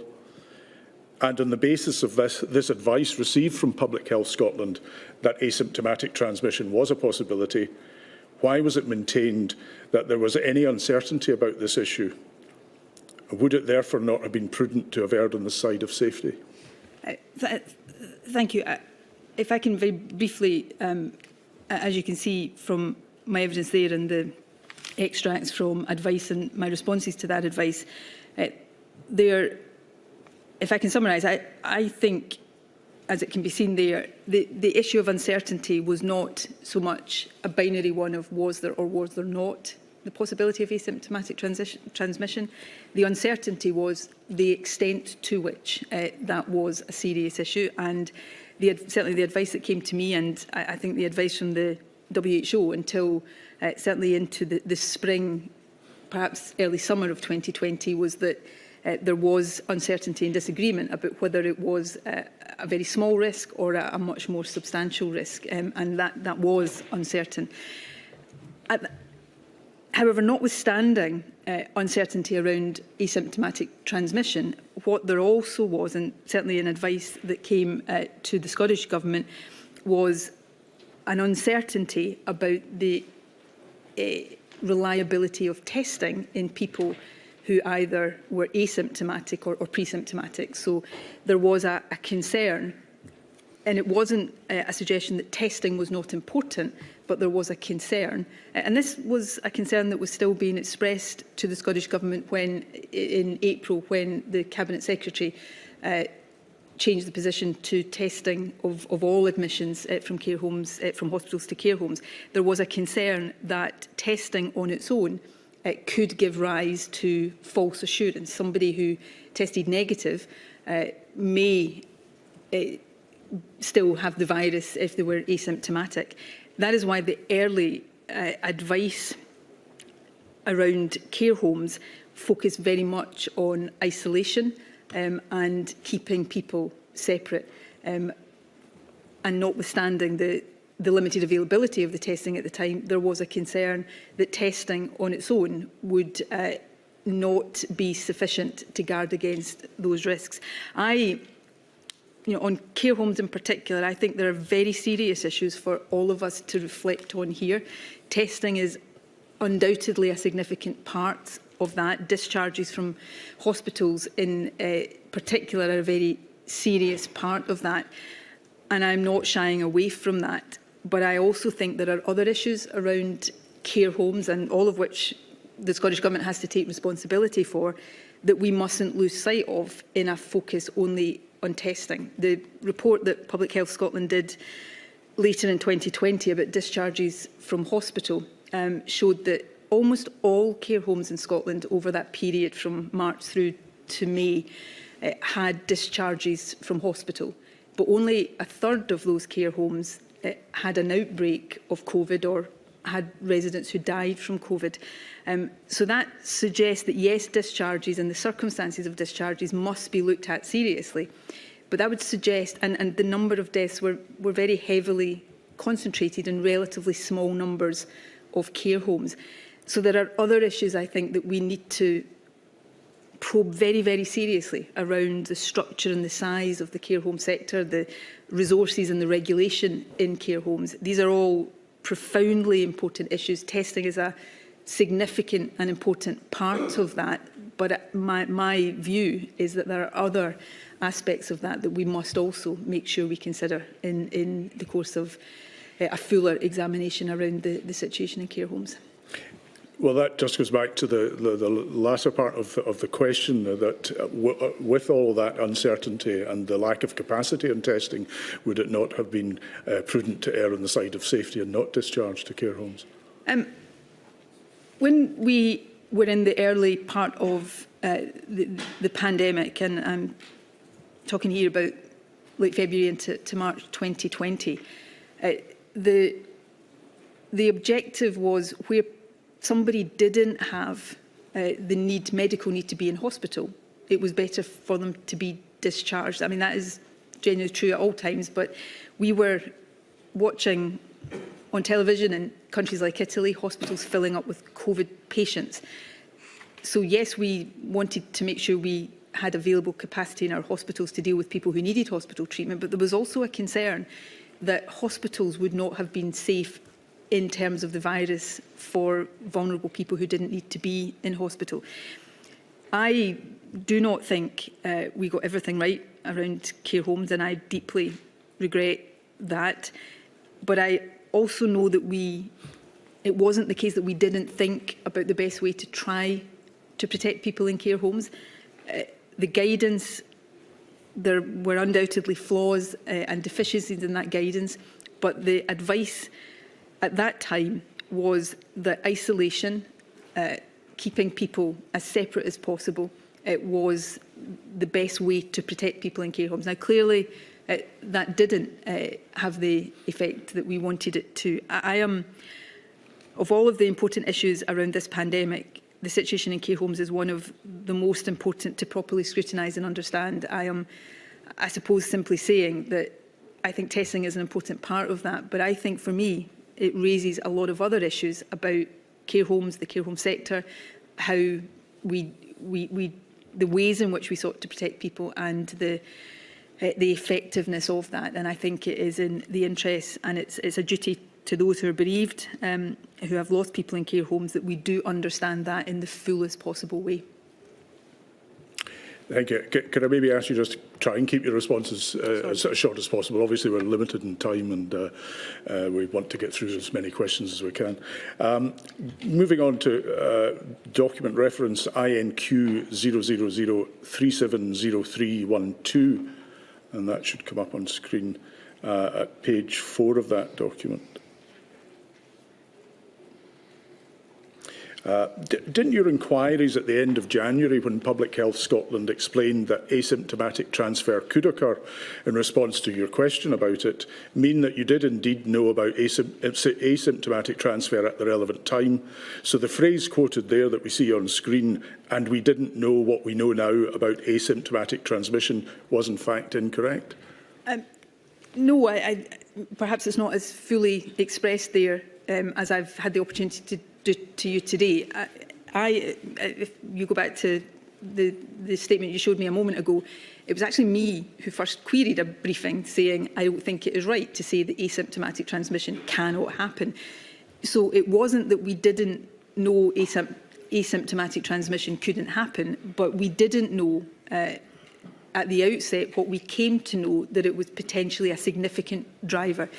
The response that came back to me from Health Protection Scotland, as it was then, still was saying they thought it was overwhelmingly likely that it was people with symptoms who would transmit. So we didn't know everything we came to know about asymptomatic transmission when I made that statement, but that's not the same thing as saying we didn't know anything about it. Were you aware of any recommendations made by Scottish Care in March 2020 in relation to the need for robust clinical assessment and testing of residents entering care homes, both from the community and acute NHS settings? And if so, how did this affect your decision making? I was aware of comments and recommendations that Scottish Care and other organisations and bodies were making. I don't know whether I was aware of the specific ones you're quoting to me there. We sought to factor all of that into our decision making. We extended testing to care homes and to a range of other settings as we built up testing capacity. However, we didn't think that it was ever safe to rely only on testing for the reasons that even if we accept asymptomatic transmission happens, there is and was doubt about the reliability of tests to detect the virus in people who were asymptomatic or pre-symptomatic. When I was preparing for today's session, on the day, I think the 21st of April, when Jean Freeman made the statement in Parliament extending testing to all admissions from hospital to care homes, the advice that was still coming to us at that point was sceptical about testing and a concern that it would take away a focus on isolation and other infection prevention and control means. And so we factored all of this in to our decision making, and on this, as on other things, tried to make the best decisions that we could in the circumstances we were in at the time. Were you aware of recommendations made in April 2020 to the Scottish Government in relation to the restriction on visiting care homes being increasingly disproportionate and failing to meet the pastoral needs and care of individuals, care needs of individuals, and the traumatic effect this was having on families? And if so, how did this affect your decision-making process? In my experience and recollection, the issue of care home visiting was one of the most difficult because I was aware of the increasing distress and trauma, both to care home residents and to their loved ones, of restrictions on visiting. And that was an issue on which we were always trying to strike a balance between opening up and allowing much more flexibility in terms of visiting, but trying to guard against infection being in homes. I don't think we got that right, possibly at all, but it was not because we didn't care. It was not because we didn't try to get that right. And I have had in the past, I have at the moment, relatives in care homes myself. I understand, or I think I can understand how awful that would have been for any family with a loved one in a care home at that time. And when the United Kingdom government changed its policy in relation to care home testing on the 15th of April 2020, why did that not cause the Scottish Government to consider its position or review it? We were considering and reviewing our position at that time. I think I'm getting the date right, that on the 21st of April, Jean Freeman announced a range of different things, including care home testing. So our position was under a constant, ongoing review and assessment at that time. It is clear from the necessity of setting up the nosocomial review group in May 2020 that the Scottish Government realised that hospital-acquired infection was a particular risk. Can you explain why it was decided to set up this body early in the pandemic? Because we understood, both from the emergent experience in COVID, but also from wider experience around hospital infection, the particular risks of nosocomial infection in hospitals, and we were seeking to make sure that on an ongoing basis there was expert advice and consideration given to how those risks could be reduced in hospitals. Just going back to your statement, which I didn't take you to again, we looked at the beginning of questioning. In paragraph 455, you refer to the advice at that time was that the limitations of PCR testing for asymptomatic and pre-symptomatic cases may result in false assurance, and therefore the focus should be on infection prevention and control measures. Further, that the fact that there was limited availability of testing capacity in March 2020 and the World Health Organization guidance at the time was clear that testing all hospital discharges was not the best use of available capacity while it was still being expanded. And yet very frail people with complex needs were being moved in circumstances where you were aware of the problems of asymptomatic transfer, pre-symptomatic transfer, and the problems of false assurance. Why, therefore, was it considered in all these circumstances safer to move them at all? And would you have taken the same decision again, knowing what you know now? And if not, what would you have done differently and why? I would desperately try to find ways of managing the situation of elderly people in hospital who didn't have a medical need to be in hospital differently, that would have, if not prevented, because in the face of what we were dealing with, I'm not sure prevention absolutely would ever have been possible, but to mitigate and minimise beyond what happened in reality. I would do everything in my power, and I wish I could turn the clock back and do different things that would have reduced the loss of life in care homes. But it wouldn't have changed a situation where leaving people in hospitals would not have been an option that was without risk. There was nosocomial infection in hospital. There were COVID patients in hospital. We didn't, thankfully, face the overwhelming of hospitals in the way that had been seen in other countries at the start of the pandemic. But hospitals would not have been a risk-free environment for vulnerable people either, and that's the context in which these decisions had to be made. And I desperately wish we could have had the ability to do things in a way that didn't result in the outcome that did materialise. And wouldn't the retention of those patients in hospital have been the best place to meet their medical needs rather than discharging them to care homes where they were putting other vulnerable people in harm's way?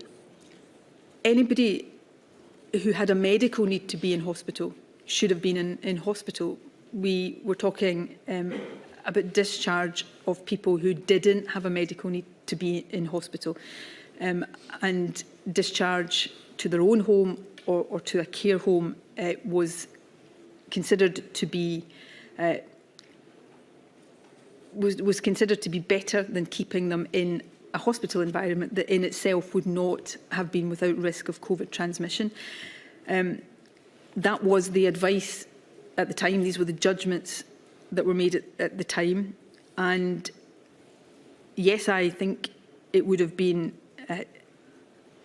I wish we had been able to introduce testing earlier, more comprehensively.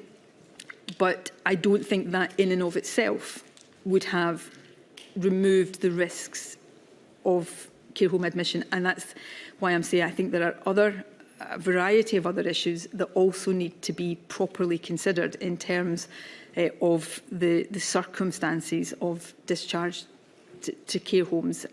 But I don't think I can sit here and say that keeping people in hospital would have been without risks, or certainly that at that time would not have seemed to me to be the situation. One final question, Ms Sturgeon. Were there any discussions about what would happen if the criminal trial of the former First Minister Alex Salmond was still ongoing at the time of lockdown?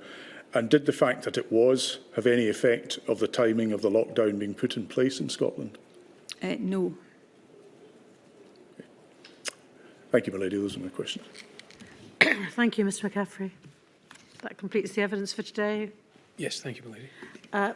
Thank you very much, Sturgeon. I don't know if I can guarantee that we won't be calling upon you again, but I know we've already called upon you twice, but it's probably unlikely, but thank you anyway for your help today. I notice some members of the public gallery are distressed. Please don't forget there is support available if you need it. Very well, 10 o'clock tomorrow, please. Thank you, my lady.